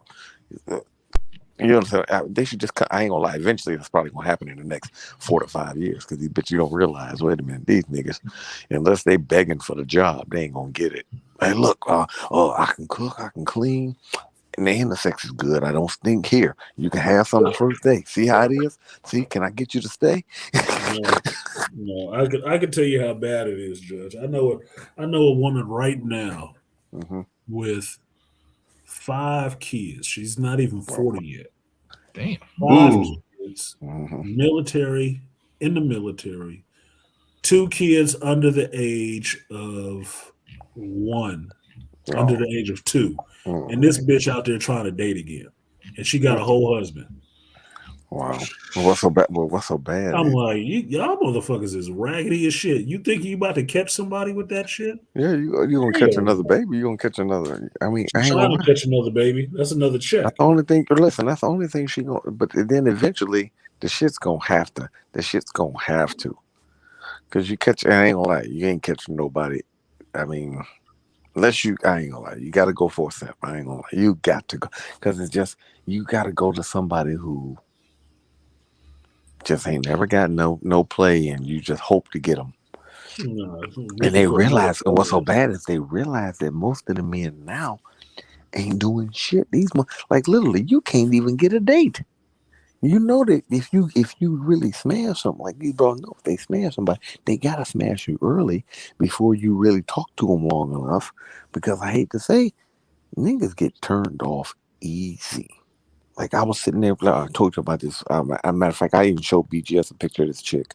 I had seen her. I knew she was always online, and I had seen her post online. But I'm like, man, if I ever bumped into this chick, and I bumped into her one day, she was giving me the eyes, all this other stuff, this, that, and the other. Mm-hmm. After this listen, so I went to one of her pages and listened to her talk. I was like, oh man, I married this chick off the rip. So after she started talking for 3 minutes, and I was like sprung like a motherfucker. After she started talking for 3 minutes, I couldn't get it up again for her. It was all over. I'm like, all you had to do was shut the fuck up. But how can you be? No, what did he say? Where you be like, wow, I would marry this chick off rip. I'm in love, this, that, and the other. And within 2 minutes, you're talking, you're like, I need to go over here and paint. Talk show ass with some ED. No, but you understand what I'm saying. It's just like, you be like, wow. No, I've said that to a chick. That fucked up in the head.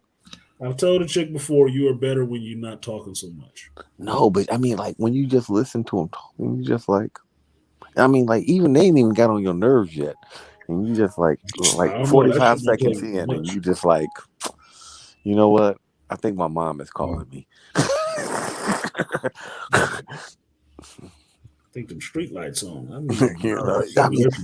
I mean, like literally, it's like I ain't gonna shoot. That's one bad thing I say about getting older. Like you can be turned off so easily. Because you get tired of the bullshit. That's why. Well, you're used to it at this point. Dude, I ain't gonna like listen. I was sitting there. I showed her a picture of my cousin. He's like, oh yeah, man, I'll take that. So I hit the button and he's listening. He's like, oh hell no. Just by the sound of her voice. No, she was just talking and he's like, oh hell no. It's just hearing the shit that's coming out of their mouth is so fucking vapid and uninteresting. It's like, damn, this bitch ain't even got a brain in her head. And I mean, you got ass getting older where what matters to you more is not the fact that she got a hole, because then you figure out every woman got a hole and a pair of tits and all the rest of that shit. What the fuck is in her head? What come out of her mouth? That's what's most important. You got ass and titties for days. Nice though, your stomach ain't flat, but it ain't big. And it's just like you got where your shit ain't sagging, none of that shit. You be like, man, I know, because I know she been flown out before. But it's like as soon as she started talking, I was just like, well, I wanted to meet you. Nah, fuck that. You'd be like, oh, just realize how fucked up they are in the head. Yeah, just like God, I mean, like really, I wouldn't even be surprised if most of these young men, even if they do, like the ones who ain't getting sex, as they say, some of these men ain't getting sex. It's probably because they be like, oh man, I want to smash that, and then once they start talking to me and be like, never mind, I'll jack off. Yep. They need to look at them numbers. Because I'm not gonna lie, the younger men, they pay more attention to us now, and then they hear about the shit we say. So I'm pretty sure that this is the good thing about men. We think with logic. That when logic is passed down a lot easier than that. So when you hear, because I ain't gonna lie, when I learned something, somebody said, "Oh yeah, man, she just wanted to use you for that." A broad came up, "Hey, I want to fuck you. We can do this, that, and the other," and it was just like. She there, you're naked, and I'm like, I'll pass. And it was like, you know what I mean? It's just like, just because somebody put some logic in my head, now I can't even fuck you. You know what I mean? Because now you're actually thinking and not just Right. I told him, I said that. responding. Right. And I told him, I said this. I'm like, I remember one dude said something. Matter of fact, Angry Man said something one day, and I was like, man, I used to fuck this bitch. And you made a comment one day and said something. Nah, I can't even fuck the broad no more because I think about that shit. And I said, that's the bad thing about information. Information will turn your fucking ass off Well, immediately.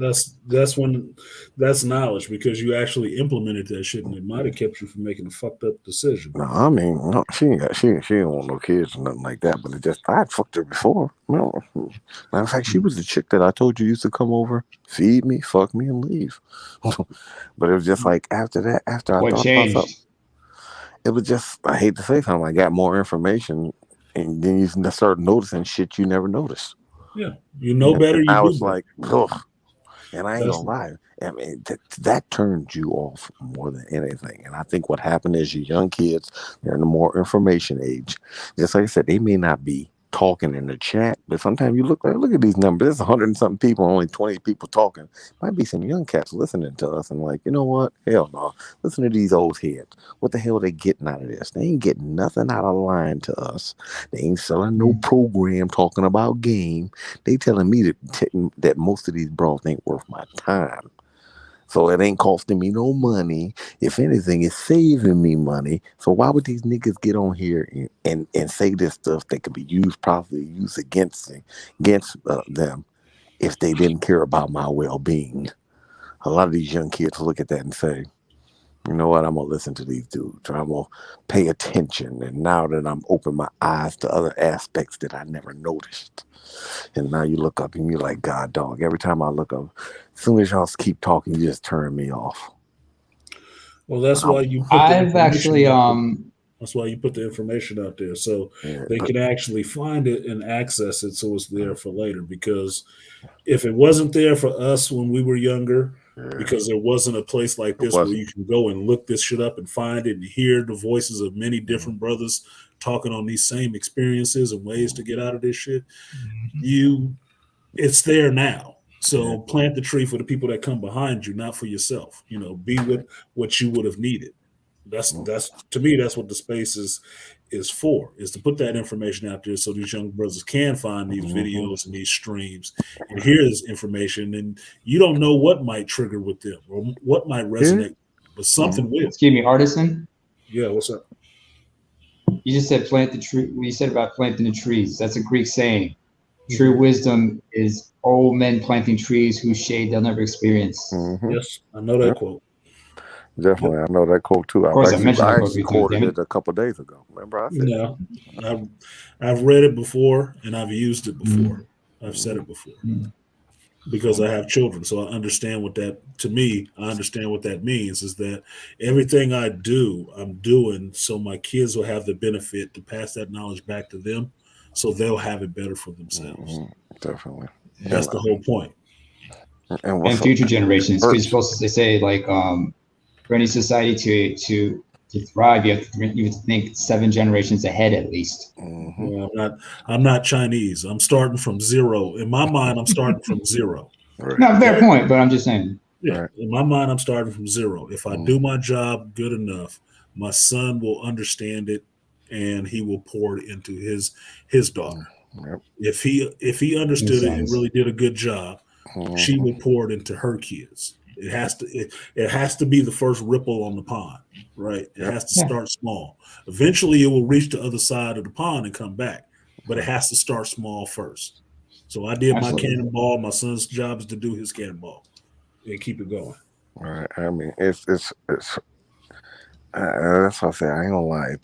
It's nice to know that, but I say one bad thing about the wisdom. With the wisdom, once you start getting wisdom and you actually know, it'll really turn you off from 90% of these women. Well, that's why wisdom doesn't come until you're really old. Yeah, but sometimes, like, if you young and pick it up, it like I say, you pick it up, you listen to these old heads now, and I see why. Like, but well, you see that's why they're not making the mistakes that we do. Very few of them are getting I'm just clarifying this, Judge. If a young dude picks up this information, it's not wisdom, because wisdom comes from experience. They don't have experience. Well, they got knowledge. They have the information. Doesn't give them wisdom. Right. They get the knowledge though. They still have to go through their own experiences, and they will gain knowledge from that, which later will turn. What about into observing wisdom others? when they can actually teach it to somebody else? That's when it becomes wisdom. To fully understand anything, you have to go through it. Exactly. You can know about it. I mean, you can know about what you can have an idea about what love is, but until you actually love the person, you never know what love That's is. true. Same thing with really Say what? No, I'm just saying you don't really know. I'm agreeing with you. Until you've gone through it, you don't really know. Yeah. So you even the young guys, I still tell them that you may take what we say with a grain of salt, but you still need to go through it. Because I wouldn't tell no young guy at 22 to go be a MGTOW monk. No, that's ridiculous. No. Yeah. He still needs to be experienced. You never know. He might be able to find something out there. But the thing is that he has to go through the experience, because a lot of these guys who talk about this stuff at a young age, all they really doing is repeat the same talking points we have, because they never experienced a lot of this shit. Exactly. That's why most people in my analytics, when I talk my shit, they're not young guys. They're mostly guys that's in the mid 30s till like their 50s. Why? Because those guys have been through an experience in life. And they see the value in what you're saying because they have the experience to know, okay, he's on point or he's not. That's basically it.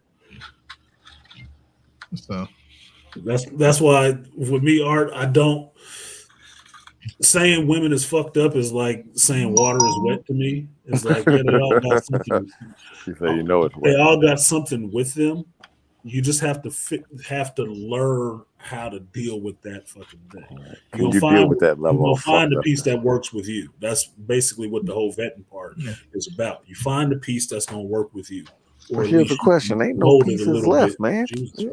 Look, hey, finding a piece, like you say, I understand you got to find one that works with you, but when you sit up here and say, "God damn, man," I haven't finished my statement. What I was going to say is, I'm not telling dudes to be afraid of women just because it's going to be difficult dealing with a woman at times. It's always difficult dealing with a woman, even one that's on your program. It's still difficult. They don't come with no difficulty attached. That's not what it is. If you wanted an easy life, you fucked up. Okay, you were born. It's going to be difficult, but that's part of what makes you. That's part of what makes you the man in that situation, and not the bitch riding the sidecar in that situation. Okay, well, here's the question for you. Women are a headache. You just got to figure out what type of medicine you can to make it at least. Exactly. What kind of headache you want? You want that dehydration, or you want that? You want that migraine? Hell no. But no, this is what the problem though. I think it's actually even tipped beyond more of like back in the day. You say, well, you just put up with which headache you want. But I think we done gotten to the scale to where it's like almost like lottery winnings. Like you got a better chance winning a scratch off on a scratch off. I wouldn't say that for the simple reason that you can see that these Z's ain't on some of that shit. Well, right, but what I'm trying to, and that's why they ain't dating. Well, especially when we say black women, like I see a lot of black women not getting the time of day, or the only time they getting attention is when they getting their back blown out, and as soon as that's over with, they quick them to the curb. I remember, I live next to a high school, so I hear the kids talk. Sometimes I go and I'll sit at the restaurant down here, and I hear the girls talk, and I hear the dudes talk. And I ain't gonna lie, man. I think some of these young kids realizing they ain't giving these broads nothing but dick. They ain't giving them nothing. Well, at their age, they ain't supposed to be giving them nothing but dick. No, but I mean, like, I'm talking about they not spending no time with them, no conversation on the phone, none of that shit. These little young girls, I hear them talk. They try to talk like they. I ain't gonna lie, the young girls are starting to sound like you would never hear teenagers in school talking like that. They sounding like they almost 30. Like literally, the only time he good tell me is when we want fuck. That's the only time he talk to me. And I ain't gonna lie, that's a fucked up situation to where y'all done whittled the shit down to so much that the dudes don't hold a conversation with you. They don't try. Hey man, either we love it or I see you tomorrow. Yeah, well, hey, this is the world that they chose. Yeah, but I mean, it's like, God, dog. Like, I ain't even gonna lie, man. Like, how we sit up here and be like, in the beginning, you say, oh, good, they deserve this shit. Man, it's about to get so hard for them. We're gonna be sitting up here like, man, we feel sorry for y'all. Y'all really fucked I up, don't. didn't you? Not really. I don't feel No, but I sorry for mean, them because no, it's gonna it's. get I 10 look at times. it. I look at it like this. Even if it's hard on them, it's hard on men too. Yeah, It's oh, not it's like hard on we them we too. sitting on an island somewhere isolated where we just gonna be watching the shit Oh no, burning all you around gonna us. feel But you gonna feel let me finish, Dre. That shit is affecting everybody, but I don't think it's every single person. If it was every single person, that means it's you, it's me, it's Art, it's everybody else too. I can't see that there's a decent fucking Z girl out there and think that her mother wasn't about shit, that she just happened to be the one not on some bullshit all of a sudden. No, she was trained by somebody. There are still people out there who actually train some decent fucking children. It's just finding the motherfuckers and getting to where they at. Mm-hmm. So when you sitting outside the high school, I would look at the neighborhood that the high school is in and where these fucking kids come from. Mm-hmm. That's what I would look at, rather than it's just a bunch of high school kids. Well, where is this high school? What kind of school is it? It's in the suburb. Is this the science and tech school, or is this the school that everybody get bused to because it's the closest one?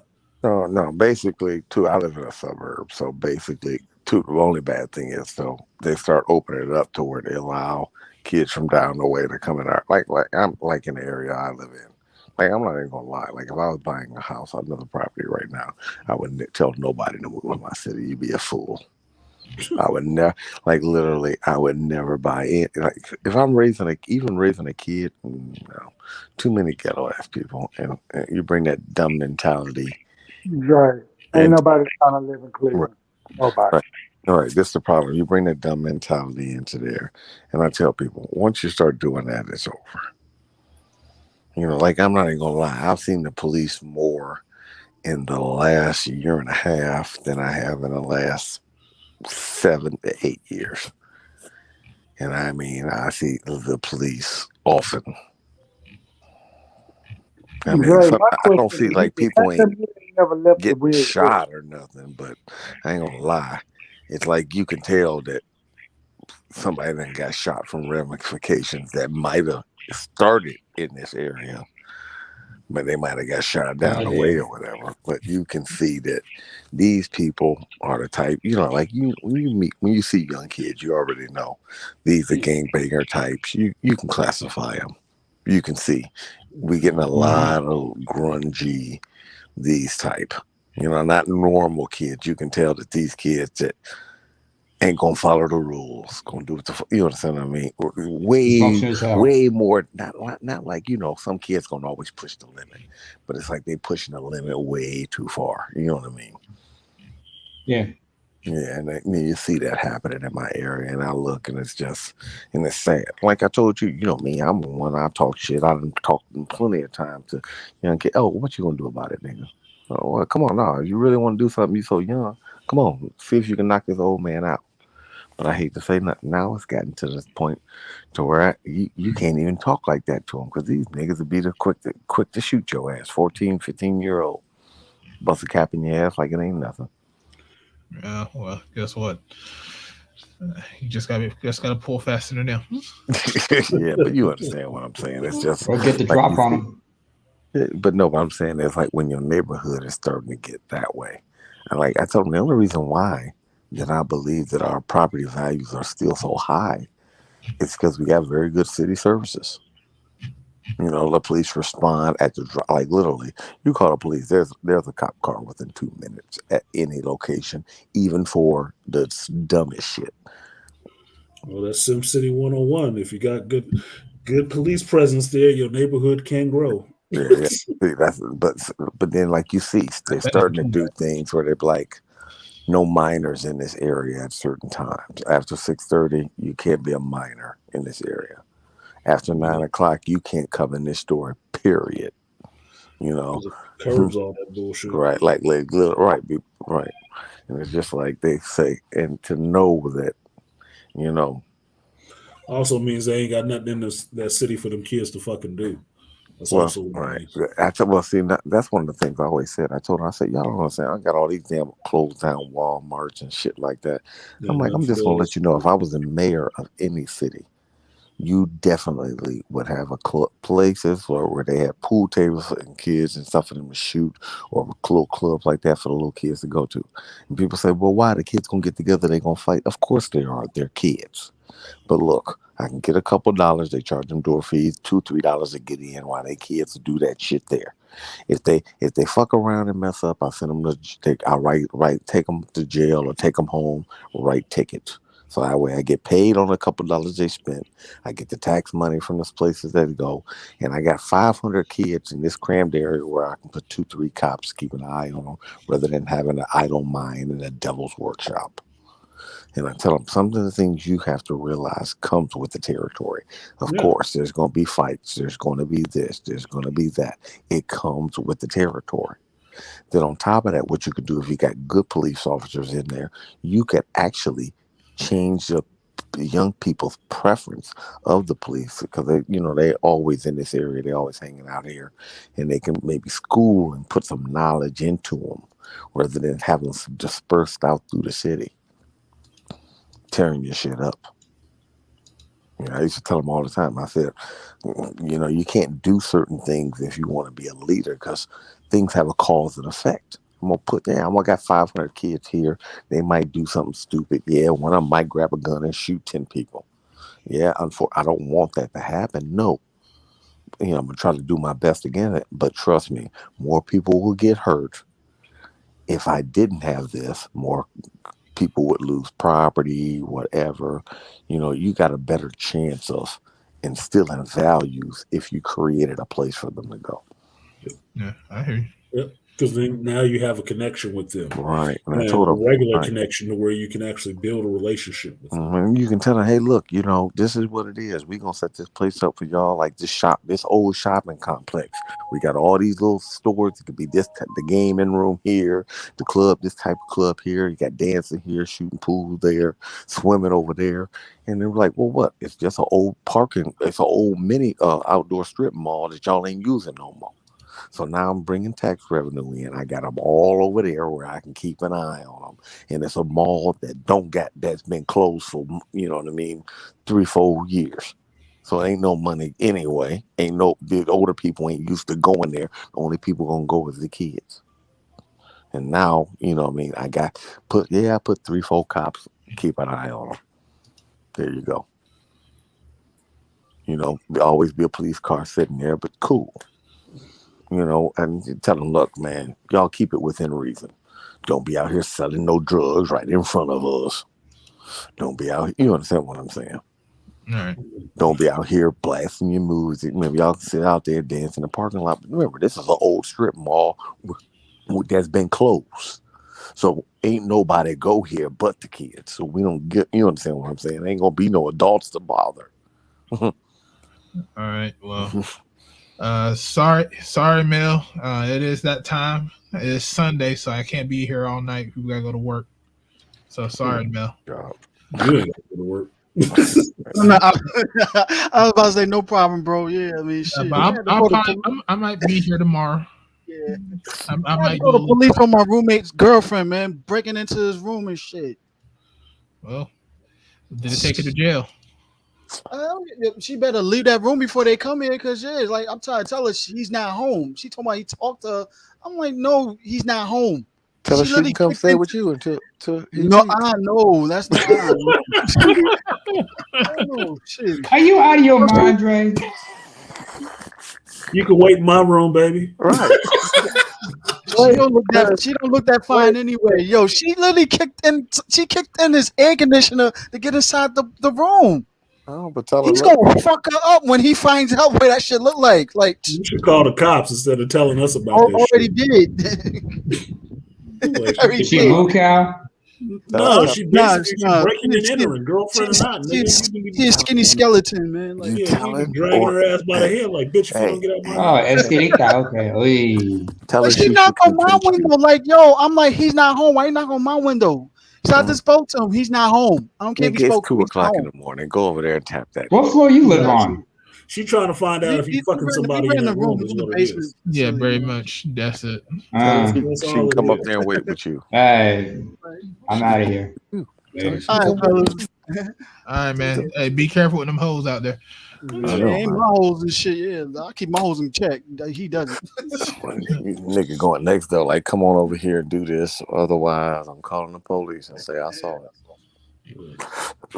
All right, fellas. Peace, Art. Peace.